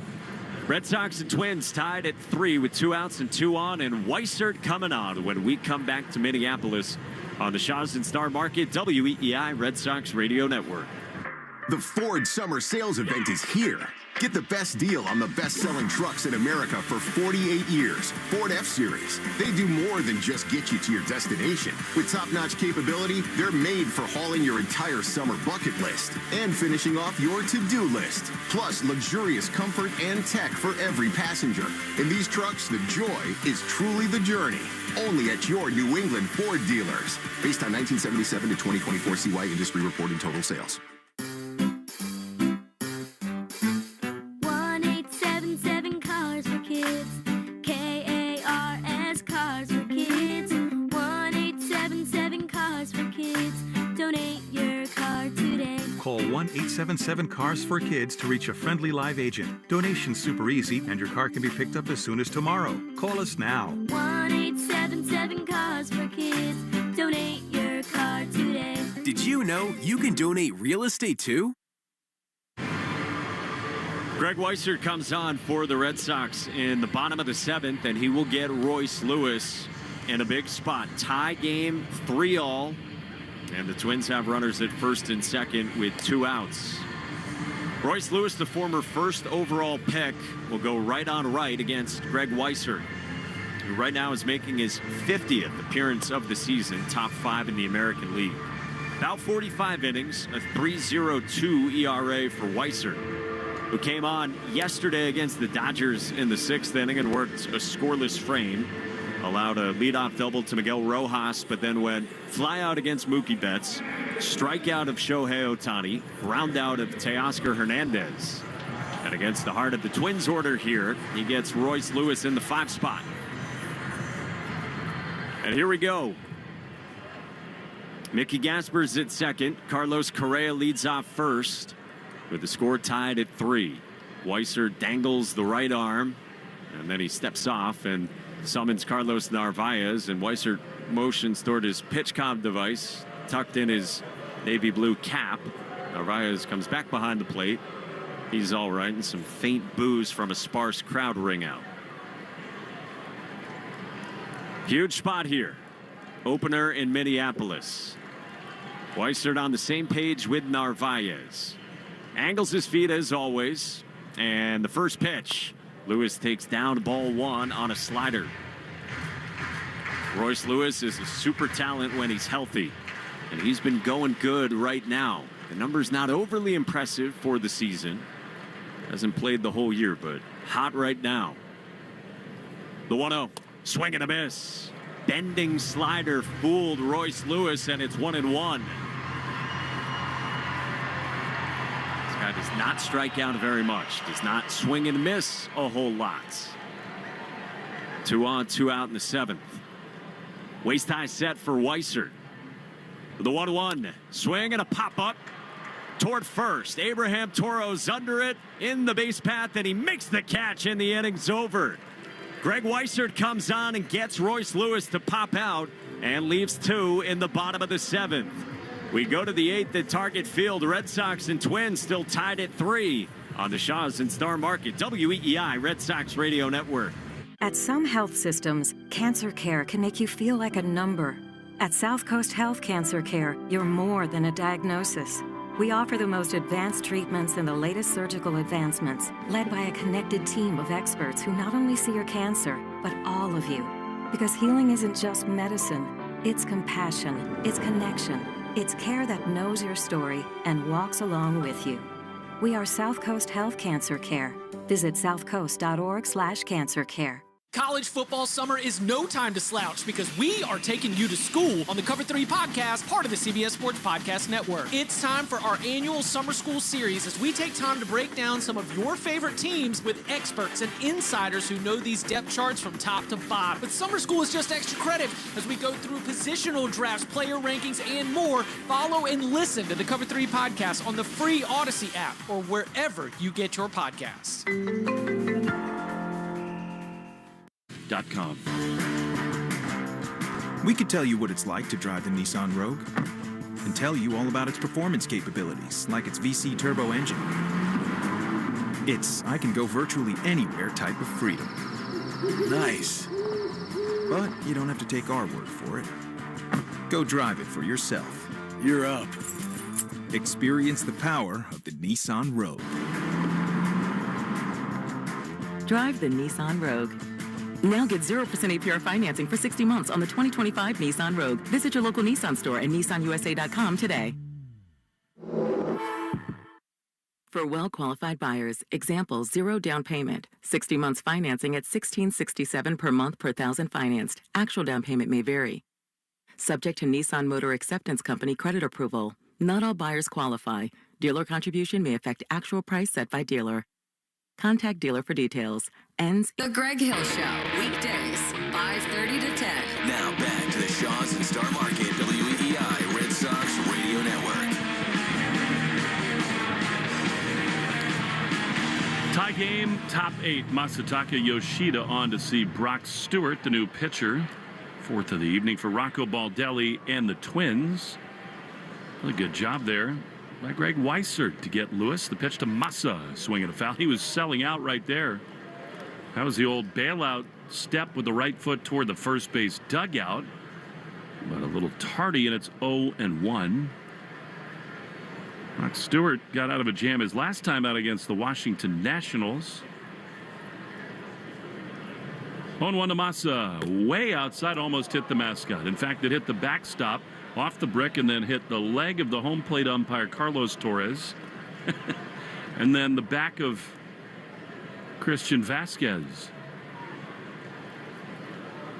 Brock Stewart, 38 appearances. Strikes out a ton from the right side. The 1-1, way inside, totally erratic there.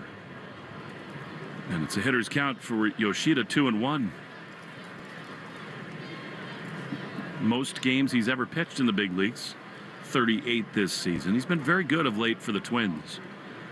Rocco Baldelli is going for it. They've already moved Chris Paddock. The Twins are open for business. Tied at 3 in the top of the 8th. Yoshida 1 for 3 with a strikeout. Pitch is a ball, but called a strike. I guess actually looking closer at it, right on the corner. And it's 2-2. Wonder what the Red Sox are going to do in their bullpen. They're going to leave Weissert in for sure for the 8th inning. 2-2. Pitch. Massa takes a ball. That was a changeup low. Herb Chambers' batting order in this 8th inning. Brought to you by Herb Chambers' Sprinter vans of Somerville and Peabody. 3 balls, 2 strikes. Leadoff man Yoshida. Pitch. Swinging a liner foul. Right beneath us. Some standing room only areas. A lot of times it's just the very lovely security guards here in Minneapolis. And when I picked up the laminated sheet for the Herb Chambers batting order, I knocked over the last 1 ounce of my organic mint lemonade, and it got one of these blue-shirted security guys. He was laughing about it. 3-2 to Yoshida. A rollover again. Soft ground ball to second. Throws to first in time. Too much of that by far for Yoshida. Since he's come off the IL, he's out number 1 in the top of the 8th. Ton of rollovers from him. Who's to say it didn't feel refreshing on a warm and humid night down there? It tasted really good. Are we okay, though? Is everyone all good? Simpatico? He's sending a hitman to the booth right now. Here's Carlos Narvaez, who I think has looked really comfortable at the plate tonight, even though he doesn't have a hit. Pitch is fouled off. He's shown some signs the last couple days, I think Carlos has, of maybe being ready to turn the corner. You should turn the corner after this game to the Nissan Postgame show. Deserve a car that thrills you. Nissan's got an exciting full line. Put goosebumps on your goosebumps. Local Nissan store, nissanusa.com. Today, that one got Christian Vasquez on the left knee, so I'll give him a little break.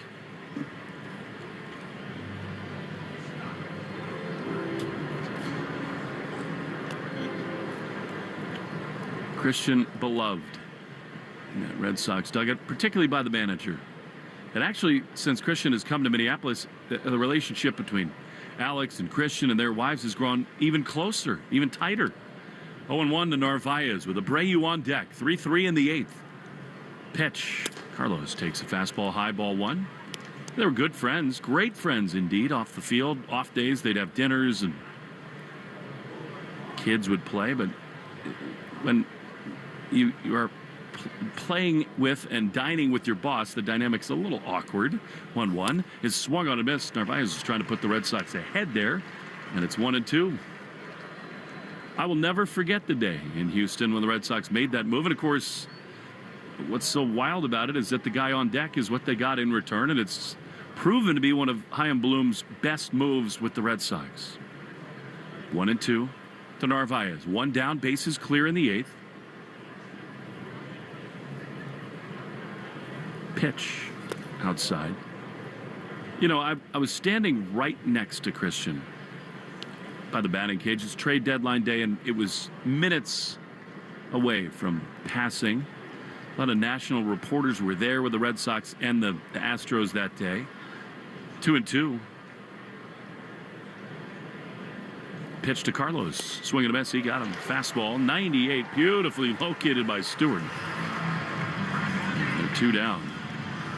And I sort of thought, looking into his eyes real time, that he was wondering what would happen. As it turned out, he took the field that day knowing that he'd already been traded. Alex Cora said, look, we're waiting on the final crossing of T's and dotting of I's. Here's Wilyer Abreu. 2 down, bases empty, tie game in the 8th. The pitch is a high fastball up and away. And Christian so perfectly said to Alex, with apparently pretty misty eyes, can I just go take batting practice one last time with my guys? And Alex said, of course you can. 1-0 to Abreu. Here's the pitch, and Wilyer pops one. Shallow left field, going to be a very tough play. Correa from short is back, and he can't make the play. That was actually the third baseman, Lewis, who picks it up, throws to second. Tag is dropped by Correa. What a wild play there. Royce Lewis almost made a spectacular Willie Mays-style grab. Abreu probably over-aggressive around first, and he got bailed out by the fact that his own feet knocked the ball out of the tagging Correa's glove.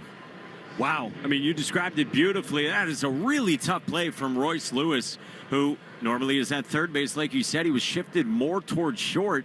He's got to run a long, long way. It was hit decently well out there. Ends up a double for Abreu, who would have been out at second if the Twins had hung on to it. So now Cedon with a chance to put the Sox ahead. Rafael has been super aggressive tonight. See if he can calm down a little bit. Pitch is swung on and missed. I mean, he's just back in that swing happy mode where it's almost as if, like in May and April and early June, he goes to the batter's box and says, first pitch, I'm ready to go. Hard to blame him how hot he was going into the break, but maybe time for a little reset. All that matters right now is Abreu at second, 0-1. 2 down, tie game in the 8th. The pitch is swung on and grounded up the middle. Correa to his left. He's got it. He throws high to first, but in time. And handled, and the inning is over. So the Red Sox missing yet another opportunity. We go to the bottom of the 8th, tied at 3 and Mini on the Shaws and Star Market, WEI. Red Sox Radio Network. At some health systems, cancer care can make you feel like a number. At South Coast Health Cancer Care, you're more than a diagnosis.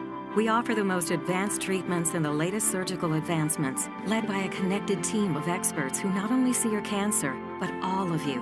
Because healing isn't just medicine, it's compassion, it's connection, it's care that knows your story and walks along with you. We are South Coast Health Cancer Care. Visit southcoast.org/cancercare. We know there's a lot that can go on during one night of baseball. Long home runs, epic pitching performances, catches that defy space, time, and gravity. Climbing the wall! Did he catch it? He did! But what if you could get all of that summarized in a quick, concise, and at least we think, funny podcast that's under 10 minutes? Check out MLB.com's Morning Lineup. It runs Monday through Friday mornings on Spotify, Apple, or wherever you love listening most.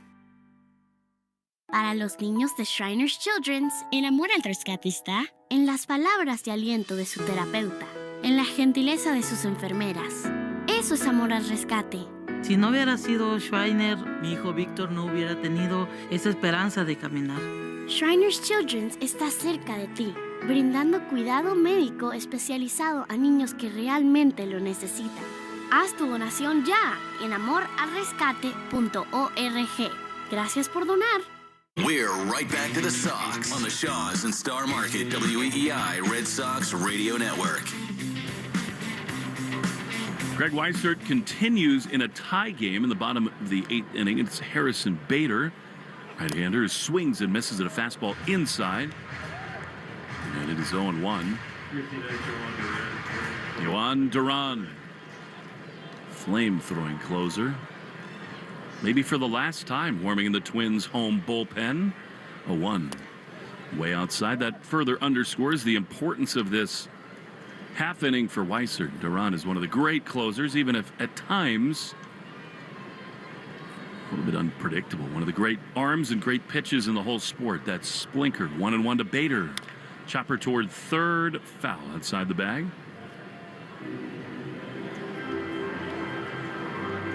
Bader's been hot, 10 for his last 29.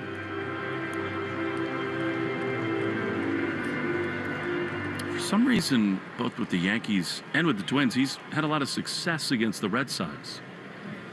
1-2. Pitch. Popped up. Might have broken his back.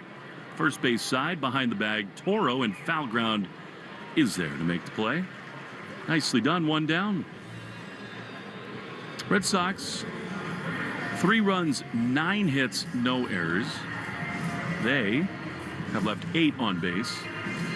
3, 6, 1, and 8 as well for the Twins. Updated box score brought to you by the Mass State Lottery.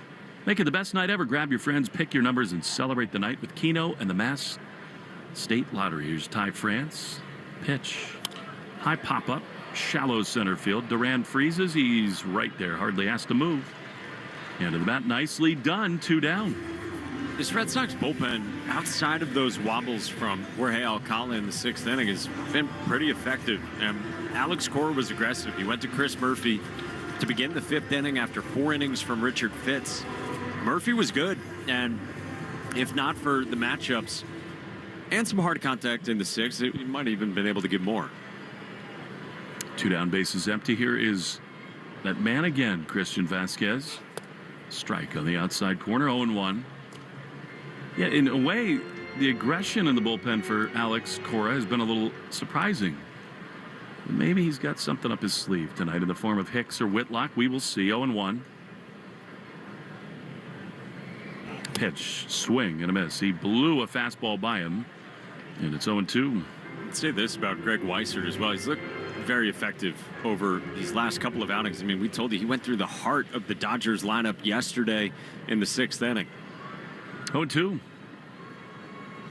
From the belt he throws. Chopper up the middle, and Weissert just snares it. Calmly poses, throws to first. And the inning is over. By a lot of counts, he's the best athlete on the team other than Trevor Story. There's no other way to say it. He just pimped that ground ball. It was a snow cone, too. I didn't know if he knew he had it. Awesome. Inning over. We go to the 9th inning, tied at 3. In many on the Shaws and Star Market, WEEI Red Sox. Run a restaurant and you learn pretty quick. The sound of a crisp fry starts way before the first bite. As delivery and to-go keeps business booming, Order for pickup. McCain's SureCrisp fries keep orders crispy. Hey, delivery. After the trip, the crispiness comes through. McCain's SureCrisp fries. Go the distance. See how far our fries can take your business at surecrisp.com/delivery. Hey, it's Morgan Absher. And I'm Kaylin Moore. And we're the hosts of the Crime House original podcast, Clues. Every Wednesday, we sneak past the crime scene tape and open a new case file for some of the most gripping true crime cases. Follow and listen to Clues, an Odyssey podcast in partnership with Crime House, available now on the free Odyssey app and wherever you get your podcasts.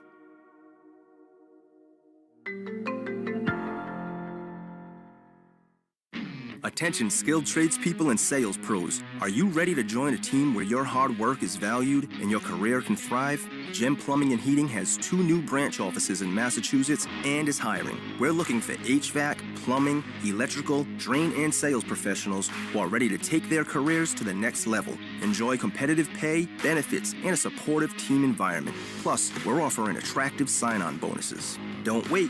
To join our growing team, apply at AskGem.com today.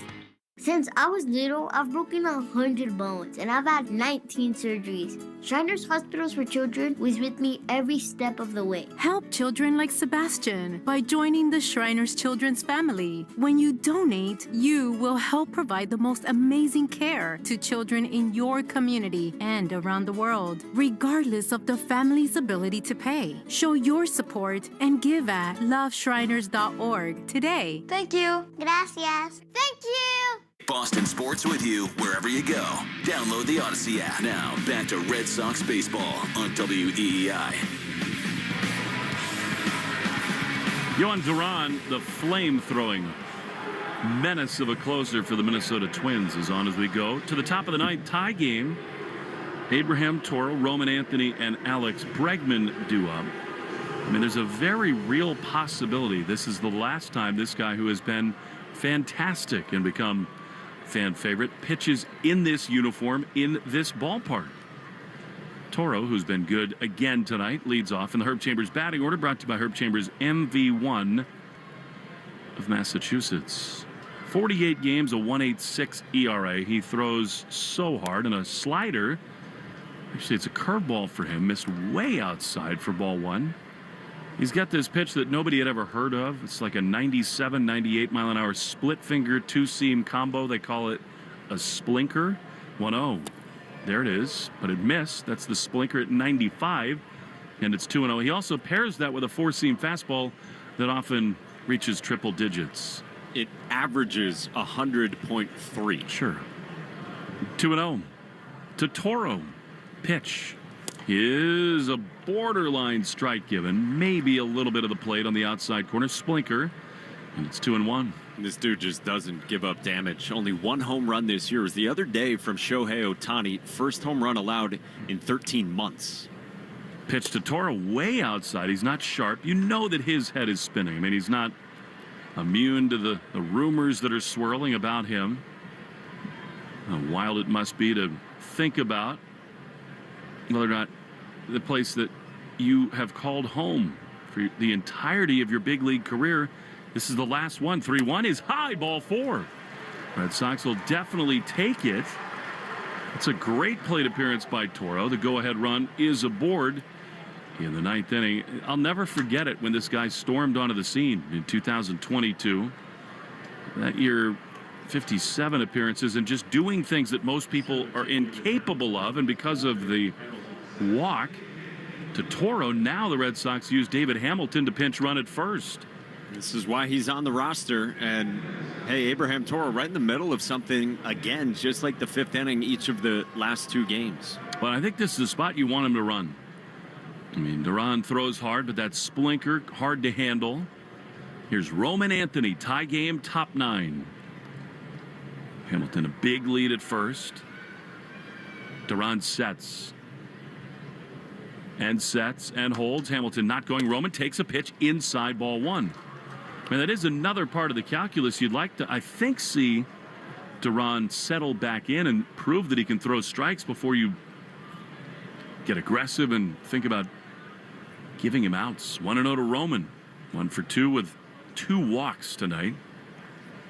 Hamilton runs, and a pitch is inside. Vasquez's throw into the outfield. Hamilton doesn't see it.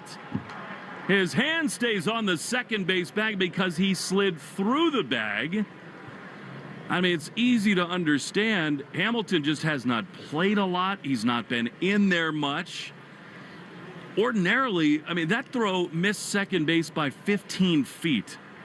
This is an amazing play by Carlos Correa, too. He bluffed like he caught the throw, so he fooled Hamilton into thinking that it was in Correa's glove, so Hamilton had to lunge back to the base. That's so savvy by Correa, because Hamilton should be at third. It was a strike to Roman. 1-1. Long set. And the pitch. Roman takes outside. That's a ball. And it's 2-1. Well, one thing Anthony has done in addition to the great on base, he has been so good at pulling the ball on the ground. And you would love that here. I doubt that they would really pitch to Bregman, who's on deck. But we will see. 2-1. Hamilton runs. The pitch is high. Throw to third. Not in time. Head first slide for Hamilton. Wow. Electric speed. A steal of second and of third. He was bolting before Duran came home, and the go-ahead run is at third with nobody out. Tonight has been roster maximization from Alex Cora. Aggressive with the pen. He goes to Hamilton, and we said it. This is why David Hamilton is on the roster, but that is a different sort of aggressiveness there. Talk about one, if you're going to go, you better get there. Infield in now for Roman. What a test for him. 2-2. Here's the pitch. Anthony takes the ball. Not bothered by the curveball down and in. It's 3-2. I mean, this is what he does. 3-ball counts galore. Bregman on deck.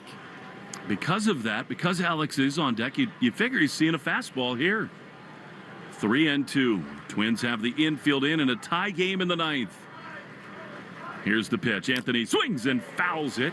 Vasquez cannot quite hang on there. I mean, that is absurd. 98-mile-an-hour splinker.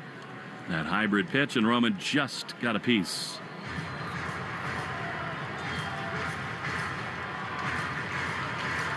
David Hamilton has 17 stolen bases, and he's played 64 games. Amazing speed. 3-2 to Roman. Go ahead, run at third. Duran at the belt. He throws. Anthony swings and grounds it foul. Curveball on the first base side. It stays 3-2. 17 steals, 22 hits. I mean, he almost has as many bags as base hits this year. Attendance report brought to you by Crispy Crunchy Chicken. If you're craving fresh hand-breaded chicken tenders or chicken sandwiches, find a location at crispycrunchy.com. 3-2 to Roman Anthony. Hamilton at third. Nobody out, top nine. Here's the pitch. Anthony loops one into center field. That's a base hit. Red Sox lead. Hamilton comes home to score. The kid delivers. And it is 4-3 Red Sox. This team is fun, man. I mean, David Hamilton comes in. He swipes 2 bags. It's Abraham Toro getting aboard to start it. And then Roman Anthony, 3-2. The pitch is in. He's jammed on 101. But he gets enough on it and muscles it past the drawn-in infield, loops it into right center, and the Sox lead. He is so special, and these fans trying to beat the derecho are headed for the stands and the parking lots as Bregman takes a pitch down and in for ball one. It's just hard to overstate how good an at-bat that is. I mean, Hamilton creates it with his feet, but Anthony spoiling pitches off left and right, and to get enough on it at triple digits. He's got a big lead. He might have an inkling here. 1-0. High fly ball into left center field. Over to his left, Castro. And in the end, Harrison Bader, the Twins center fielder, cuts him off to make the play. And there's one away. Now, you got to be thinking about what's going on in the Red Sox bullpen. I think that's Jordan Hicks who's warming out there. There's a padded wall. Blocks the numbers. It is the flamethrower who pitched parts of 2 innings yesterday. And here now, Jarren Duran. Go-ahead run has scored. 1 in, 1 out, and 1 on. I think Roman Anthony might test Christian Vasquez here. Duran is 1 for 4. Pitch is a strike on the inside corner. He's loved that curveball. Duran has. You know, you talk to the Twins people, they get a little frustrated with Duran. They say the times that he gets hit, it's that he leans too much on that curve. 4-3 Red Sox. Anthony goes. The pitch is outside. Vasquez's throw is in time, they say. I thought to the naked eye that Anthony's foot might have beaten that throw. We'll wait and see what the Red Sox do. I thought the tag was a little late with the foot on the bag, but the replay proves otherwise. I love the idea there. Why not force the issue? That's a great play by both Vasquez and by Carlos Correa. Bang, bang, couldn't be much closer, but it is out number 2. Bang, bang is right. I mean, like by just the sliver of a cleat. So it's 1-1 to Duran. Facing Duran. Pitch is low. Another curveball, and it's 2-1. You know, we say this about a lot of the great middle infielders that have ever played the game. Javi Baez, Carlos Correa, Altuve is certainly this way. Fielding and tagging is such an underrated thing as Duran swings and misses at a splitter, and it's 2-2. That was spectacular. And he's done it so many times in games where they're tied or where they're ahead a run, Correa has. So too Baez. To have the feel for the sort of the physics of the ball arriving and the runner to, it is a true gift, and Correa absolutely has it. It's an art. And then you think about earlier this inning, it ends up differently, and to the Red Sox benefit, they score after the steal of third, but Correa could have saved them a run if it gone differently with his fake tag. It's an awesome play. 2-2 to Duran. Pitch, swing, and a foul. You know, Mike, Alex Bregman is talking about how Roman Anthony's the next Yordan Alvarez. Walker Buehler says he's one of the great superstars coming in the game. Never want to get ahead of yourself, but every night he does stuff to prove those guys prescient. 2-2 outside. I was getting ready to call you prescient for Roman Anthony base running. You talked about it pregame with Alex Cora, and he ends up trying to steal a bag. But yeah, I'm with you. I think the guy has star written all over him. We knew that. You expect that from the #1 prospect. 3-2 is low. Ball 4. Well, talk about running. Duran is definitely going to go here. He's aboard with a 2-out walk. Now to bring up Trevor's story. And now begins the cat and mouse game between Duran, Vasquez. As Pete Mackey again, the pitching coach, is going to come out. Reminder, stay tuned after the game for the Nissan Postgame Show. You deserve a car that thrills you. Nissan's got an exciting full line to put goosebumps on your goosebumps. Shop your local Nissan store and NissanUSA.com today. I mean, Alex Cora is all smiles talking to Roman Anthony. He's making the corrections in the dugout about where everybody's going to play. Of course, David Hamilton came on to run for Abraham Toro, who was at first base. So I would assume that David Hamilton is going to stay in the game and play second base, and Cedon will go to the outfield. We'll see what happens defensively for the Red Sox. Or just go Romy in at first. Could be a 1-for-1, no doubt about it. Hamilton, you did your job as a runner. Now Trevor Story to bat. And this is, again, one of those spots that the visit to the mound almost entirely, I think, about what to do with Duran over at first. Jared is on base for the second time. Medium-sized lead, getting it further away now. Here's Trevor, 0-for-4 with 2 strikeouts. Throw over to first. That's, I think, the sort of normal, slow-paced move from Duran. Wouldn't you love to know what he's thinking right now? Some of these guys unplug, they tune it out, don't worry about the trade deadline, but not him. There's no way that he's not aware of everything that's being discussed. Duran runs, the pitch is high, Vasquez will not even throw. It's a track meet against Duran, and the Red Sox have an insurance run in scoring position. On that topic, one more thing about Roman Anthony. He was content to take pitches and let David Hamilton steal. We've seen a lot of times this year where Red Sox hitters less comfortable than Roman Anthony are swinging and taking steals away. I think it's such a good point. The 1-0 to Story is high with a fastball. And the reason, Mike, that he does that is he doesn't care. I mean, in 2 strike counts, he's not going to expand. He's not going to get over anxious. It is almost just about the most important skill a hitter can have. 2-0 to Story. He's going dead red right here. Duran at second. The pitch is a strike on the outside corner. That's a fine take. 99 on the black on the outside. Hitters will tell you in that kind of spot, I'm looking not only for one pitch, but one location. And that one was well located. 4-3 Red Sox, top 9. Jarren Duran leads at second. Duran throws. Story swings and misses. 100 mile-an-hour fastball up above the zone. And it is 2-2. I mean, the Twins have Kersey, Gasper, and Castro due up in the bottom of the 9th. How huge would a 5th run feel here? Now that's up to Trevor Story.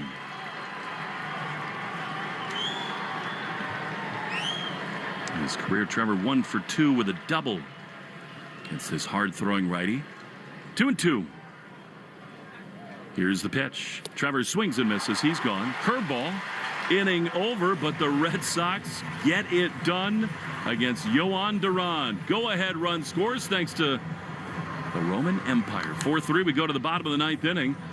3 outs to get. It'll be Jordan Hicks after this in the Shaws and Star Market, WEEI Red Sox Radio Network. College holds a mythic place in American culture. On the new Campus Files podcast, we uncover the scandals you won't hear on the campus tours. Find Campus Files on the free Odyssey app or wherever you get your podcasts. Near you. Just like our hometown Legends of the Diamond, Herb Chambers has been hitting it out of the park for decades with legendary customer service. With over 35 brands and so many locations, Herb Chambers offers the largest inventory of cars, trucks, and SUVs in New England. You can always count on getting the lowest prices and best value. And at Herb Chambers, you always get more for your trade. Come see for yourself and experience our legendary customer service today. Herb Chambers. We don't sell cars, we help people buy them. Para los niños de Shriners Children's, el amor al rescate está en las palabras de aliento de su terapeuta, en la gentileza de sus enfermeras. Eso es amor al rescate. Si no hubiera sido Shriner, mi hijo Víctor no hubiera tenido esa esperanza de caminar. Shriners Children's está cerca de ti, brindando cuidado médico especializado a niños que realmente lo necesitan. Haz tu donación ya en amoralrescate.org. Gracias por donar. What's that sound? That's the sound of Downy Unstoppable scent beads going into your washing machine and giving your clothes freshness that lasts all day long. There it is again. It's like music to your ears, or more like music to your nose. That freshness is irresistible. Let's get a Downy Unstoppables bottle shake. And now a sniff solo. Nice. With Downy Unstoppables, you just toss, wash, wow, for all-day freshness. You're listening to the Shaws and Star Market WEEI Red Sox Radio Network.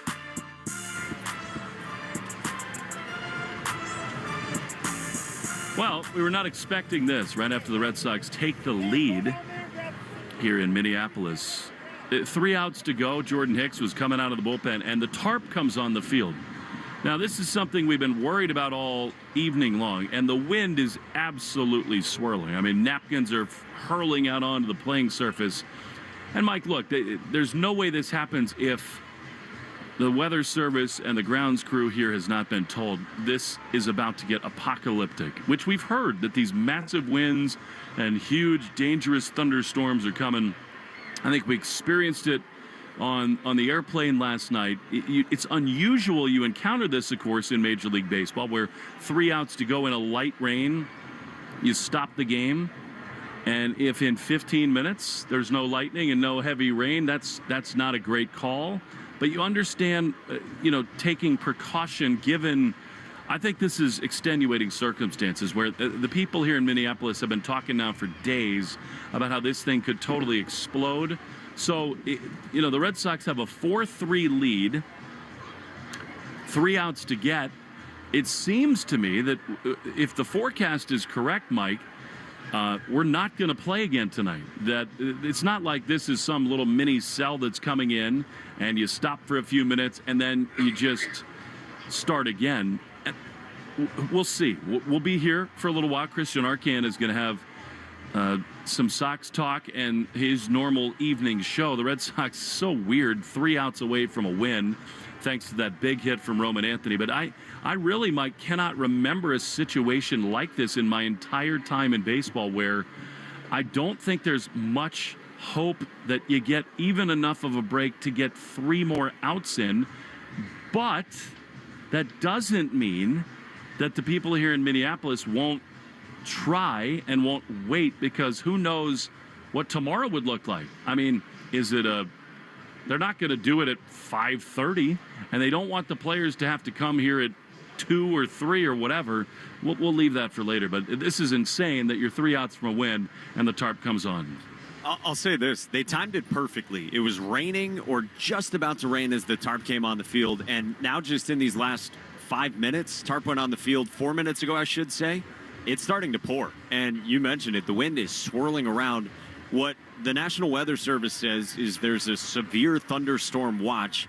It says these conditions are expected to last until 1 a.m. Yeah. It says light rain for the next 13 minutes, followed by heavy rain. So to your point, who knows what happens here? Do they try to get a window in? Is there a window in tonight to try to get the last 3 outs? And again, you hope it is for the Red Sox sake, but 9-1-2, that's not necessarily a given that only 3 outs are necessary. You absolutely hope so if you're a Red Sox fan, but there's a lot going on here. You mentioned then the possibilities of tomorrow if it has to get to that, and I'm with you. I don't recall ever seeing this. You're 3 outs away, and you don't know if you have a window, and you haven't dealt with the rain at all over the course of the game. But this came up. We knew it was coming. We said it throughout the game that you hoped you were done by now, and you're not, and now you've got to deal with this. Here's where things tactically get really interesting, Mike, because I don't think, in fact, I'm pretty certain that, excuse me, the tarp came on the field before any changes were made. Like, it is really important whether or not Jordan Hicks was announced into the game, because he was coming on for the bottom of the 9th inning. It would benefit the Red Sox so much if he wasn't, because if you have to finish this game tomorrow, I think in the best case scenario, either Garrett Whitlock or Justin Wilson might have the last 3 outs, because for the Twins in the 9th inning, you got Kersey and then Gasper and Castro. So there's no real matchup leverage advantages there, but tactically speaking, you'd love to not have announced Hicks, because if that's the case, he has to start that bottom of the 9th inning tomorrow, presumably. And again, it could happen tonight, but I really do not see that happening given the forecast. It's a spot, I think, where the Twins and baseball have got to just sort of be proactive on this thing and say, you know what, the forecast is what it is. That's why we did what we did with the tarp, and we're not going to play tonight. Anyway, the weather stuff aside, just the baseball logistics of it, Mike, if they could get Hicks available behind someone like Whitlock or Wilson, if it went extra innings, I think that would be a real benefit to the Sox. It would. And again, this encompasses so many interesting aspects. The fact that Garrett Whitlock, because the Red Sox dealt with this weather flying from Detroit to Minneapolis last night, Garrett Whitlock was one of a handful of Red Sox players who were dealing with motion sickness from a flight with a bunch of turbulence. So Whitlock under the weather. So the fact that he isn't even an option to come into this game, fascinating in the first place, but then does more weather give him the chance to come back tomorrow? Would Cora want to do that? Again, if we get to that point, I've never seen the timing quite like this. This is bizarre. Impossible. I was going to say our friend Jared, but now I got his last name off his credential. Jared Wells does a phenomenal job. The windows are closed. We're in a fishbowl now. It's good. Hey, echo. But this is crazy. I really don't think we're going to play tonight. I don't see how that's possible when all this is predicted. But 3 outs for a win. Real fight again. We'll step aside in just a moment, and then we'll cross over with Mr. Arcand, get him settled, and then he'll take over for the time being and maybe permanently. I mean, it is an absolute deluge here in Minneapolis. It is pouring rain. It came up as everyone predicted. The radar is awful. Heavy winds, heavy rains, almost like hurricane-level winds are predicted tonight. So this is a wild situation. 4-3 Red Sox lead. Before we step aside, we'll come back and bring Christian in. But, Mike, what an inning there from the Red Sox. And once again, Roman Anthony in the middle of all of it. David Hamilton's speed, certainly a huge part of it. Stealing second, stealing third. And Roman has a knack for the big moment once again. He does. 101 in on his hands, 3-2, was comfortable getting to 2 strikes and allowing David Hamilton to steal those bases. I mean, just incredible. And then Anthony against one of the nastiest relievers in this game over the last few years. Punches one into right center field. Could not be more impressed with what he's doing at the plate right now. He's reached base 10 of his last 13 plate appearances. The Red Sox manufactured it. And let's not lose sight of Abraham Toro being right in the middle of things again. We've said it a few times, and he's making an impact on this team a few days away from the trade deadline. That's not nothing. And Toro got it started.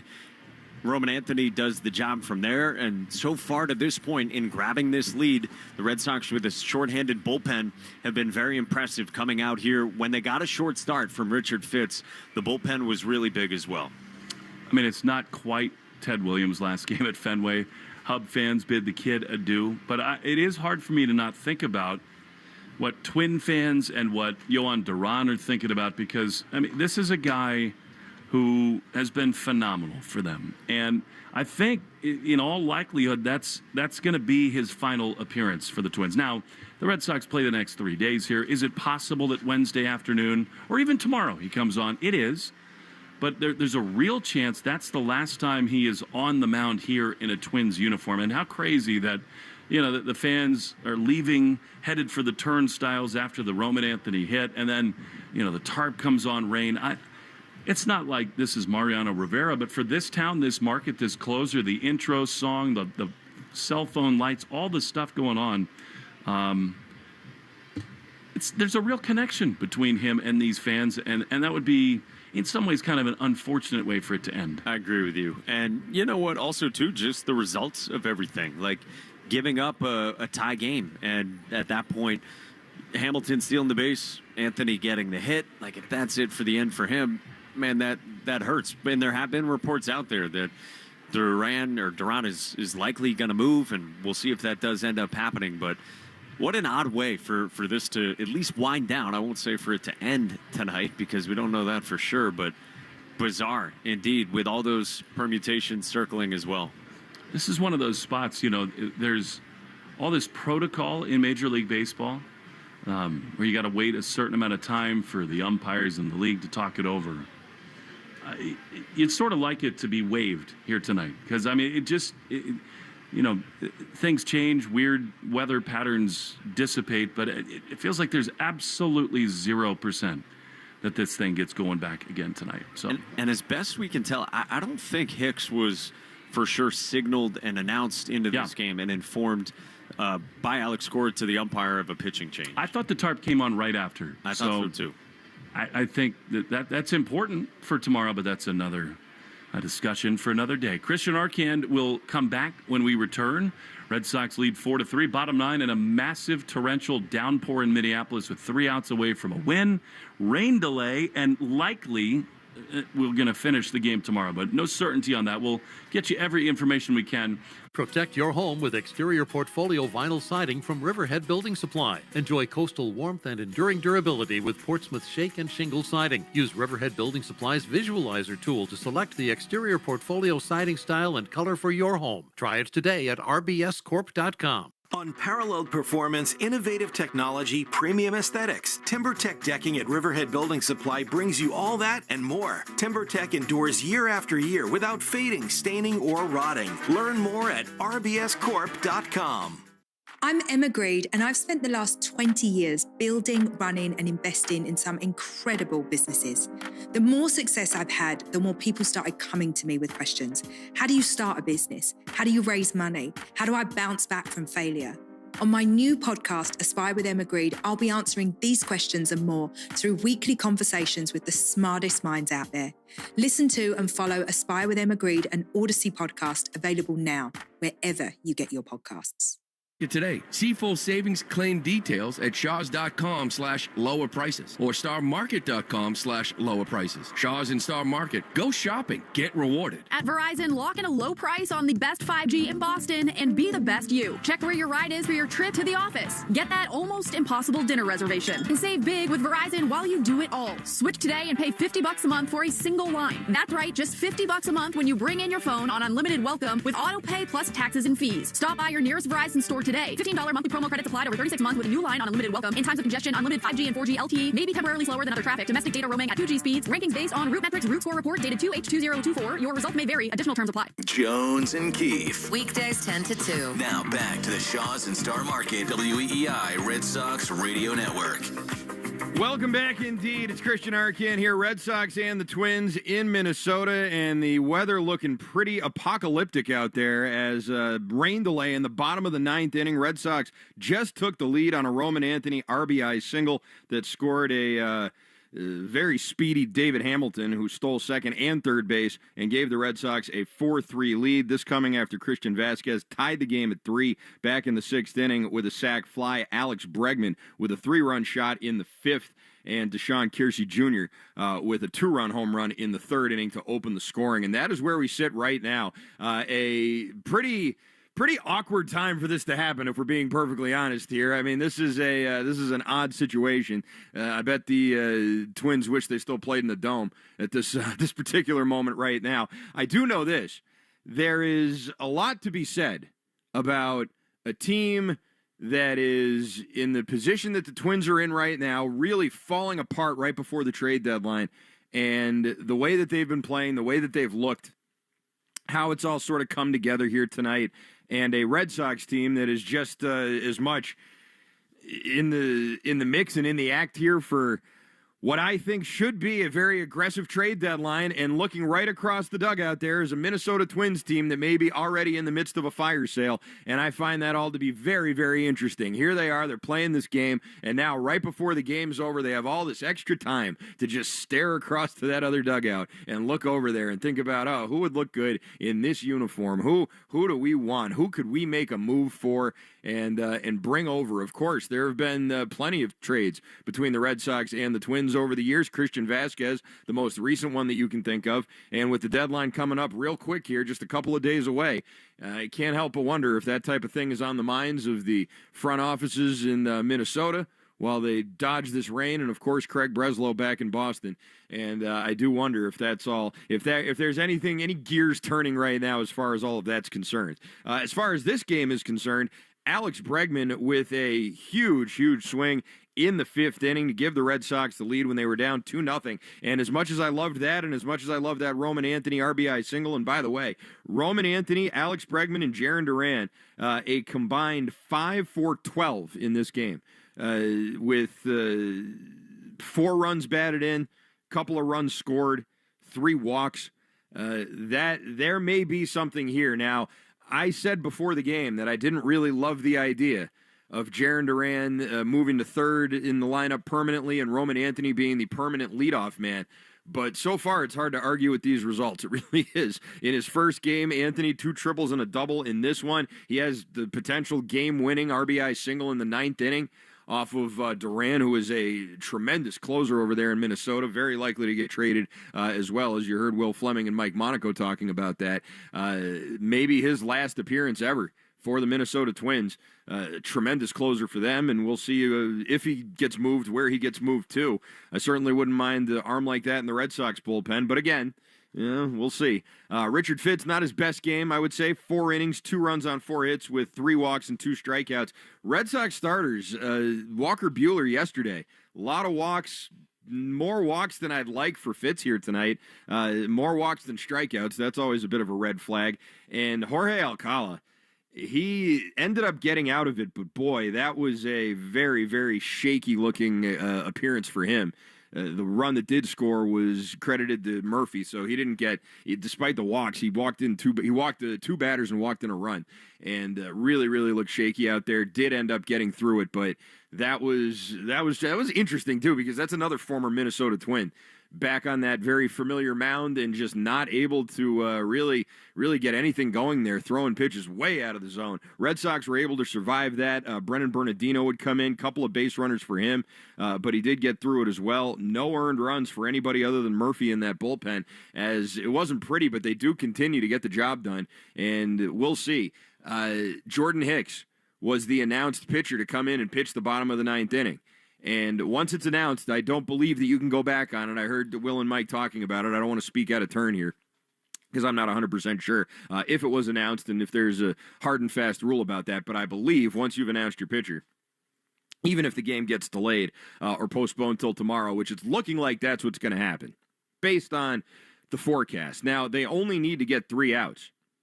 So if there's any sort of break at all in the weather here, you would think that they'd try and throw him back out there on the field. So Will's in a holding pattern, Mike's in a holding pattern, Joe Braverman's in a holding pattern, and we're all just waiting to see what they decide. Based on the time of night that it is, you'll remember it's Minnesota, so they're an hour behind us, of course, but based on the time of night and what the Doppler radar looks like out there, I just took a look at it. I don't really think that there's much chance, but you never know. Sometimes with these very, very hard rainstorms, as we know here in New England, sometimes it rains really hard for about 10 minutes, then it just stops. And then if it's going to keep on going, it will. But you do get that break sometimes, that little eye of the storm break. And hopefully they make a decision soon, no matter what it is. But we'll see. As the Red Sox 4-3, they lead the Minnesota Twins here as a rain delay has now postponed things in the bottom of the ninth. Not officially postponed them, but they are in a delay. The tarp is on the field, and they're now waiting to decide what to do next. The phone number here is 617-779-7937 if you would like to join the conversation and get in on some Sox talk here. This series with the Twins is the final series before the trade deadline. So any thoughts that you may have, I said this before the game.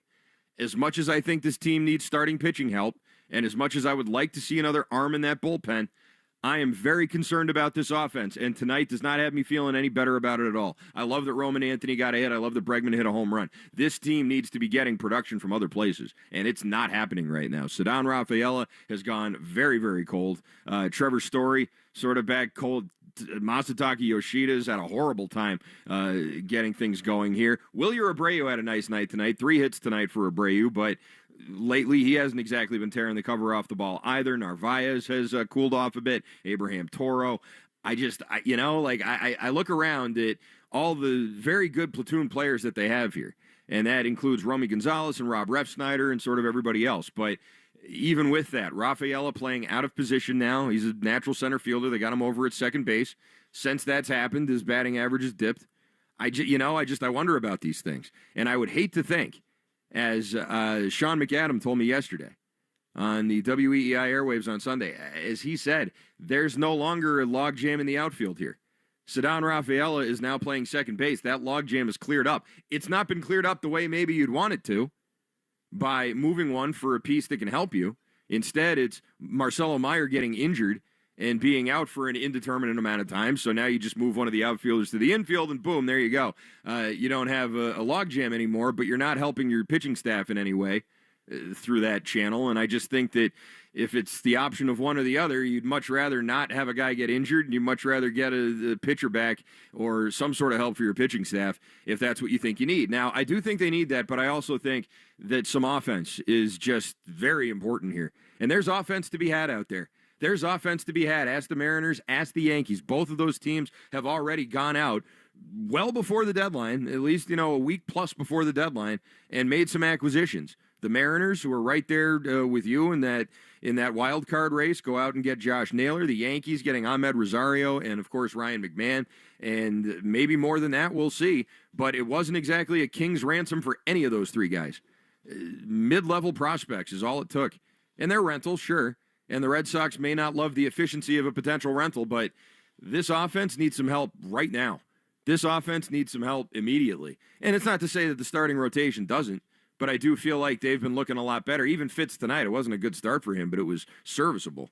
This offense, you can't go on scoring 3-4 runs a game. You got to be able to pull out more stops than that at certain points. And since the All-Star break, they've only really been able to do that once or twice, and that's just not going to cut it. It's not going to cut it now, and it's not going to cut it when you get down closer to playoff time, and you're competing with teams that are decided at the deadline to improve themselves and get better. Meanwhile, you decided, why do we need to do that? Marcelo Meyer got hurt, so now our outfield problem's all solved. Well, okay. You got more problems than just that. The logjam in the outfield was a great problem to have, okay? It's a great problem to have. It means you have too many good players. That's not really a problem. The problems on the team are the offense right now, depth in the starting rotation, and a bullpen that tends to get stretched a little thin, as we see right now. Although you did see Alex Cora start to get aggressive.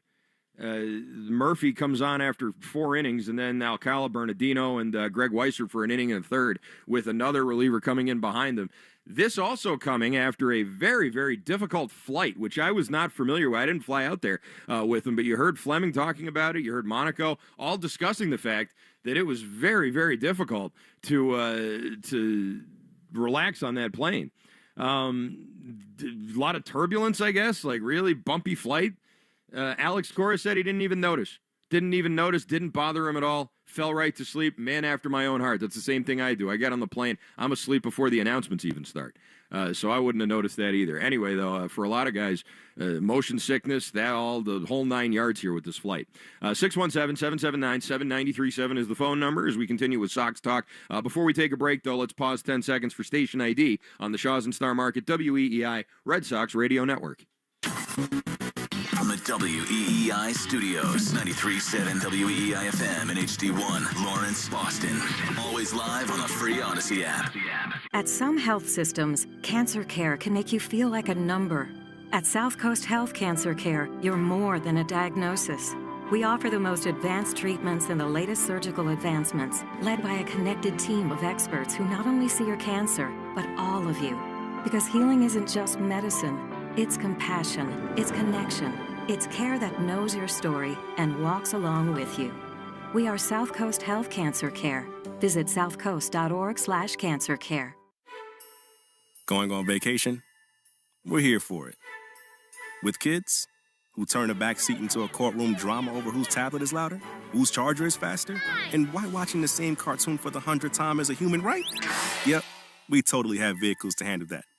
Because whether it's a road trip or a business trip, where your flight's delayed, your phone's at 2%, and your dinner, whatever's open, yeah, here for that too.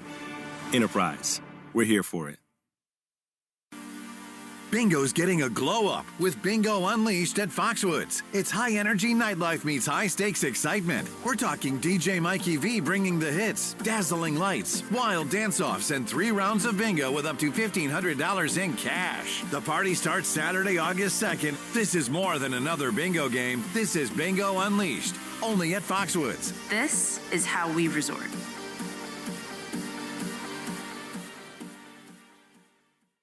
It's the latest from Chase McDaniel, Burn Down Heaven. Power on in his community. And he wants a partner like Grainger who does the same. Grainger offers the professional-grade products he needs, from voltage detectors to harnesses to hard hats, plus fast, dependable delivery, so he can rise to every challenge. Call 1-800-GRAINGER, click Grainger.com, or just stop by. Grainger, for the ones who get it done. If something happens to you, what happens to your family? Will they struggle financially? Will they be able to afford the home you built together? With Ethos, you can get life insurance coverage in minutes. Get up to $2 million in coverage for as little as $2 a day. All online with no medical exam. Just answer a few health questions. Get your free quote at ethos.com/life. That's ethos.com/life. Rates may vary. Billed monthly. Sample rate 10-year term life policy for a 35-year-old healthy non-smoking male. Are you living with dry AMD? If so, you could be on the road to geographic atrophy, or GA, a condition that leads to retinal cell death and permanent vision loss. But with Izervay, you can slow it down and get it going slower. Izervay slows GA progression by targeting a key source of retinal cell death, which may help preserve your vision longer. Izervay, or Avastin Capted Pagel, is a prescription eye injection used to treat GA. Don't take it if you have an infection or active swelling in or around your eye. Izervay can cause eye infection, retinal detachment, or increased risk of wet AMD. Izervay may temporarily increase eye pressure. Your vision may be impaired after an eye injection or exam. Don't delay. Ask your doctor about Izervay today. Izervay gets GA going slower. Visit Izervay.com. That's IZERVAY.com. Paid for by Astellas Pharma. Do Crohn's disease or ulcerative colitis symptoms keep coming back? Tremfya, guselkumab, may help, with rapid remission achieved at 12 weeks and lasting clinical remission at 1 year. Some even saw visible improvement of their intestinal lining at 12 weeks and 1 year. Tremfya is a prescription medicine used to treat adults with moderately to severely active Crohn's disease and adults with moderately to severely active ulcerative colitis. Serious allergic reactions and increased risk of infections and liver problems may occur. Before treatment, your doctor should check you for infections and tuberculosis. Tell your doctor if you have an infection, flu-like symptoms, or if you need a vaccine. Healing is possible with Tremfya. Approximately 3 out of 10 patients were in endoscopic remission at 1 year, based on areas visualized on colonoscopy, which may not represent the deeper bowel layer or entire GI tract. Individual results may vary. Ask your doctor about Tremfya today. Call 1-800-526-7736 to learn more or visit tremfyaradio.com. Now back to Number One Fan, the search for the top Sox diehard. I have a tattoo of every Sox logo since 1908. Want to see? I know every batter's walk-up song. My husband proposed, and then a foul ball broke my nose. It was perfect. Sound familiar? Enter MassMutual's Grand Slam giveaway for a shot at tickets and signed gear. For rules and entry, visit massmutual.com/Red Sox. No purchase necessary. 50 U.S. and D.C. 18 plus ends 5 p.m. Eastern on 9/30. Grand prize entry period through 7/31/2025. Want to listen to WEEI on the go? Just download the Odyssey app. Now, back to Red Sox baseball on WEEI. Welcome back. It's the bottom of the 9th inning at Target Field in Minnesota. Red Sox leading the Twins by a score of 4-3, but the weather broke, and it broke hard. Torrential rains. And it doesn't look like it's going to be letting up anytime soon. And unfortunately, that means we are in a holding pattern here. This game cannot be called. It can only be suspended as the visiting team had their last ups, and now you got to wait for the home team. So if the score is tied when it's called, or the visiting team has taken the lead in the last half inning and the home team hasn't had a chance to complete its own turn, the game is a suspended game and will be resumed at a later date, we imagine tomorrow, although I understand the weather doesn't look great in Minneapolis tomorrow either, so this could end up being a nice long wait. So get comfortable, folks. It's you and me here. Grab some popcorn or some ice cream or whatever it is that you need to get through a nice rain delay, or you can give me a call at 617-779-7937 is the phone number if you'd like to chime in on the Red Sox here. This run that they're on, this weekend that they just had with the Dodgers. You want some thoughts on this game, Richard Fitz? I think with Fitz, I was really hoping for a little more out of him tonight. And it's because with the deadline coming up here, you look at a guy like Fitz, and I like him. I'm rooting for him. He's an easy guy to root for. He throws hard.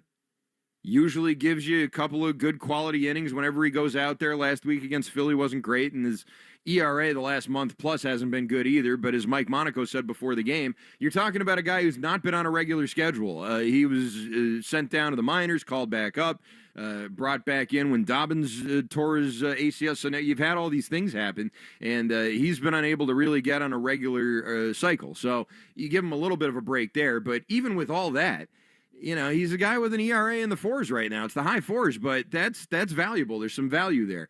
It just does seem to be getting away from him a little bit this year, and I wonder if watching him the last couple of starts, watching him tonight even, having to, pull him in the 4th, I wonder if that's maybe lit a bit more of a fire under Craig Breslow to say, hey, this starting rotation does need some help. You do need to do something about this. You do need to address this, because I think everybody sort of knows that anyway. And while the market for pitching is going to be a very, very competitive one, and usually that means seller's market, and if you're buying, you're getting ripped off, that's the way it goes sometimes if you want to compete. If you want to stay in the race, if you want to, create some distance between you and some of these other teams like Texas and Seattle and, everybody else, then that's what you do. That's the way it works. And I'm just not sure. I'm not sure I'm ready to believe that this team's willing to do that. Hopefully they do. I think the fan base is unanimous. I don't think there's anybody who's out there like, nah, wait another year. No. This is the year. We're all ready for something this year. And the Tampa Bay Rays, as hot as they looked about a month ago, have gotten that cold since July started. The Detroit Tigers are in an awful free fall right now. I know they just won yesterday, and I think they may have won tonight too, but they have had a very, very rough stretch lately. I think they beat Arizona tonight, but prior to that, just, really spiraling out of control. The Yankees are nothing special right now. The Toronto Blue Jays have shot up ahead of everybody, and they look like they're a pretty good team, as does Houston. But other than that, it's pretty wide open here, folks. It's a wide open American League. There is room for the Red Sox at the table, and I know that because they're at the table right now. They have just a half game between them and the Yankees. And the Yankees lost to the Rays tonight. So, this is it. A Red Sox win, and they have passed the Yankees for the first time all year. Technically, they'll be tied, but the Red Sox have the tiebreaker. So if the series were to end, it would be the Red Sox second in the American League East, and the Red Sox as the number one wild card team as well. That tells me that this is a team that doesn't need a seat at the table. They're at the table. And there's a lot of teams on the floor. And the Red Sox were on the floor very recently, not that long ago. Were they sitting on the floor waiting to get up onto a chair and sit at the table? And now they're there. They're there at the perfect time. They're there right as the trade deadline is approaching. And there's only one thing to do, it's you feel like you shouldn't even have to say it, right? Market inefficiency, don't care.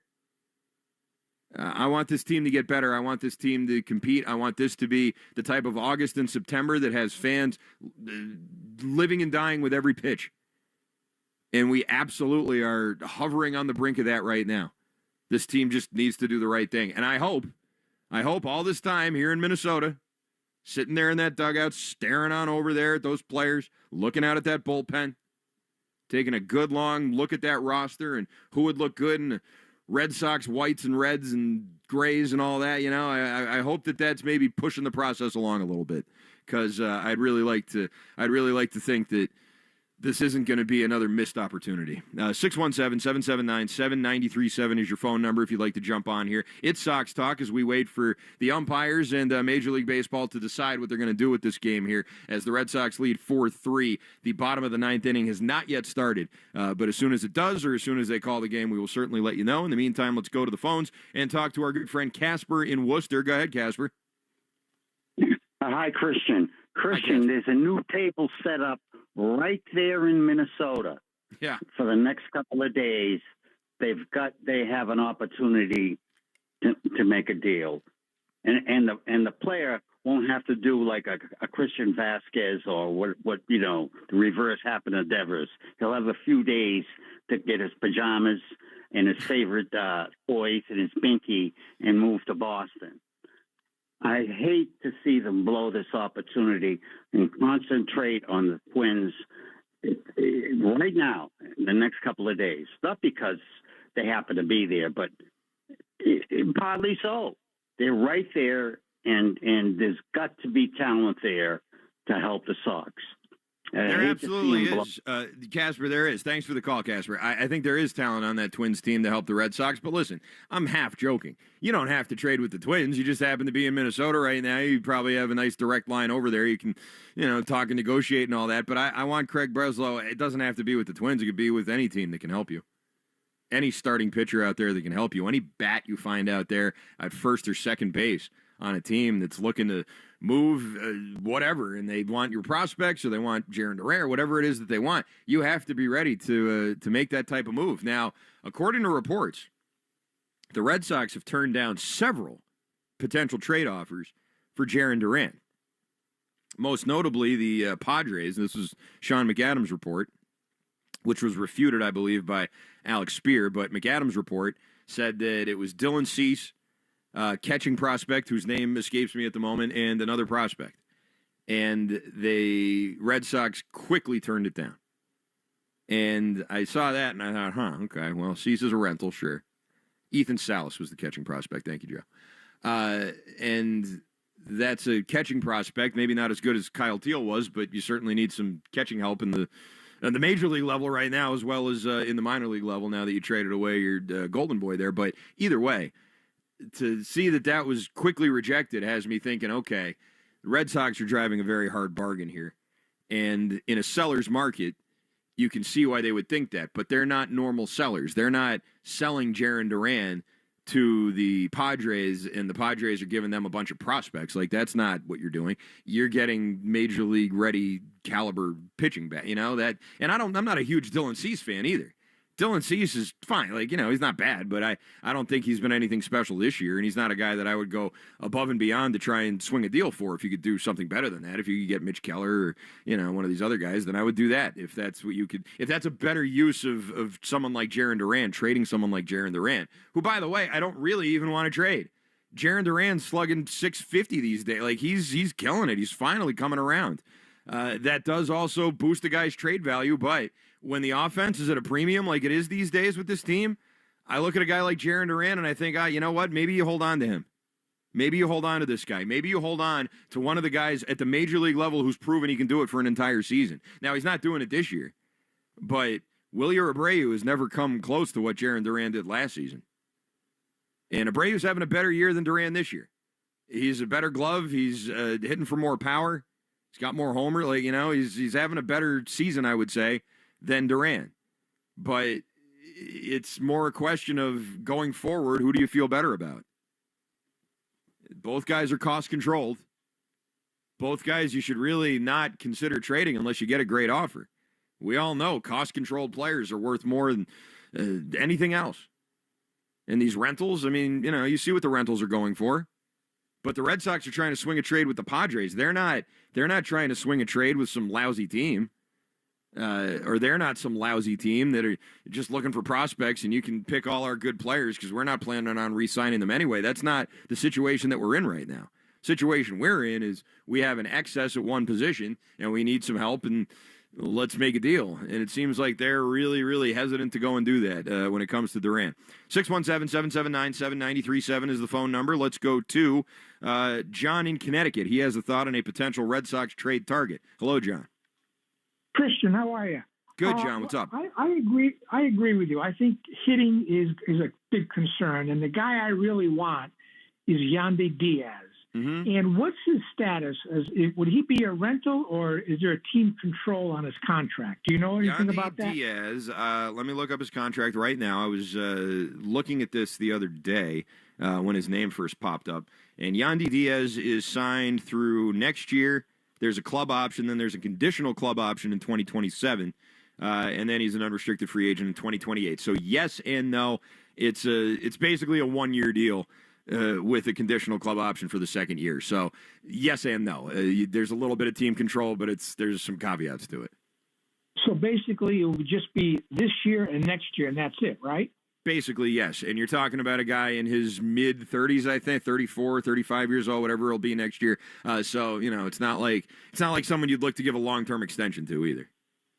Would you consider a mid-level prospect then and not one of your top guns? For Yandy Diaz, sure, absolutely, yeah. And listen, if the Rays are selling off, then yeah, go in there and get something for him. He's not having a great year, but he's definitely a guy that I would be interested in, and a guy who has killed the Red Sox in the past. I always like it when they sign guys that have hurt them in the past. It means they can't hurt them anymore, so I'd be okay with that.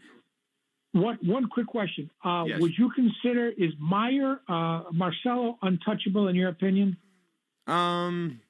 No, but for what's out there in terms of realistic trading block options, I would say yes. If the Pirates call and say we'll give you Paul Skeens for him, then yeah, you trade him. But for anything realistic, I think Marcelo Meyer is likely not going to be included in any of those talks. 1-for-1, Joe Ryan Mayer, you make the trade? Yes, I would, but I don't know if that would work. Thanks for the call, John. I think you gave me something to think about there. Meyer's hurt right now. I could see the Twins saying no, or wanting more. And them wanting more would lead the Red Sox to say, you want more than Marcelo Meyer? No way. And then they'd hang up the phone and that's that. But I could also see the Twins saying something along the lines of Joe Ryan is an ace right now. And Marcelo Meyer is what? A promising prospect who just got hurt and who's been hurt in the minors a lot and who's been playing well but not great. It's not like, he's not tearing it up here or anything. I could see the Twins negotiating hard against that. Joe Ryan, listen. Last year, the White Sox wanted Anthony and Meyer for Crochet. I would imagine the Twins, if they're going to move on from Joe Ryan, they're going to be getting back something, not those two guys, but the equivalent of whatever that is from any team's minor league system. And I just frankly don't think the Red Sox are willing to do that.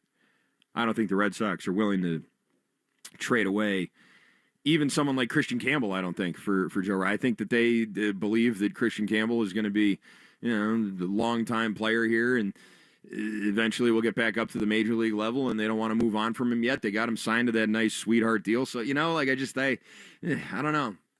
Meyer straight up for Ryan. I don't think the Twins do it. Joe Braverman likes to ask who says no on the Play Tessie podcast. I think the Twins say no to that. I do. 617-779-7937 is your phone number. We're going to take a quick break here. This is Red Sox baseball. Red Sox and the Twins in a rain delay in the bottom of the ninth inning. Has not started yet. Probably not going to start at any point tonight. If we do have a bottom of the ninth, it will take place tomorrow, I'm thinking, but we have not been told that officially. So we'll keep you posted, and we're right here with you for Sox Talk as long as we need to be, folks. If Will and Mike are on call, I'm on call too. You want to call in and talk to me about it? 617- Ice, energy from Starbucks. When you want that good afternoon energy, pick up new hydrating Starbucks Iced Energy with plant-based caffeine for a feel-good boost. Available in 3 refreshing fruity flavors: tropical peach, blueberry lemonade, and watermelon twist to give you the delicious taste you've been looking for. Energize your afternoon with new Starbucks Iced Energy. Find it in stores or online today. Hey there, it's Brian Green from the Commercial Break Comedy Podcast. Tune in to our show and join me in making some regrettable decisions. It's available wherever you listen to podcasts. There's room for 7 passengers and a ton of gear. Your New England Ford dealers have some great offers on the whole award-winning lineup. Stop by today and see for yourself. Hey, it's Lou. Did you hear? Shaw's and Star Market have lowered hundreds of prices on the items you buy most, like boneless chicken breast, 2-liter Coca-Cola, fresh avocados, snacks, cereal, and much more, all at new lower prices. Find your new lower price tags aisle after aisle and save on your grocery essentials. Want more value and savings? Shop the new lower prices and deals at Shaw's and Star Market today. See full savings claim details at shaws.com/lower prices or starmarket.com/lower prices. Shaw's and Star Market. Go shopping. Get rewarded. At Verizon, lock in a low price on the best 5G in Boston and be the best you. Check where your ride is for your trip to the office. Get that almost impossible dinner reservation. And save big with Verizon while you do it all. Switch today and pay $50 a month for a single line. That's right, just $50 a month when you bring in your phone on unlimited welcome with auto pay plus taxes and fees. Stop by your nearest Verizon store today. $15 monthly promo credits applied over 36 months with a new line on unlimited welcome. In times of congestion, unlimited 5G and 4G LTE may be temporarily slower than other traffic. Domestic data roaming at 2G speeds. Rankings based on Root Metrics Root Score report dated 2H2024. Your results may vary. Additional terms apply. This is the story of the one. As a lineman, he does whatever it takes to keep the power on in his community. And he wants a partner like Grainger who does the same. Grainger offers the professional-grade products he needs, from voltage detectors to harnesses to hard hats, plus fast, dependable delivery, so he can rise to every challenge. Call 1-800-GRAINGER, click Grainger.com, or just stop by. Grainger, for the ones who get it done. If something happens to you, what happens to your family? Will they struggle financially? Will they be able to afford the home you built together? With Ethos, you can get life insurance coverage in minutes. Get up to $2 million in coverage for as little as $2 a day. All online with no medical exam. Just answer a few health questions. Get your free quote at ethos.com/life. That's ethos.com/life. Rates may vary. Billed monthly. Sample rate 10-year term life policy for a 35-year-old healthy non-smoking male. This is the story of the one. As a lineman, he does whatever it takes to keep the power on in his community. And he wants a partner like Grainger who does the same. Grainger offers the professional-grade products he needs, from voltage detectors to harnesses to hard hats, plus fast, dependable delivery, so he can rise to every challenge. Call 1-800-GRAINGER, click Grainger.com, or just stop by. Grainger, for the ones who get it done. You gotta dip your chicken strips. Hey, this is Kiani. And this is Tabitha. And a little thing we love about Chick-fil-A chicken strips is all the different sauces we can dip them in. I like to line up all my favorite sauces so that in every bite, I have a different flavor. Then with the tenderness of the chicken, the juiciness of it, it's all there. And for me, I like to mix my sauces so I get a little tang and I get a little sweetness all in one bite. That's what makes it for me. That's what does it for me. That's what I'm saying. It's the summer of Chick-fil-A chicken strips and sauces. Order now on the Chick-fil-A app. Real guests paid for their testimonials. Do Crohn's disease or ulcerative colitis symptoms keep coming back? Tremfya guselkumab may help, with rapid remission achieved at 12 weeks and lasting clinical remission at 1 year. Some even saw visible improvement of their intestinal lining at 12 weeks and 1 year. Tremfya is a prescription medicine used to treat adults with moderately to severely active Crohn's disease and adults with moderately to severely active ulcerative colitis. Serious allergic reactions and increased risk of infections and liver problems may occur. Before treatment, your doctor should check you for infections and tuberculosis. Tell your doctor if you have an infection, flu-like symptoms, or if you need a vaccine. Healing is possible with Tremfya. Approximately 3 out of 10 patients were in endoscopic remission at 1 year, based on areas visualized on colonoscopy, which may not represent the deeper bowel layer or entire GI tract. Individual results may vary. Ask your doctor about Tremfya today. Call 1-800-526-7736 to learn more or visit tremfyaradio.com. The Christian Arcan Show, weekday afternoons starting at 6. Now back to the Shaws and Star Market, WEEI Red Sox Radio Network. Welcome back, Red Sox fans. Sox leading the Twins by a score of 4-3, but we are in a rain delay in the bottom of the 9th inning, and we don't know how long we're going to be in this because it is just 3 outs that are needed here. According to our amateur meteorologist, Joe Braverman, there appears to be a pocket of maybe clear skies here coming up in the next 20 minutes if they want to try and squeeze this in and get these last 3 outs tonight instead of trying to play around with tomorrow. That could happen, or they could just decide to hell with it. We're going to move on and just move this to tomorrow, play the last 3 outs, and then have the regular game at the regular time. Not sure yet, not sure what they're thinking, but it does look real tough out there in Minnesota as the rain just started and has been pouring down. Waiting for Noah to sail by in the ark. We'll get to your phone calls here in just a moment. The Red Sox, just taking a look around the majors right now, the games that you care about, and that would mean Yankees, the Mariners, the Rangers, the Rays, etc., the Blue Jays, all of those teams. Well, the Rays won. They beat the Yankees. That means the Red Sox are just a half game behind them now for the first wild card and also for second place in the American League East. The Detroit Tigers beat the Arizona Diamondbacks by a final score of 5-1. The White Sox knocked off the Phillies, which is crazy, 6-2. You had Houston falling to Washington by a final score of 2-1. Some games still in progress that the Red Sox may be interested in. Baltimore beat Toronto 11-4, by the way. Seattle up 3-0 over the A's. That game headed to the bottom of the 5th inning, and the Texas Rangers trailing the Angels by a score of 6-3. So really, looking all around, everything coming up pretty good for the Red Sox here tonight around the majors, just in terms of potentially making up ground or creating distance between themselves and some of these other teams, other than the Mariners, who have a pretty solid lead right now over the A's. It seems like the Red Sox, if they hold on and win this game, will be in pretty good shape going into tomorrow's activities. So we'll see if that ends up being tonight, 3 outs tomorrow, and then the regular game or what. But that is where we are right now in a holding pattern as the Red Sox and the Twins wait to play these last 3 outs. 617-779-7937 is your phone number. Let's go back to the phones and talk to John in the car. He has a thought on Ceddanne Rafaela. Hey, John. Before we get to that, you've been asking me a question after I scream and get off the air for 3 weeks about Rafael Devers. No, I never wanted to sign Devers to a 10-year, $330 million contract because I thought he'd be a DH within 5 years. He turned out to be one within 3 years. So I feel like I had that right from the start. I mean, I was never a Devers guy. I think we can see how much Fenway Park helped him because he has turned into Craig Graybeck out in San Francisco. He can't buy a hit.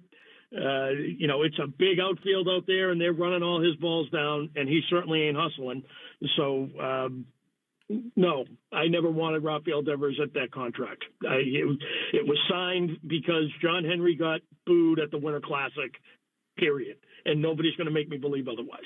So okay, Devers has been hitting well lately, just for the record. But his batting average has ticked up a lot in just the last couple of weeks. But either way, John, it said you wanted to talk about Ceddanne Rafaela, but if you want to talk about Rafael Devers, that's fine. Nope, I don't. So quick on Rafaela. I hate that he's playing second base. I think we've spoke before. I think he's the best defensive player in the game, not just on the team, not in the American League, any position, anywhere. I think he's the best positional player as far as making plays that you're supposed to make and incredible plays you're not supposed to make. So my concern is that they're going to take the Meyer injury and use it as a reason to not trade Jarren Duran. And I understand he's hitting well. I won't deny that, but I feel like you can sell high, and they missed selling high last year. We've talked about this before. I think you can sell high on Duran and put Rafaela back in center field and help the team in a position that needs help, which is on the mound. Period. End of sentence. This team needs pitching help. I understand that they're not hitting well as at the moment. Mm-hmm. I think bats even out in the end. At the end of the day, this team's pitching third, fourth, fifth starters is okay at best, if not well below average. And that's the guy I would bank on selling. A lot of people seem to want this guy because he fits all the analytic needs. So you have one of these guys. He doesn't seem to fit. You seem to move him around a lot. If it were me, I would move him. Again, yesterday, I understand he had the 2 triples, loses track of how many outs there are. If he's running out that ball, he's going to score. It's just the guy runs like a maniac. I mean, but it's too often that he's flighty. I don't understand it. And you blame the player. I'm sure these coaches are trained. 1 out, 2 outs, no outs. And they don't, this team doesn't get it as a whole, but he really seems to not get it when it comes to knowing what's going on out there. So if it's me, Duran's the guy that goes. All right. Thanks for the call there, John. Appreciate you checking in. John, you're going to let John go another 10 minutes. I think John was ready to keep on going. John, you want to host Sox Talk for the rest of the night? You can if you want. 617-779-7937. Jarren Duran, more so than Ceddanne Rafaela, more so than Roman Anthony, more so even than Willie Abreu, and definitely more so than Rob Refsnyder. Jarren Duran, out of all of those players I just mentioned, all of your outfielders on this team, and I know Rafael is playing the infield now, but you know what I mean. Out of all of them, Jarren Duran has the best resume. He's the guy with the most value, I would say, in terms of not potential, but right now, what are you? It would appear that right now they are airing out the tarp. Joe Braverman just texted me and said they're airing out the tarp. What does that mean to air out the tarp? They're taking the tarp off the field? Is that what they're doing? Or they're blowing the water off of it with with those leaf blowers? Is it one of those? Okay, well, either way, we'll let you know if they come back out and try and get this one in. How's it looking? How's the weather out there is what I want to know. Are they doing that because the tarp's too wet? If that's the case, then we probably aren't playing tonight. But if they think there's going to be a break, and again, our amateur meteorologist, Joe Braverman, said it looked like on the Doppler there was going to be a break. Or it was Chris Curtis who said that, excuse me. Oh, no, Braverman is no Chris Curtis. Well, listen, I mean, who is? So there you go. We'll keep you posted on what they decide to do, but it looks like they are airing out the tarp right now. In the meantime, let's go to David in Florida. David, hello. Christian, good evening, or good? Is it still evening? It's still evening. All right. Well, first of all, I got 2 things, but I got a question. I got a baseball rules question. I don't understand why sometimes games, when it starts raining out, games are called and other games are suspended. I mean, you see it all the time when a game is like in the middle of the 6th or 7th inning and it starts pouring on. They just call the game. Well, David, I'm glad you asked. I can tell you exactly why that happens. A game is considered a regulation game if they play 4.5 innings and the home team is leading, or if it's 5 innings and the home team's up. If a rainout prevents the end of the game that has become a regulation game, then the result's going to stand and the rest of the game doesn't get played. But if it's not yet a regulation game, it's considered not to have started and all the stats get wiped out and the game gets replayed completely. If the game is a regulation game but the score is tied when it's called, or the visiting team took the lead in the last half inning at bat and the home team hasn't hit yet, then that game gets suspended and they resume it at a later date, and that's what happened here. The Red Sox hit, they took the lead, and they're winning, but since the Twins didn't get a chance to hit, they can't call it. If the Twins hit, it would be the 9th inning and it wouldn't matter, but let's say this happened the inning before. Let's say the inning before the Red Sox took the lead, made it 4-3, the Twins hit, they don't tie it up, and it starts raining like this, then they could call it and the game would be over. See the difference? Yeah, I get, it's interesting, actually. Yeah. I do get you.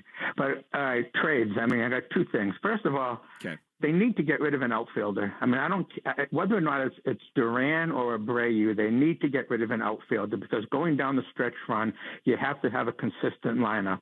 And the way it is now, there's just a surplus of outfielders, and it creates this situation where where Cora has to rotate the players in, and you have to get rid of whether it's Duran or Abreu, you got to get rid of them. You just got to get somebody quality in return.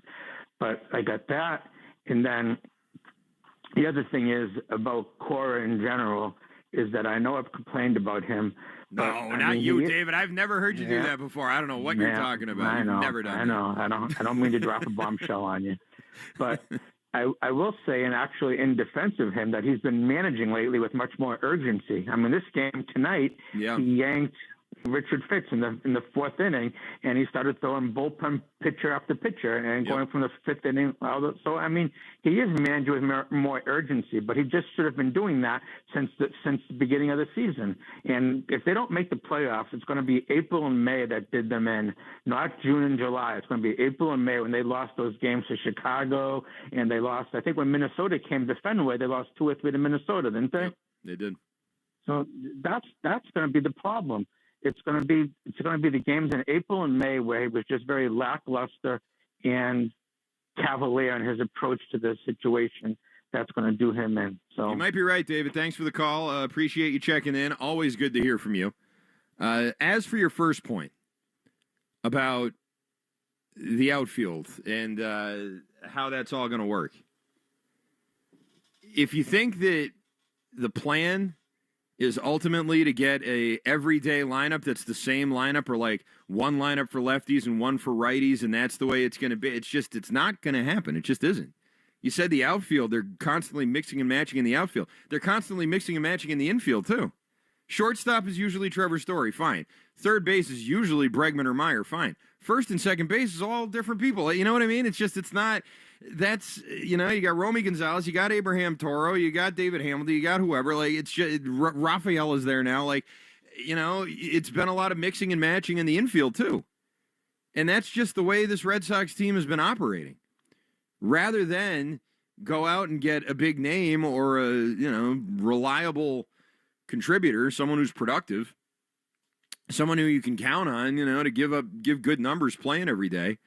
They have a bunch of guys coming in and, platooning all over the place.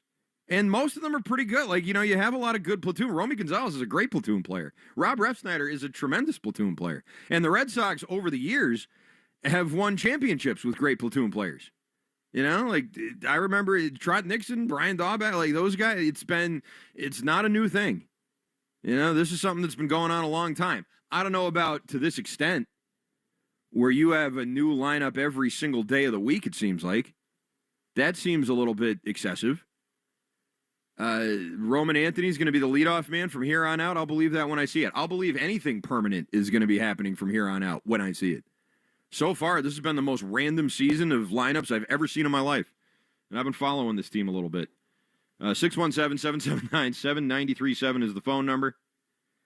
It looks like they're trying to clean the water off the tarp. Trying to clean the water off the tarp. Isn't the whole point of the tarp to collect the water? So, I don't know what that means. I know this. If we see the players come out and start doing a slip and slide, then that means they're probably not going to play. Probably not going to play. And by the way, I think that should be brought back. I think back in the 80s, I remember, I used to watch these old baseball blooper tapes. And during rain delays, maybe it was just in the minor leagues. During rain delays, they'd come out and mess around.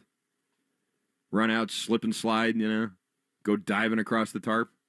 There's probably some liabilities and things of that nature that would suggest it's not a good idea to go out and do. But, it would be fun. And I would certainly find it entertaining right now, as not much else going on here at 11:40 on a Monday night. But this is Red Sox baseball. This is Sox Talk. So let's continue with our Sox Talk. Wally's in Fall River, and he's up way past his bedtime. Hello, Wally. How you doing? The one that used to have fun in the rain delays, I think, was Rick Dempsey of the Baltimore Orioles. He'd be out there. I don't know if he had on a bathing suit or what he had on, but he'd be wallowing around in that water on the top. So he really gave you quite a show. But as far as they're on, it's an intriguing situation. I mean, Dylan Cease, he's just a rental, but, there's so many different factors with Duran, his popularity and all that. But like I said, you've got to get another pitcher. I don't know which one they're going to get, but Bertolo Calet is down again. The same way with first base. I mean, we've seen a million different lineups this year. I mean, I don't think you could go far in the playoffs for Tulin as much as Cora does. You want to have basically a set lineup if you can. But so far it's been working. But like I said, you need a little more pop. You haven't scored many runs since the All-Star game.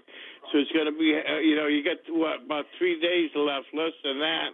So he's got to do something. Everybody's scratching their heads what he's going to do. Yeah, Wally, you're right. I mean, whatever ends up happening here, whether it's some kind of big blockbuster move or something else along those lines. Thanks for the call, Wally. Whether it's a big blockbuster move, whether it's a maintenance type of move, yeah, we need some relievers, so let's just grab whoever's out there, not give up much. Like last year, you get a couple of relievers and Danny Jansen. And Danny Jansen just got traded again today, I believe. Danny Jansen, the trade deadline darling, a right-handed bat, backup catcher, now a Milwaukee Brewer. Congratulations to him. Although maybe he didn't want to go to Milwaukee. I don't know. I have no idea. You'd have to ask Danny Jansen. But I can tell you he gets traded at the deadline a lot. And he did again, before the deadline, but still considered a deadline move. For the Milwaukee Brewers, another team that's out there, very aware of the fact that they're hot right now and that they're in a dogfight with that Chicago Cubs team in the NL Central, and they're trying to get better. Now, Danny Jansen, they could probably do a little bit better than that, but, they're doing something. Red Sox are in several dogfights right now. You're in a dogfight with the Yankees. You and the Yankees are circling each other. You don't play them again for a while, but you're right there. You're about to potentially pass them in the standings, with your sights then to be set on the Toronto Blue Jays, who, listen, I think the Blue Jays, it's a good story, but they're not that good. The Blue Jays aren't as good as they've looked these last 3 weeks, month, whatever. And listen, they've been tremendous, but come on. It's the Blue Jays. I don't know if I believe them. I don't know if I believe that they're really all that. I think that they're on a hot streak right now, and Kirk is, playing great, and Springer's great, and Bichette's great, and they got a great starting rotation. Gossman and Bassett and all those guys, and Barrios, and they have a lot going for them. But I don't think, pound for pound, they're really that much better than the Red Sox. I don't. I think on paper, the Red Sox could be or should be where the Blue Jays are. And Toronto, I'll give them credit. They have a good manager over there. They've put together a solid roster. They gave out big contracts to guys that they felt deserved it, and Vlad Guerrero and, some other money going out other places. They extended some other players. That's a team that's going for it. And it didn't seem like they were really going to be major factors here early on in the year, in the beginning of the year. And we were just talking about this. It was David in Florida. I forget who was talking about it. But early on in the year, the Blue Jays were down there with you. You were struggling to beat them, but they were below you, or right around that spot that you were in. And then all of a sudden, they became the hottest team in baseball. And we've seen the Red Sox get hot. Not to the extent that Toronto has, but we've seen the Red Sox get hot very recently. Right before the break. Before that, right before they traded Rafael Devers. They're capable of it. And I look around the American League, I see the teams that are struggling, I see the teams that are good, and I don't think any of these teams have much on the Red Sox. But they do need some help.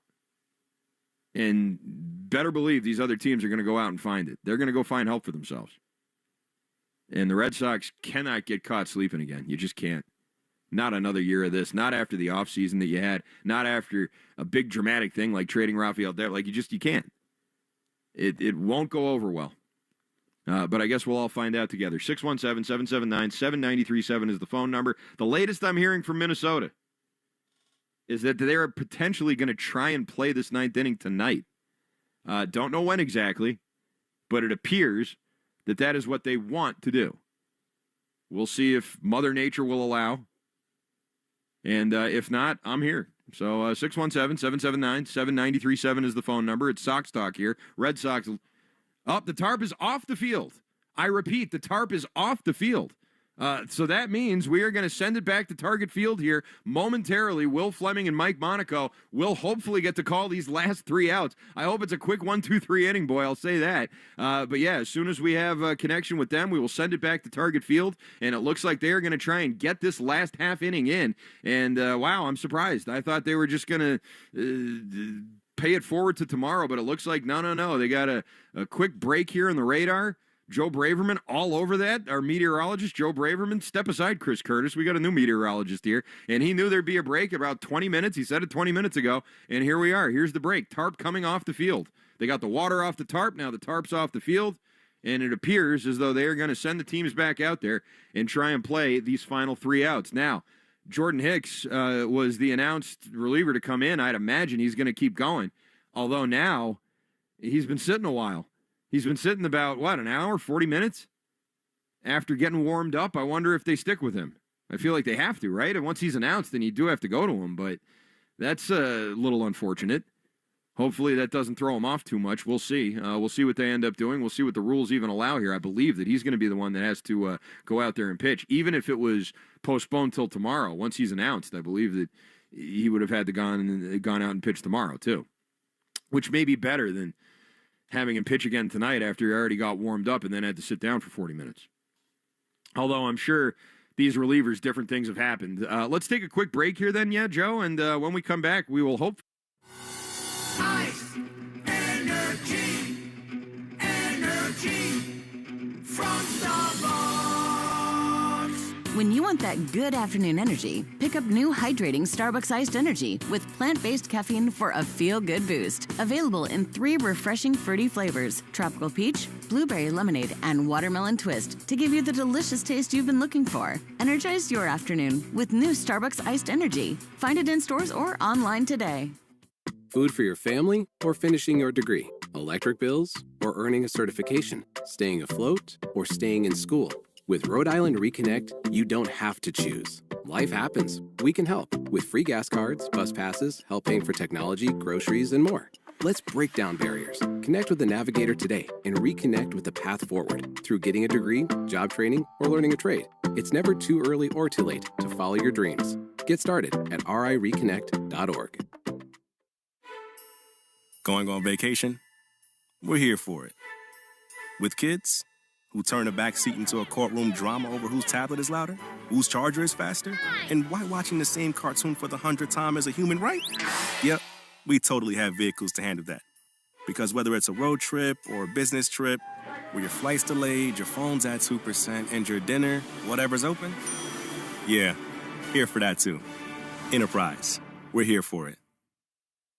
Moms, dads, are you the parent of a student athlete? Do you want to know how to get the most out of youth sports? If so, listen to the Next Pitch podcast to give you the tools to raise an aspiring athlete. It's not simple, but we talk straight and give you the best insight there is when it comes to youth sports. We'll cover everything from nutrition and training to mental toughness and teamwork. It's a podcast you can listen to together with your kids so everyone can benefit. Follow Next Pitch on the Odyssey app or wherever you listen to podcasts. Promo credits applied over 36 months with a new line on unlimited welcome. In times of congestion, unlimited 5G and 4G LTE may be temporarily slower than other traffic. Domestic data roaming at 2G speeds. Rankings based on Root Metrics Root Score report dated 2H2024. Your results may vary. Additional terms apply. Arbella Insurance has been doing business in the New England community for over 35 years. They're your friends, your neighbors, and fellow Boston fans. They do the wave at the ballpark together and get stuck in the same Sturrow Drive traffic. At Arbella, being your neighbor helps them provide you with the coverage you need to drive, live, or run a business in this part of the country we call home. Arbella, here for Boston fans, here for good. This is the story of the one. As a lineman, he does whatever it takes to keep the power on in his community. And he wants a partner like Grainger who does the same. Grainger offers the professional-grade products he needs, from voltage detectors to harnesses to hard hats, plus fast, dependable delivery, so he can rise to every challenge. Call 1-800-GRAINGER, click Grainger.com, or just stop by. Grainger, for the ones who get it done. You gotta dip your chicken strips. Hey, this is Kiani. And this is Tabitha. And a little thing we love about Chick-fil-A chicken strips is all the different sauces we can dip them in. I like to line up all my favorite sauces so that in every bite, I have a different flavor. Then, with the tenderness of the chicken, the juiciness of it, it's all there. And for me, I like to mix my sauces so I get a little tang and I get a little sweetness all in one bite. That's what makes it for me. That's what does it for me. That's what I'm saying. It's the summer of Chick-fil-A chicken strips and sauces. Order now on the Chick-fil-A app. Real guests paid for their testimonials. Are you living with dry AMD? If so, you could be on the road to geographic atrophy, or GA, a condition that leads to retinal cell death and permanent vision loss. But with Izervay, you can slow it down and get it going slower. Izervay slows GA progression by targeting a key source of retinal cell death, which may help preserve your vision longer. Izervay, or Avastin Captid Pagel, is a prescription eye injection used to treat GA. Don't take it if you have an infection or active swelling in or around your eye. Izervay can cause eye infection, retinal detachment, or increased risk of wet AMD. Izervay may temporarily increase eye pressure. Your vision may be impaired after an eye injection or exam. Don't delay. Ask your doctor about Izervay today. Izervay gets GA going slower. Visit Izervay.com. That's IZERVAY.com. Paid for by Astellas Pharma. More Boston sports opinion, more often. Just download the Odyssey app. Now, back to Red Sox baseball on WEEI. All right, we're back here. This is Sox Talk, Red Sox baseball. And we have some news, good news. And the good news is that the game will resume at 11:05 Central Time, which means 12:05 a.m. for us here in Boston, about 15 minutes from now. So we'll do Sox Talk for another 10 minutes or so, then we'll throw it a break, and then Will Fleming and Mike Monaco will be back to carry hopefully the last 3 outs of this one, as there is a break in the weather, it looks like. Hopefully long enough to get in 3 outs. We'll see. It looks like Jordan Hicks has resumed warming up after he got all ready to come out there and then had to sit now for about an hour, which is about how long I've been on the air here talking with you fine people during this rain delay. So we'll see if that affects him or not, but it looks like he'll be back out there as the Red Sox and the Twins will resume this game at 12:05. Red Sox, real quickly, just to get you caught up here on how this all happened, had some trouble early on with Simeon Woods Richardson.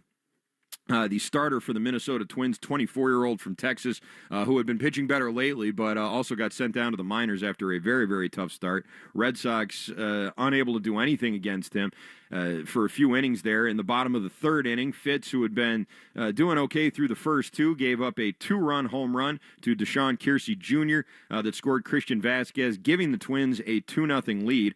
Red Sox would get a couple of runners in the fourth inning, but unable to plate any, and they didn't get anything going until the fifth inning. And with Woods Richardson on the mound, it was Abraham Toro singling the center. Roman Anthony worked a walk, and then Alex Bregman with a 3-run jack, scoring everybody to center field, giving the Red Sox a 3-2 lead, and a nice little pose after he hit that one. That would be it in the fifth inning, though, for the Red Sox, and that lead 3-2 would hold until the bottom of the sixth. Christian Vasquez with a sacrifice fly that scored Royce Lewis. That all happened against Jorge Alcala, who had a very hard time finding the plate. He eventually did. Murphy would come in for him and get the final outs there. Greg Weissert pitching in the seventh inning would close out that after Brendan Bernardino would get a couple of runners on, but also get 2 outs. And then in the ninth inning, with the score tied up at 3 runs apiece, Abraham Toro draws a leadoff walk against the fireballing closer there, Johan Duran, for the Twins. After the walk, he would be pinch ran for by David Hamilton. Hamilton steals second, then steals third base. Roman Anthony singles home Hamilton and gives him a 4-3 lead, and that is where we stand right now, 4-3 Red Sox over the Twins as we wait to play these final 3 outs here in the bottom of the ninth inning. 617-779-7937 is the phone number. We have a little bit of time here left before we have to send it back to Target Field with Will Fleming and Mike Monaco. So let's go back to the phones and talk to Roy in Brooklyn. He has a thought on the trade deadline. Hello, Roy. Yeah, hello there. I've been listening. I think Jarren Duran is a very talented guy. I think it would be a mistake to get rid of him unless you're getting a guaranteed. Dylan Cease is not a guaranteed guy that's going to put you over. I could tell you that right now. One of the things, though, I would bring up, and I don't have a problem with with Breslau, but at the time I didn't understand it, and looking back, not that many people talk about it. That whole Quinn Priester thing, why did they get rid of him? I didn't understand that. They thought they had too much depth at starting pitching. Too much right? depth at pitching with the way Houck was pitched. I don't know. Right now, if he was there and even coming close to what he's doing, the whole thinking would be different. With a lot of these guys here, I think with Abreu, I think he's a very good player, but he needs his rest. This guy, he doesn't need to play every day. He goes into his streaks. When he's good, he's very good, and then he could be 2.5 weeks of not giving you much. I think Duran just gives more overall, and I think Cora can work all those guys in and out, and get the most out of them. They're all good players. Granted, we're going to need another pitcher there. I don't know going forward which version of Giolito that we're going to get. Hopefully it's we might be seeing it lately the last couple of starts, unfortunately, but yeah. Yeah, I don't know. I mean, he surprised me when he got really good. I wasn't surprised at the way he started the year. Hopefully he can regain that. Buehler could be solid. I don't think we're going to see the old Buehler. But hopefully we don't see the new bad Buehler going forward over there. I'm not sure who our number 2 is after Crochet here. Dylan Cease he's not going to be the answer. They probably should, replace Connor Wong at this point. Does he have options? All right, well, Roy, listen, Roy, it's a whole bunch of stuff, so let me take it one at a time. Thanks for the call. Appreciate you there. The reason why they traded Quinn Priester is because the rotation was going to be Garrett Crochet, Walker Buehler, Brian Bayo, Giolito, Fitz maybe, and not Fitz, Tanner Houck, and Cutter Crawford. Houck out, Crawford out all year, Hunter Dobbins out. You've got all the Patrick Sandoval is another one who you thought maybe would be able to come back at some point this year. Doesn't look like that's happening either. It's 4 guys, those are 4 guys. And again, they weren't at the top of the rotation or anything like that. It's not like your entire rotation fell apart. You've had Crochet and Bayo all year. You've had Giolito most of the year. Or I guess Bayo, he didn't start the year, but you've had most of these guys, here at the major league level for most of this season. And you have a good idea of what they are. We know what Crochet is. I think we know to an extent what Bayo is. I think we know to an extent what Giolito is or could be. And while, I don't think Dylan Cease is going to come in here and be an immediate number 2 to Garrett Crochet and set everything straight. And, here it is, your 1-2 punch. It's not like it's going to be Pedro and Schilling over here, folks. Or, Lester and Buchholz or whatever. It's just, it's going to be Crochet and whoever. And Dylan Cease would be in this rotation, I think. A number 3, maybe a number 4 starter, but you're already surrounded by a bunch of guys who are 3-4 starters. And I don't say that derogatory, you know what I mean? I think that's what they are, and that's where they're comfortable, and that's what they're good at. So we'll see. We'll see what they end up doing. We'll see what they end up deciding. But before the All-Star break, it was easy to say, I don't want to trade anybody. Look how great they're playing. Look at how great this offense looks. Look at how good these starters are.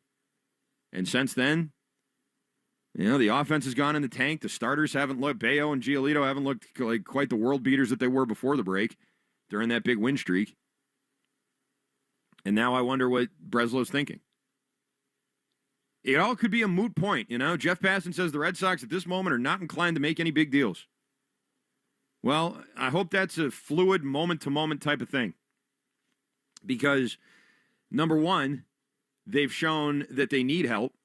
In those first series against Chicago and the Phillies, they showed that they're a flawed team that still is in need of some reinforcements. But they also, in that series against the Dodgers, showed that they're a team worth investing in. So they were able to thread that needle here somehow over the course of these last 9 games, which I know it's doing a lot of work, but they did show both of those things. They had 9 games against the 3 best teams in the National League. They went 4-5.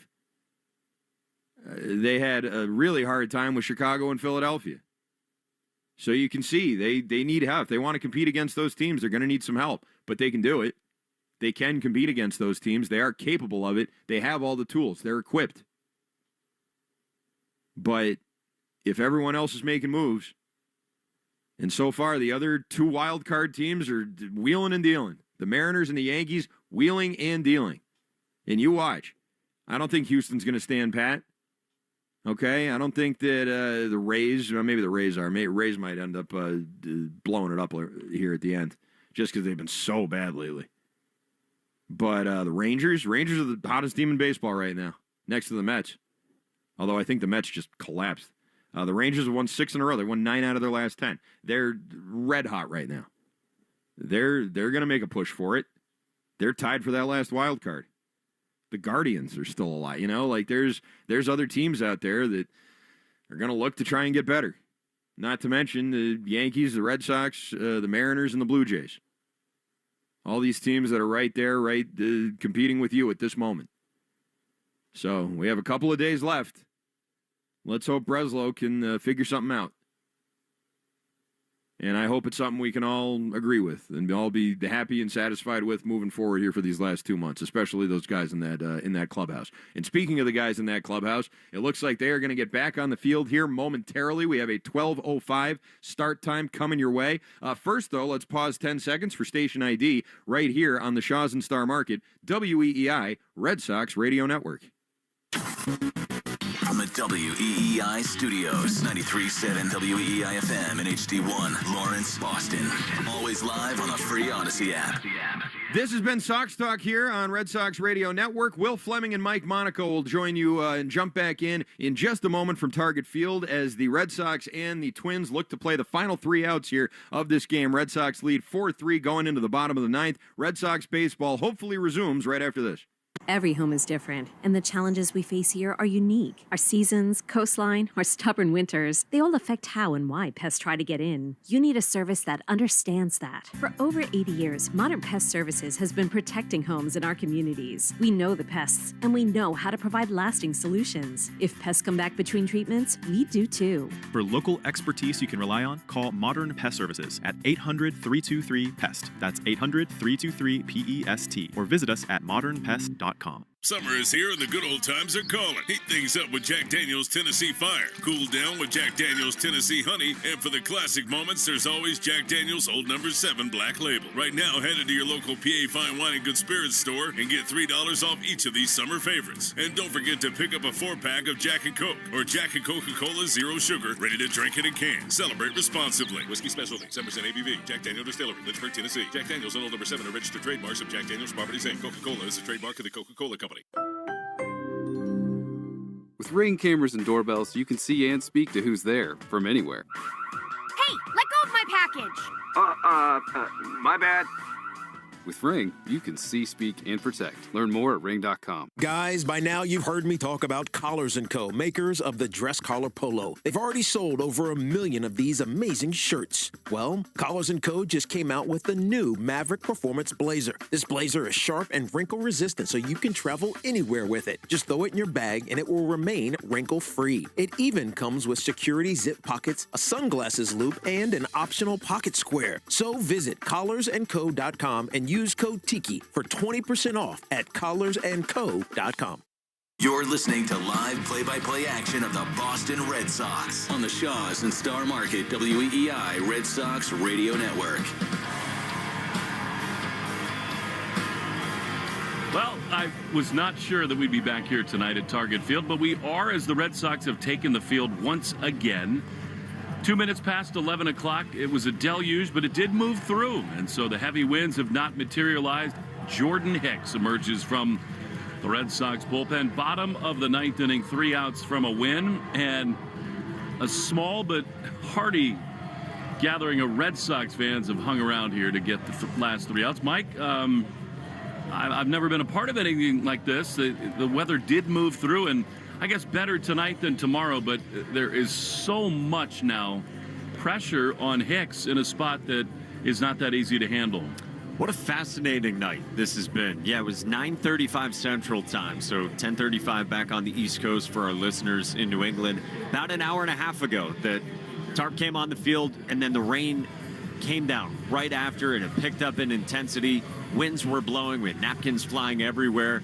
Wind was really howling. It is still blowing right to left, but it didn't look like we were going to get back to baseball tonight. I mean, we said it at the time. You might be thinking about coming back tomorrow, and all right, then how do you finish a game and start another? I think the good news is that you do get this started before midnight, but now the pressure is on for the Red Sox. It'll be 9-1-2 coming for the Twins. It's a taxed bullpen for the Red Sox, and it's Jordan Hicks going in back-to-back games.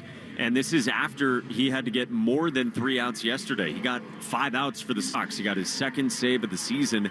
And this will only be the second time of the year that Hicks goes in back-to-back days. And pressure's on for him, no question. The good news for the Red Sox is that the Twins have 9-1-2. And those people are Deshaun Kersey Jr., Mickey Gasper, and Willie Castro. So it really is incumbent upon Jordan Hicks to make quick work here. What a game it's been. The Red Sox will leave David Hamilton in the game. He stole 2 bases and then scored on the Anthony hit. He's at second base with Duran out in left field. St. Aud moves from second to center field. So here we go. Deshaun Kersey Jr. And strikes are of the essence here for Jordan Hicks. Probably a couple hundred people remain, some in suites, most of them down behind the dugouts standing, and a good job by the Twins ushers to let everybody who stuck it out for an hour and a half to get as close to the field as they could. Here we go, 3 outs from a win. Bottom 9, 4-3 Red Sox. Deshaun Kersey Jr. in the left-handed batter's box. Hicks throws, and a fastball misses way low. And that's ball 1. Bregman is in on the grass at third. Looks like Romy Gonzalez is at first base. Of course, Hamilton pinch ran for Toro, who walked to key the big rally almost 2 hours ago. The 1-0. That's a strike on the inside corner. Fastball 99. Give the grounds crew a ton of credit for getting the field ready as quickly as they did. And Target Field drains. Amazing. Wind howling sort of in from right as Kersey fouls one off on the third base side, 1-2. Still light rain falling. Lightning crashing off in the distance behind downtown Minneapolis. 4-3 Sox. Bottom 9 in Minneapolis after a long rain and lightning delay. The pitch looped foul on the third base side. This is encouraging for Jordan Hicks. Just come and attack and throw strikes. I mean, you said the bats who the Twins have. Just go get them. Don't mess around. That was what we saw the only time Hicks has gone to back-to-back days. 1 ball, 2 strikes. Here it is. And a foul back to the screen. That was 98, and Kersey did well just to get a piece of that. There are 4 Red Sox fans directly behind home plate. 1 in a Roman Anthony jersey, 1 in a Jarren Duran, 1 in a Rafi Devers, and they're very much enjoying themselves. Why not? Hang out for a rain delay and get close. 1-2 is in the dirt, backhanded slider.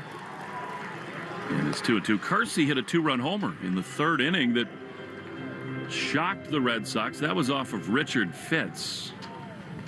The Sox have really done a good job once again rallying in a game. Mickey Gasper on deck. The pitch. A very late swing at a fastball. 98 miles an hour. Third base side, and it's 2-2.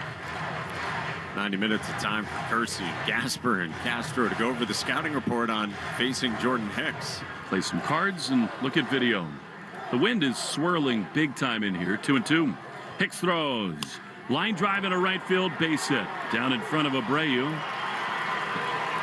Good at bat by Kersey. I mean, he got one to hit. And the tying run is aboard. Kersey, in his major league career, has played 68 games. And he has 8 steals in 11 tries. So here now, Mickey Gasper. Tying run aboard. Bottom 9. Pitch. Gasper takes a strike. 99 at the top of the zone, and it's 0-1. Here's the fascinating thing about Mickey Gasper. Ryan Jeffers right now is on the paternity list. He's probably coming back tomorrow for Mickey Gasper. 0-1. Pitch almost hit him. Fastball in. So, in other words, this might be his last at-bat for a while. And had this game continued tomorrow, you might not see Mickey Gasper in this bottom of the ninth inning as he was scheduled and as he is hitting right now. Absolutely no sign of a bunt in this spot. Twins trying to win it right here. The 1-1. That hit him. Hicks spun a slider in on the feet. And now enormous trouble for the Red Sox. 2-on with nobody out. Again, the only time this year Hicks has pitched in back-to-back games, he came out in Philadelphia exactly 1 week ago, and that was that really troublesome 10th inning. And another one of those road extra innings losses for the Sox, and this has had an ominous start.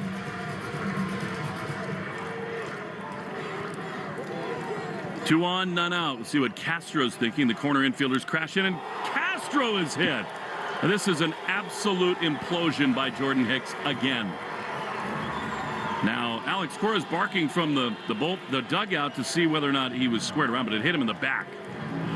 And not even close, and a total nightmare in many. Well, tying run is now at third, winning runs at second. Hicks just yanked a sinker off the back thigh of Willie Castro there. And Carlos Narvaez is going to go out and slow things down. And if you're just joining us, driving around still maybe closing down your night, Red Sox bullpen is thin. No Chapman because of the back issue. No Garrett Whitlock feeling under the weather today. No Justin Wilson. He's been used the last couple of days. So it's Jordan Hicks trying to close it out and get a second straight save. And remember, the last time he was on the mound, as you talked about, that insanity, the balk and the catcher's interference to end the game. Sox do still lead by a run, but bases loaded. Nobody out for Carlos Correa. Hit very likely to win the game. The pitch is low and outside. I mean, eyesore outing for Jordan Hicks. Velo is great in the bullpen. Alex Cora has praised that. But strikes for Alcala and Hicks been a problem tonight. 1-0. Infield mostly in. The pitch. Strike. No. Called a ball. Fastball just outside, and it's 2-0. Hicks looking in, wanting that pitch, but it was a ball. In some ways, this is why the weather came at a good time. And now it's on the line. 2-0 is a strike. Didn't have to be. Wow. Well, maybe the arguing the previous pitch got him a call there. It's 2-1. Really similar spot. I think Carlos Narvaez thought it was going to be called the ball. He kind of delayed. He was about ready to throw it back. 2-1, bases loaded pitch. Fouled off on the first base side. Well, if there were ever a spot for a strikeout, this is it.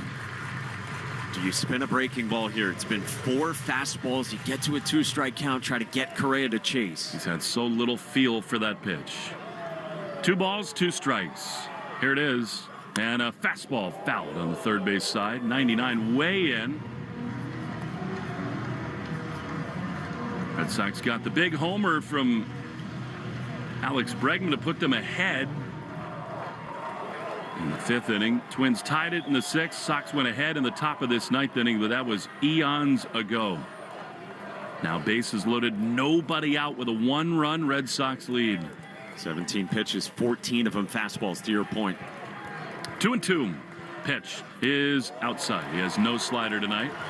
And those are not even remotely close. And it's 3-2. So it has to be a fastball here. Just has to be. Full count, bases loaded, nowhere to put Carlos Correa. Here's the pitch, and it is flied foul on the first base side, out of play. You're just going to see more and more of that.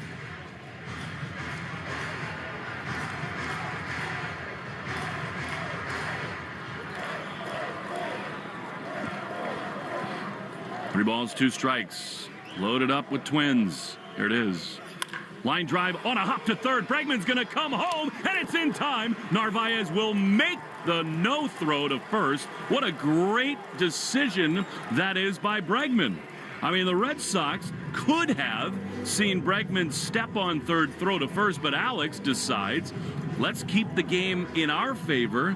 With Brooks Lee coming up next, they get the force out at the plate, and there's one down in the bottom of the 9th. Totally the right decision there by Alex Bregman. Preserve the lead, get the out. That was a smash, 108 off Correa's bat. So still loaded up for Brooks Lee.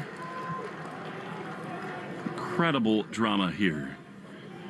Hicks is at the belt. He throws, and Lee takes a strike. Fastball 100. Inside corner, top of the zone. A single and 2 straight hit batters and a ground out. 1 out, bases loaded. 4-3 Red Sox, bottom 9. Pitch, line drive, foul down the left field line. So late on 100, and it's 0-2. Eerie scene here. I mean, there was lightning crackling in the background and then thunder as well. And Hicks is pumping 100 on Brooks Lee, who has really struggled this year, and he's had equal struggles, left-handed like he is right now or right-handed. We'd love to get a double play ball right here because Royce Lewis, their best hitter, waits on deck. 0-2, but Hicks probably thinking strikeout right here. At the belt, he throws, and a swing and a line drive into left field. If it's fair, the game is going to be over. It bounces in front of Duran, and the Twins are going to win. Gasper scores, Castro behind him, and on an absurd night in Minneapolis, the Twins beat the Red Sox 5-4.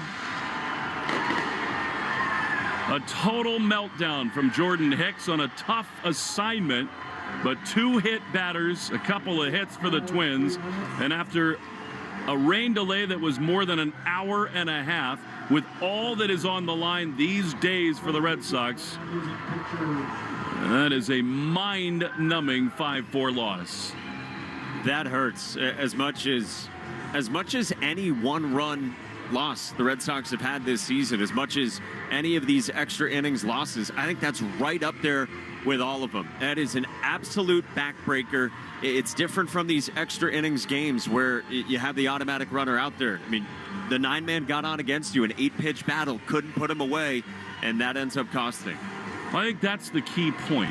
And I mean, look, it's not easy. It's a back-to-back.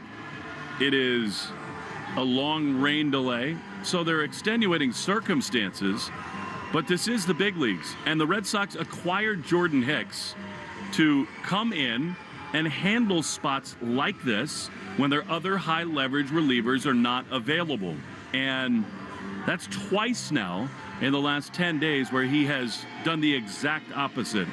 And again, this is not a judgment on these players. They're in the major leagues, but when you have Deshaun Kersey, Mickey Gasper, and Willie Castro to hand them opportunities to hit a couple and to set the table, it's a really tough pill to swallow. Yeah, the Red Sox, they just needed more strikes. 8-pitch single from Kersey. I mean, this guy came into tonight with single-digit hits for the entire season.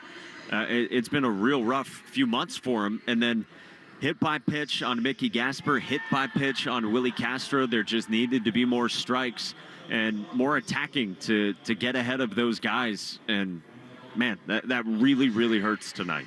What's amazing about it is all the things that went into this game, including the flight last night, because I think there's no question that, especially after the delay, and probably before it too, in a one-run game after Roman Anthony gets that big hit, I think Garrett Whitlock's on the mound. But the Mother Nature had other ideas.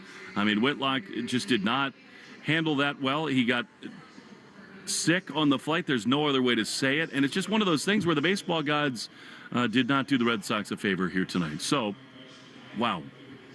That is quite a roller coaster ride for these Red Sox. Twins win 5-4. We'll be back with the Nissan postgame show right after this on the Shaw's and Star Market WEI Red Sox Radio Network. Anyone can spray a pesticide, but a real long-term solution goes deeper than that. The modern solution starts with a thorough inspection to understand the complete picture of your property. We then create a customized treatment and prevention plan, because a quick fix doesn't last. A smart plan does. We focus on solving the problem for good, and our commitment is simple. If pests return between scheduled treatments, so do we. Get more than a quick fix. Get a real solution. Call Modern Pest Services at 800-323-PEST. That's 800-323-PEST or modernpest.com. Summer is here and the good old times are calling. Heat things up with Jack Daniel's Tennessee Fire. Cool down with Jack Daniel's Tennessee Honey. And for the classic moments, there's always Jack Daniel's Old No. 7 Black Label. Right now, head into your local PA Fine Wine and Good Spirits store and get $3 off each of these summer favorites. And don't forget to pick up a 4-pack of Jack and Coke or Jack and Coca-Cola Zero Sugar, ready to drink in a can. Celebrate responsibly. Whiskey Specialty, 7% ABV. Jack Daniel Distillery, Lynchburg, Tennessee. Jack Daniel's and Old No. 7 are registered trademarks of Jack Daniel's Properties Inc. Coca-Cola is a trademark of the Coca-Cola Company. At some health systems, cancer care can make you feel like a number. At South Coast Health Cancer Care, you're more than a diagnosis. We offer the most advanced treatments and the latest surgical advancements, led by a connected team of experts who not only see your cancer, but all of you. Because healing isn't just medicine, it's compassion, it's connection, it's care that knows your story and walks along with you. We are South Coast Health Cancer Care. Visit southcoast.org/cancercare. With Ring cameras and doorbells, you can see and speak to who's there from anywhere. Hey, let go of my package! My bad. With Ring, you can see, speak, and protect. Learn more at ring.com. Guys, by now you've heard me talk about Collars & Co., makers of the dress collar polo. They've already sold over 1 million of these amazing shirts. Well, Collars & Co. just came out with the new Maverick Performance Blazer. This blazer is sharp and wrinkle resistant, so you can travel anywhere with it. Just throw it in your bag and it will remain wrinkle-free. It even comes with security zip pockets, a sunglasses loop, and an optional pocket square. So visit collarsandco.com and use code TIKI for 20% off at collarsandco.com. You know how you always want to know about everyone else's money? Well, then listen to What We Spend, available now on the free Odyssey app or wherever you get your podcasts. With Chewy, get 35% off your first auto ship order today and never run out of the food your pets drool over. Get the kibble they want or the specialty diets they need from all the brands you know and love. Plus, with AutoShip, get extra savings on every order, every time. Delivered right on your schedule. Mealtime has never been easier. Change or cancel anytime. For low prices and fast shipping. For life with pets, there's Chewy. Hey Boston, need more room? At CubeSmart, we believe in storage that puts you first. That means our team of storage experts is there for you, in person or online, to help you find the space you need. Get storage that puts you first with CubeSmart Self-Storage. Find storage in Boston and move in today. Protect your home with exterior portfolio vinyl siding from Riverhead Building Supply. Enjoy coastal warmth and enduring durability with Portsmouth shake and shingle siding. Use Riverhead Building Supply's Visualizer tool to select the exterior portfolio siding style and color for your home. Try it today at rbscorp.com. Want to listen to WEEI on the go? Just download the Odyssey app. Now, back to Red Sox baseball on WEEI. This is the Nissan Postgame Show. At Nissan, we make cars that thrill. Experience the thrill for yourself today. Shop NissanUSA.com. He throws, and a swing and a line drive into left field. If it's fair, the game is going to be over. It bounces in front of Duran, and the Twins are going to win. Gasper scores, Castro behind him, and on an absurd night in Minneapolis, the Twins beat the Red Sox 5-4.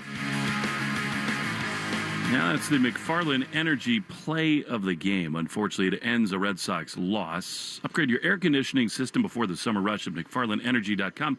Only absurd because of the weather, the delay, and then just the way that bottom of the ninth unfolded. Will Fleming, Mike Monaco, the Nissan postgame show. It so often happens where you have these long delays, and one way or another, the game ends so quickly. The Red Sox had so many big moments, and I think that's what makes this game hurt a little bit more.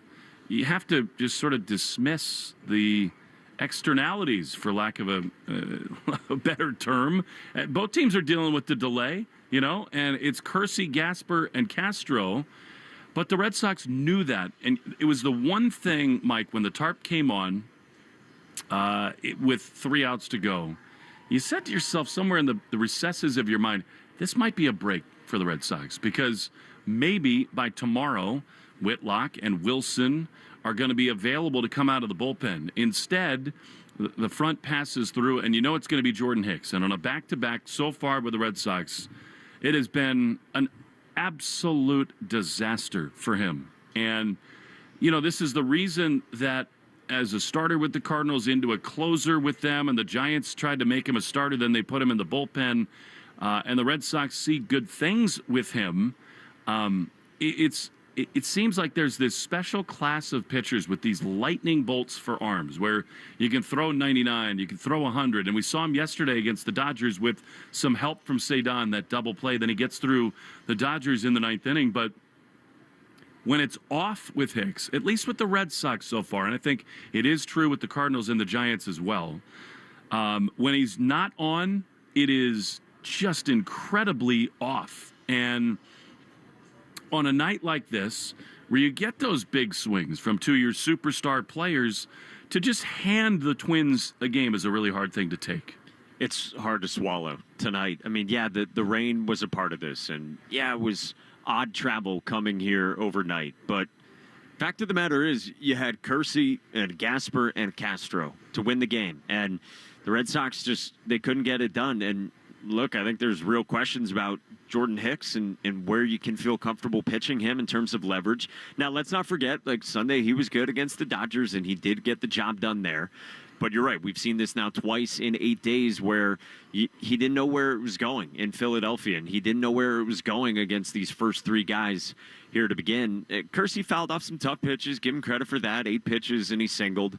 But those hit batters, really costly. And, yeah, it was good coming into this one. Overall, it was 8 outings, 2.57 ERA with the Sox. But for the season, Hicks' ERA 6.27. It's tough, and if you go by what the leverage situations are in high leverage spots, he's really struggled this year. Yeah, he has. The Red Sox struck out 6 batters, 2 from Fitz, 2 from Murphy, 1 from Alcala, 1 from Bernardino. And that was it. The Arbella Insurance Foundation, dedicated to striking out cancer by supporting the Jimmy Fund. Every strikeout means $50, so $300 donated to help strike out cancer. For every double the Red Sox hit, we'll donate $50 to the American Diabetes Association, brought to you in part by the Mass Health Connector. If you need health insurance, go to mahealthconnector.org and find the right plan for you and your family. Red Sox, Joe Braverman did send me this number. 2 doubles, Duran and Abreu, 165 for $8,250. You know, it's sort of a glass half full or empty situation. The Red Sox, if you look at the Subaru of New England scoreboard, this could have been a night where they catch the Yankees and they pick up a game from the Toronto Blue Jays. Alas, not meant to be. Both those teams lost the game, but make it a Subaru summer with symmetrical all-wheel drive. Find your authorized retailer at SubaruofNewEngland.com. The Red Sox do need the Rangers to start losing. They're right on their heels. And Texas, at the moment, is nearing the end of their game. By the way, the Mariners lead 3-1 in Sacramento, that game in the bottom of the 8th inning. The Rangers, let's see, they fall. The Angels beat them 6-4, so that's good. The Red Sox will not lose ground to them, nor will they pick up ground, though, on the Mariners, the Blue Jays, nor the Yankees. Yankees lose 4-2 to the Tampa Bay Rays. Every 4-bagger the Red Sox hit this year, Red Sox Radio Network donates $40 to Cars for Kids. We're making our donation, and you should too. 877-CARS-FOR-KIDS, carsforkids.com today to donate. You know, Mike, this Red Sox club, as we get close to the trade deadline, has got some interesting choices to make, and they involve the back end of the rotation and some of the leverage relievers in the bullpen. And tonight is a pretty important focus point on that. And you got 2 days to figure out whether you think you have enough in the bullpen. Richard Fitz starts this chain reaction tonight because it's not been easy for him. He's had all kinds of different roles. You can wonder how they dealt with the rehab and what have you. But he was really kind of erratic early tonight, I thought. He was, and there's been hard contact. I mean, it started in the first inning, continued into the second inning, even though he put up zeros in each of those 2 innings. And that kind of set it all in motion. And, yeah, I think you could make the case, should Chris Murphy have stayed in longer? But, hey, Alex Cora was being aggressive with this bullpen, and he put the team in a position to win. I mean, you had to lead by 1 run going to the bottom of the 9th against Kersey, Gasper, and Castro. So I think you got to trust the way that you got to that point. The loss hurts. And I'll say this, too. Like, we came in talking about the offense needed to carry things. 4 runs, yeah, and you were up 4-3 in the bottom of the 9th, but first inning, you left 2 on. 4th inning, you left 2 on. You would have loved for this to be a day where you could just have had a little bit more breathing room, knowing you had a taxed bullpen. And then my last point is, I mean, think about a span of, 8 hours? Around 4 p.m. Eastern time yesterday, Aroldis Chapman tweaks his back, and you lose him for at least today, probably tomorrow, maybe beyond that as well. Maybe they give him a few days down. And then an odd flight with crazy turbulence leaves Garrett Whitlock under the weather and unavailable for today. So your best 2 relievers in the span of 8 hours become unavailable when you feel like you got a Minnesota team right to get some wins on. And this hurts. It really does. You had a chance to keep pace, gain some ground, all of that. And those 2 things pop up out of nowhere in 8 hours and changes everything. In college, I used to love reading Greek tragedy. It's just so fun to think about the stories that were told centuries and millennia ago. And in a way, we sort of probably should have known when we're going through, Achilles' mouth last night on the airplane that this was just going to be a weird day. And you make a really good point. And the one thing about this team and this sport that's so wild is that there's another game tomorrow. The Red Sox feel good. Giolito's on the mound. Who the heck knows who the Twins will pitch? On paper, the Red Sox have a great chance to still win this series. Things get so turbocharged this time of year with the deadline looming and playoff positioning. Sometimes you just got to laugh at this sport. You do. I mean, who would have ever thought the plane is rocking and rolling for 2 hours, you get in 5 hours late. Because of that, you're down a reliever, and then a 90-minute rain delay forces you to make different moves. It's just one of those where sometimes you just have to say it's one of those days. Yeah, I mean, think about it. In many ways, it boils down to this. The flight turbulence was so bad, it left a pitcher so sick that he could not pitch in a 4-3 game a few days before the And he would have been on the mound for sure. Yep. It's just crazy. It is. Now, being the positive gentleman that we are, at least positive for sure, I will let Joe Braverman go home soon. I promise. Jared Wells, too. Again, it's one of those nights where, Fitz doesn't have it. They fall behind 2-0. Alex Bregman is ridiculous. What a big swing. He seems to have, we've seen it from afar for a long time, but now he's back. Now he's really in a groove. You just count on him for so many big swings. When he comes up, you almost expect it. And then Roman in that 9th inning. I think the Red Sox have to feel so good. And I do think on a night like this where it's just so crazy and it's annoying and frustrating. I know Red Sox fans out there going, are you serious? This happened again just when we're starting to buy in after the Dodgers series win. All that's legitimate. People are going to feel those things. But if you step back a little bit in the grander scheme of things, you got Bregman. He's going to be here for more years. The idea that he's going to leave is ludicrous. The Red Sox will make that happen. He's going to stay. He's everything you wanted him to be. And you pair that with this kid who every single general manager in the sport, name any person that's going to be traded on Thursday. Name any of them.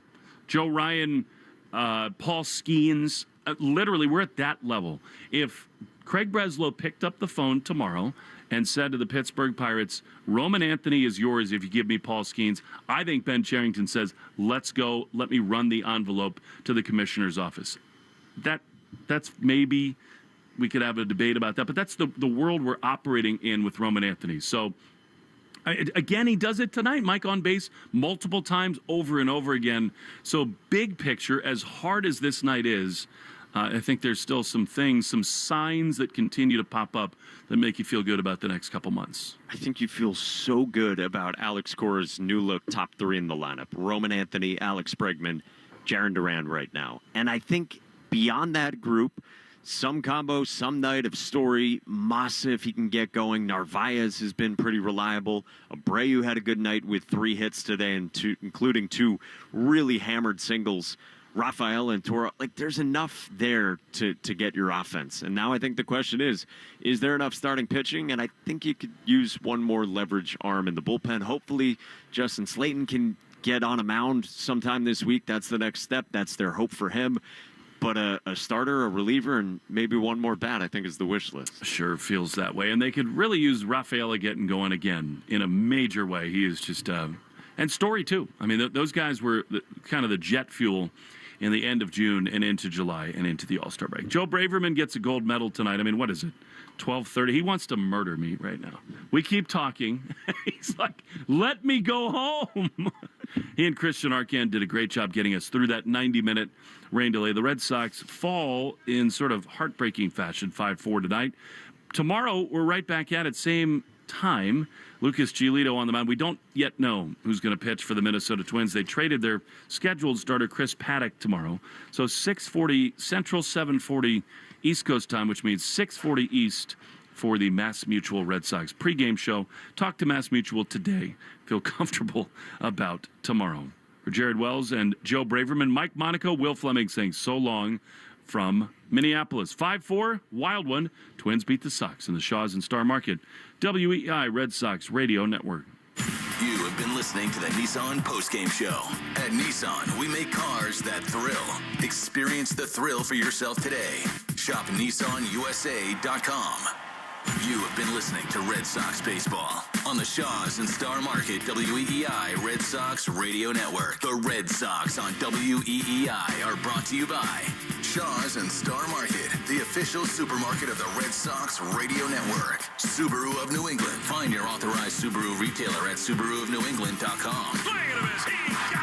Mass Mutual, insurance, planning, investments. Nissan. At Nissan, we make cars that thrill. Experience the thrill for yourself today. Shop NissanUSA.com. And that ball is gone into the front row of the monster seats.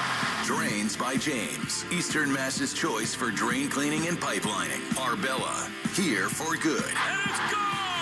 Buy cars for kids. That's Cars with a K to donate your car today. Ford Trucks. Official truck of the Boston Red Sox. Morgan & Morgan, America's largest injury law firm. Sponsored by Town Fair Tire. For the best prices on tires, nobody beats Town Fair Tire. Nobody.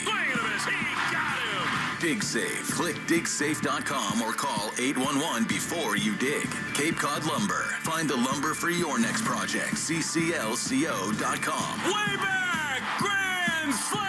Citgo. Club Citgo can save you money every day. When you start with Citgo, you're good to go. 110 Grill. Gluten-free dining done right. C&S Wholesale Grocers. It's gone! Into the bullpen! Brought to you by FindMassMoney.gov. The Department of Veteran Affairs. Hackman Wealth Partners, Boston's premier retirement planning specialist. This ball is crushed and it is gone. Herb Chambers. At Herb Chambers, we don't sell cars, we help people buy them. Interlock Metal Roofing. Visit NewEnglandMetalRoofing.com. Never re-roof again. Grand slam home run. McFarland Energy, the region's most dependable provider of home heating oil delivery, as well as expert HVAC services at McFarlandEnergy.com. Northern Bank, your partner for growth. And by Verizon Wireless, the network Boston relies on. New England Chevy dealers. Together, let's drive. At the wall, gone! This Odyssey Sports broadcast has been brought to you by Geico. Switch and save. Get more with Geico.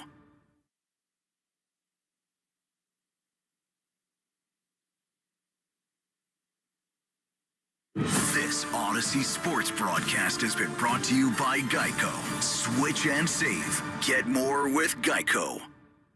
You know how you always want to know about everyone else's money? Well, then listen to What We Spend. Available now on the free Odyssey app or wherever you get your podcasts. Ice, energy, energy from Starbucks. When you want that good afternoon energy, pick up new hydrating Starbucks Iced Energy with plant-based caffeine for a feel-good boost. Available in 3 refreshing fruity flavors: tropical peach, blueberry lemonade, and watermelon twist to give you the delicious taste you've been looking for. Energize your afternoon with new Starbucks Iced Energy. Find it in stores or online today. near you. Hey Boston, need more room? At CubeSmart, we believe in storage that puts you first. That means our team of storage experts is there for you, in person or online, to help you find the space you need. Get storage that puts you first with CubeSmart Self-Storage. Find storage in Boston and move in today. How does PwC take your company to the leading edge? We bring the sharpest minds in tech to your team, so you can bring the ideas that will transform your business. We are passionate about your industry, so you can walk into any room with every advantage. We're with you every step of the way, so you can know you're headed in the right direction. At PwC, we build for what's next, so you can get there now. Let's get started at pwc.com/us/leading edge. We all want the best of both. Dessert without calories, luxury without expense. And how about security without passwords? With Okta, it's possible. We secure identity so you can safely use any technology. Okta, the world's identity company. Specially installed for the right price, right window, and door. Your burger is served, and this is our finest Pepsi Zero Sugar. Its sweet profile perfectly balances the savory notes of your burger. That is one perfect combination. Burgers deserve Pepsi. You hear that? That's the sound of Pepsi Zero Sugar. The better tasting, more refreshing Zero Sugar Cola. Pepsi Zero Sugar. Let your taste decide. The success you've already had matters at University of Maryland Global Campus because we're a school for real life. An accredited state university, UMGC lets you earn up to 90 credits toward a bachelor's for prior learning and relevant life and work experience, or transfer up to 12 credits toward a master's. We offer affordable tuition and online and hybrid courses. Classes start August 13th. Apply now and save with no application fee. Learn more at umgc.edu. Certified to operate in Virginia by Chev. Life insurance. Why are you putting it off? Can't afford it? Too much hassle? Think you don't need it? There's lots of excuses for putting off life insurance. But if you weren't there, who would pay the mortgage and other bills? With Ethos, you could be covered in 10 minutes and boom, family protected. Ethos, fast and easy online term life insurance. Up to $2 million in coverage with no medical exam. Some policies as low as $1 a day. Answer a few health questions and get your free quote at ethos.com/radio. That's ethos.com/radio. Runs in the fifth, lead the Mets 6-5. They're in the eighth. Mariners a 3-1 advantage on the A's. They're bottom 9. Everything else finishes a battle for first place, and the Brewers able to separate. The 1-1. Yelich drills it deep into right. This is way back. Tucker looking. Track, wall, top of the wall. It's gone. It went over. Oh my, Yelich, a 2-run home run off the yellow and into the Cubs bullpen. Christian Yelich went deep, drove in 3. Jacob Mizorowski struck out 7 over 4. Brewers too much for the Cubs, 8-4. Call Curse to the Brewers Radio Network. This one just going final. The Pirates up and the Giants 6-5. Dodgers erased the Reds 5-2. Shohei Ohtani drove it a pair. Tigers too much for the D-backs 5-1. Rookie Troy Melton with 7 scoreless. Twins walked it off for the Red Sox 5-4. Braves outscored the Royals 10-7. Orioles ripped the Blue Jays 11-4. Rockies outlast the Guardians 8-6. Rays doubled the Yankees 4-2. White Sox 6, Phillies 2. Angels took out the Rangers 6-4. Cardinals ripped the Marlins 7-1. And the Nationals withstood the Astros 2-1. And Hall of Famer Ryne Sandberg has died after a battle with cancer. An MVP in 1984, Sandberg played 16 seasons, 15 of them with the Cubs. Inducted into the Hall of Fame in 2005. Sandberg was 65. I'm Marco Belletti. The Infinity Sports Network is on your smart speaker. All you have to say is, play Infinity Sports Network. That's it. Play Infinity Sports Network. WEEI. Boston Sports Original. WEEI. AUDACY. Type that into your app search, then download. Diabetes, high blood pressure, anxiety meds, everyone's on them. If you're a 50-year-old male, maybe a bit porky, and you may even have type 2 diabetes, $1 million of term insurance may only cost you about $200 a month. Call Term Provider. Speak with Big Lou at 800-555-1509. Big Lou will find a term life policy for you even if you have type 2 diabetes, are overweight, or have high blood pressure. Term Providers help thousands of people like you who think they can't afford term life insurance. To buy $1 million of affordable term life for you, all you need to do is call Big Lou at 800-555-1509. Lou will make sure the scales are tipped in your favor. Call 800-555-1509. Big Lou will answer your call and work to fit you into a term life policy that you can afford. Remember, Big Lou's like you. He's on meds too. Call 800-555-1509 or biglou.com. Sports allow us to play, learn, and grow. But there's something more important than victory. At the U.S. Center for Safe Sport, we believe every athlete deserves to be safe. Safe from abuse and misconduct on and off the field. We equip athletes, parents, coaches, and others with the right education to recognize, prevent, and respond to harmful behavior. Join the movement to champion respect and end abuse at uscenterforsafesport.org. With Robinhood, not only can you trade individual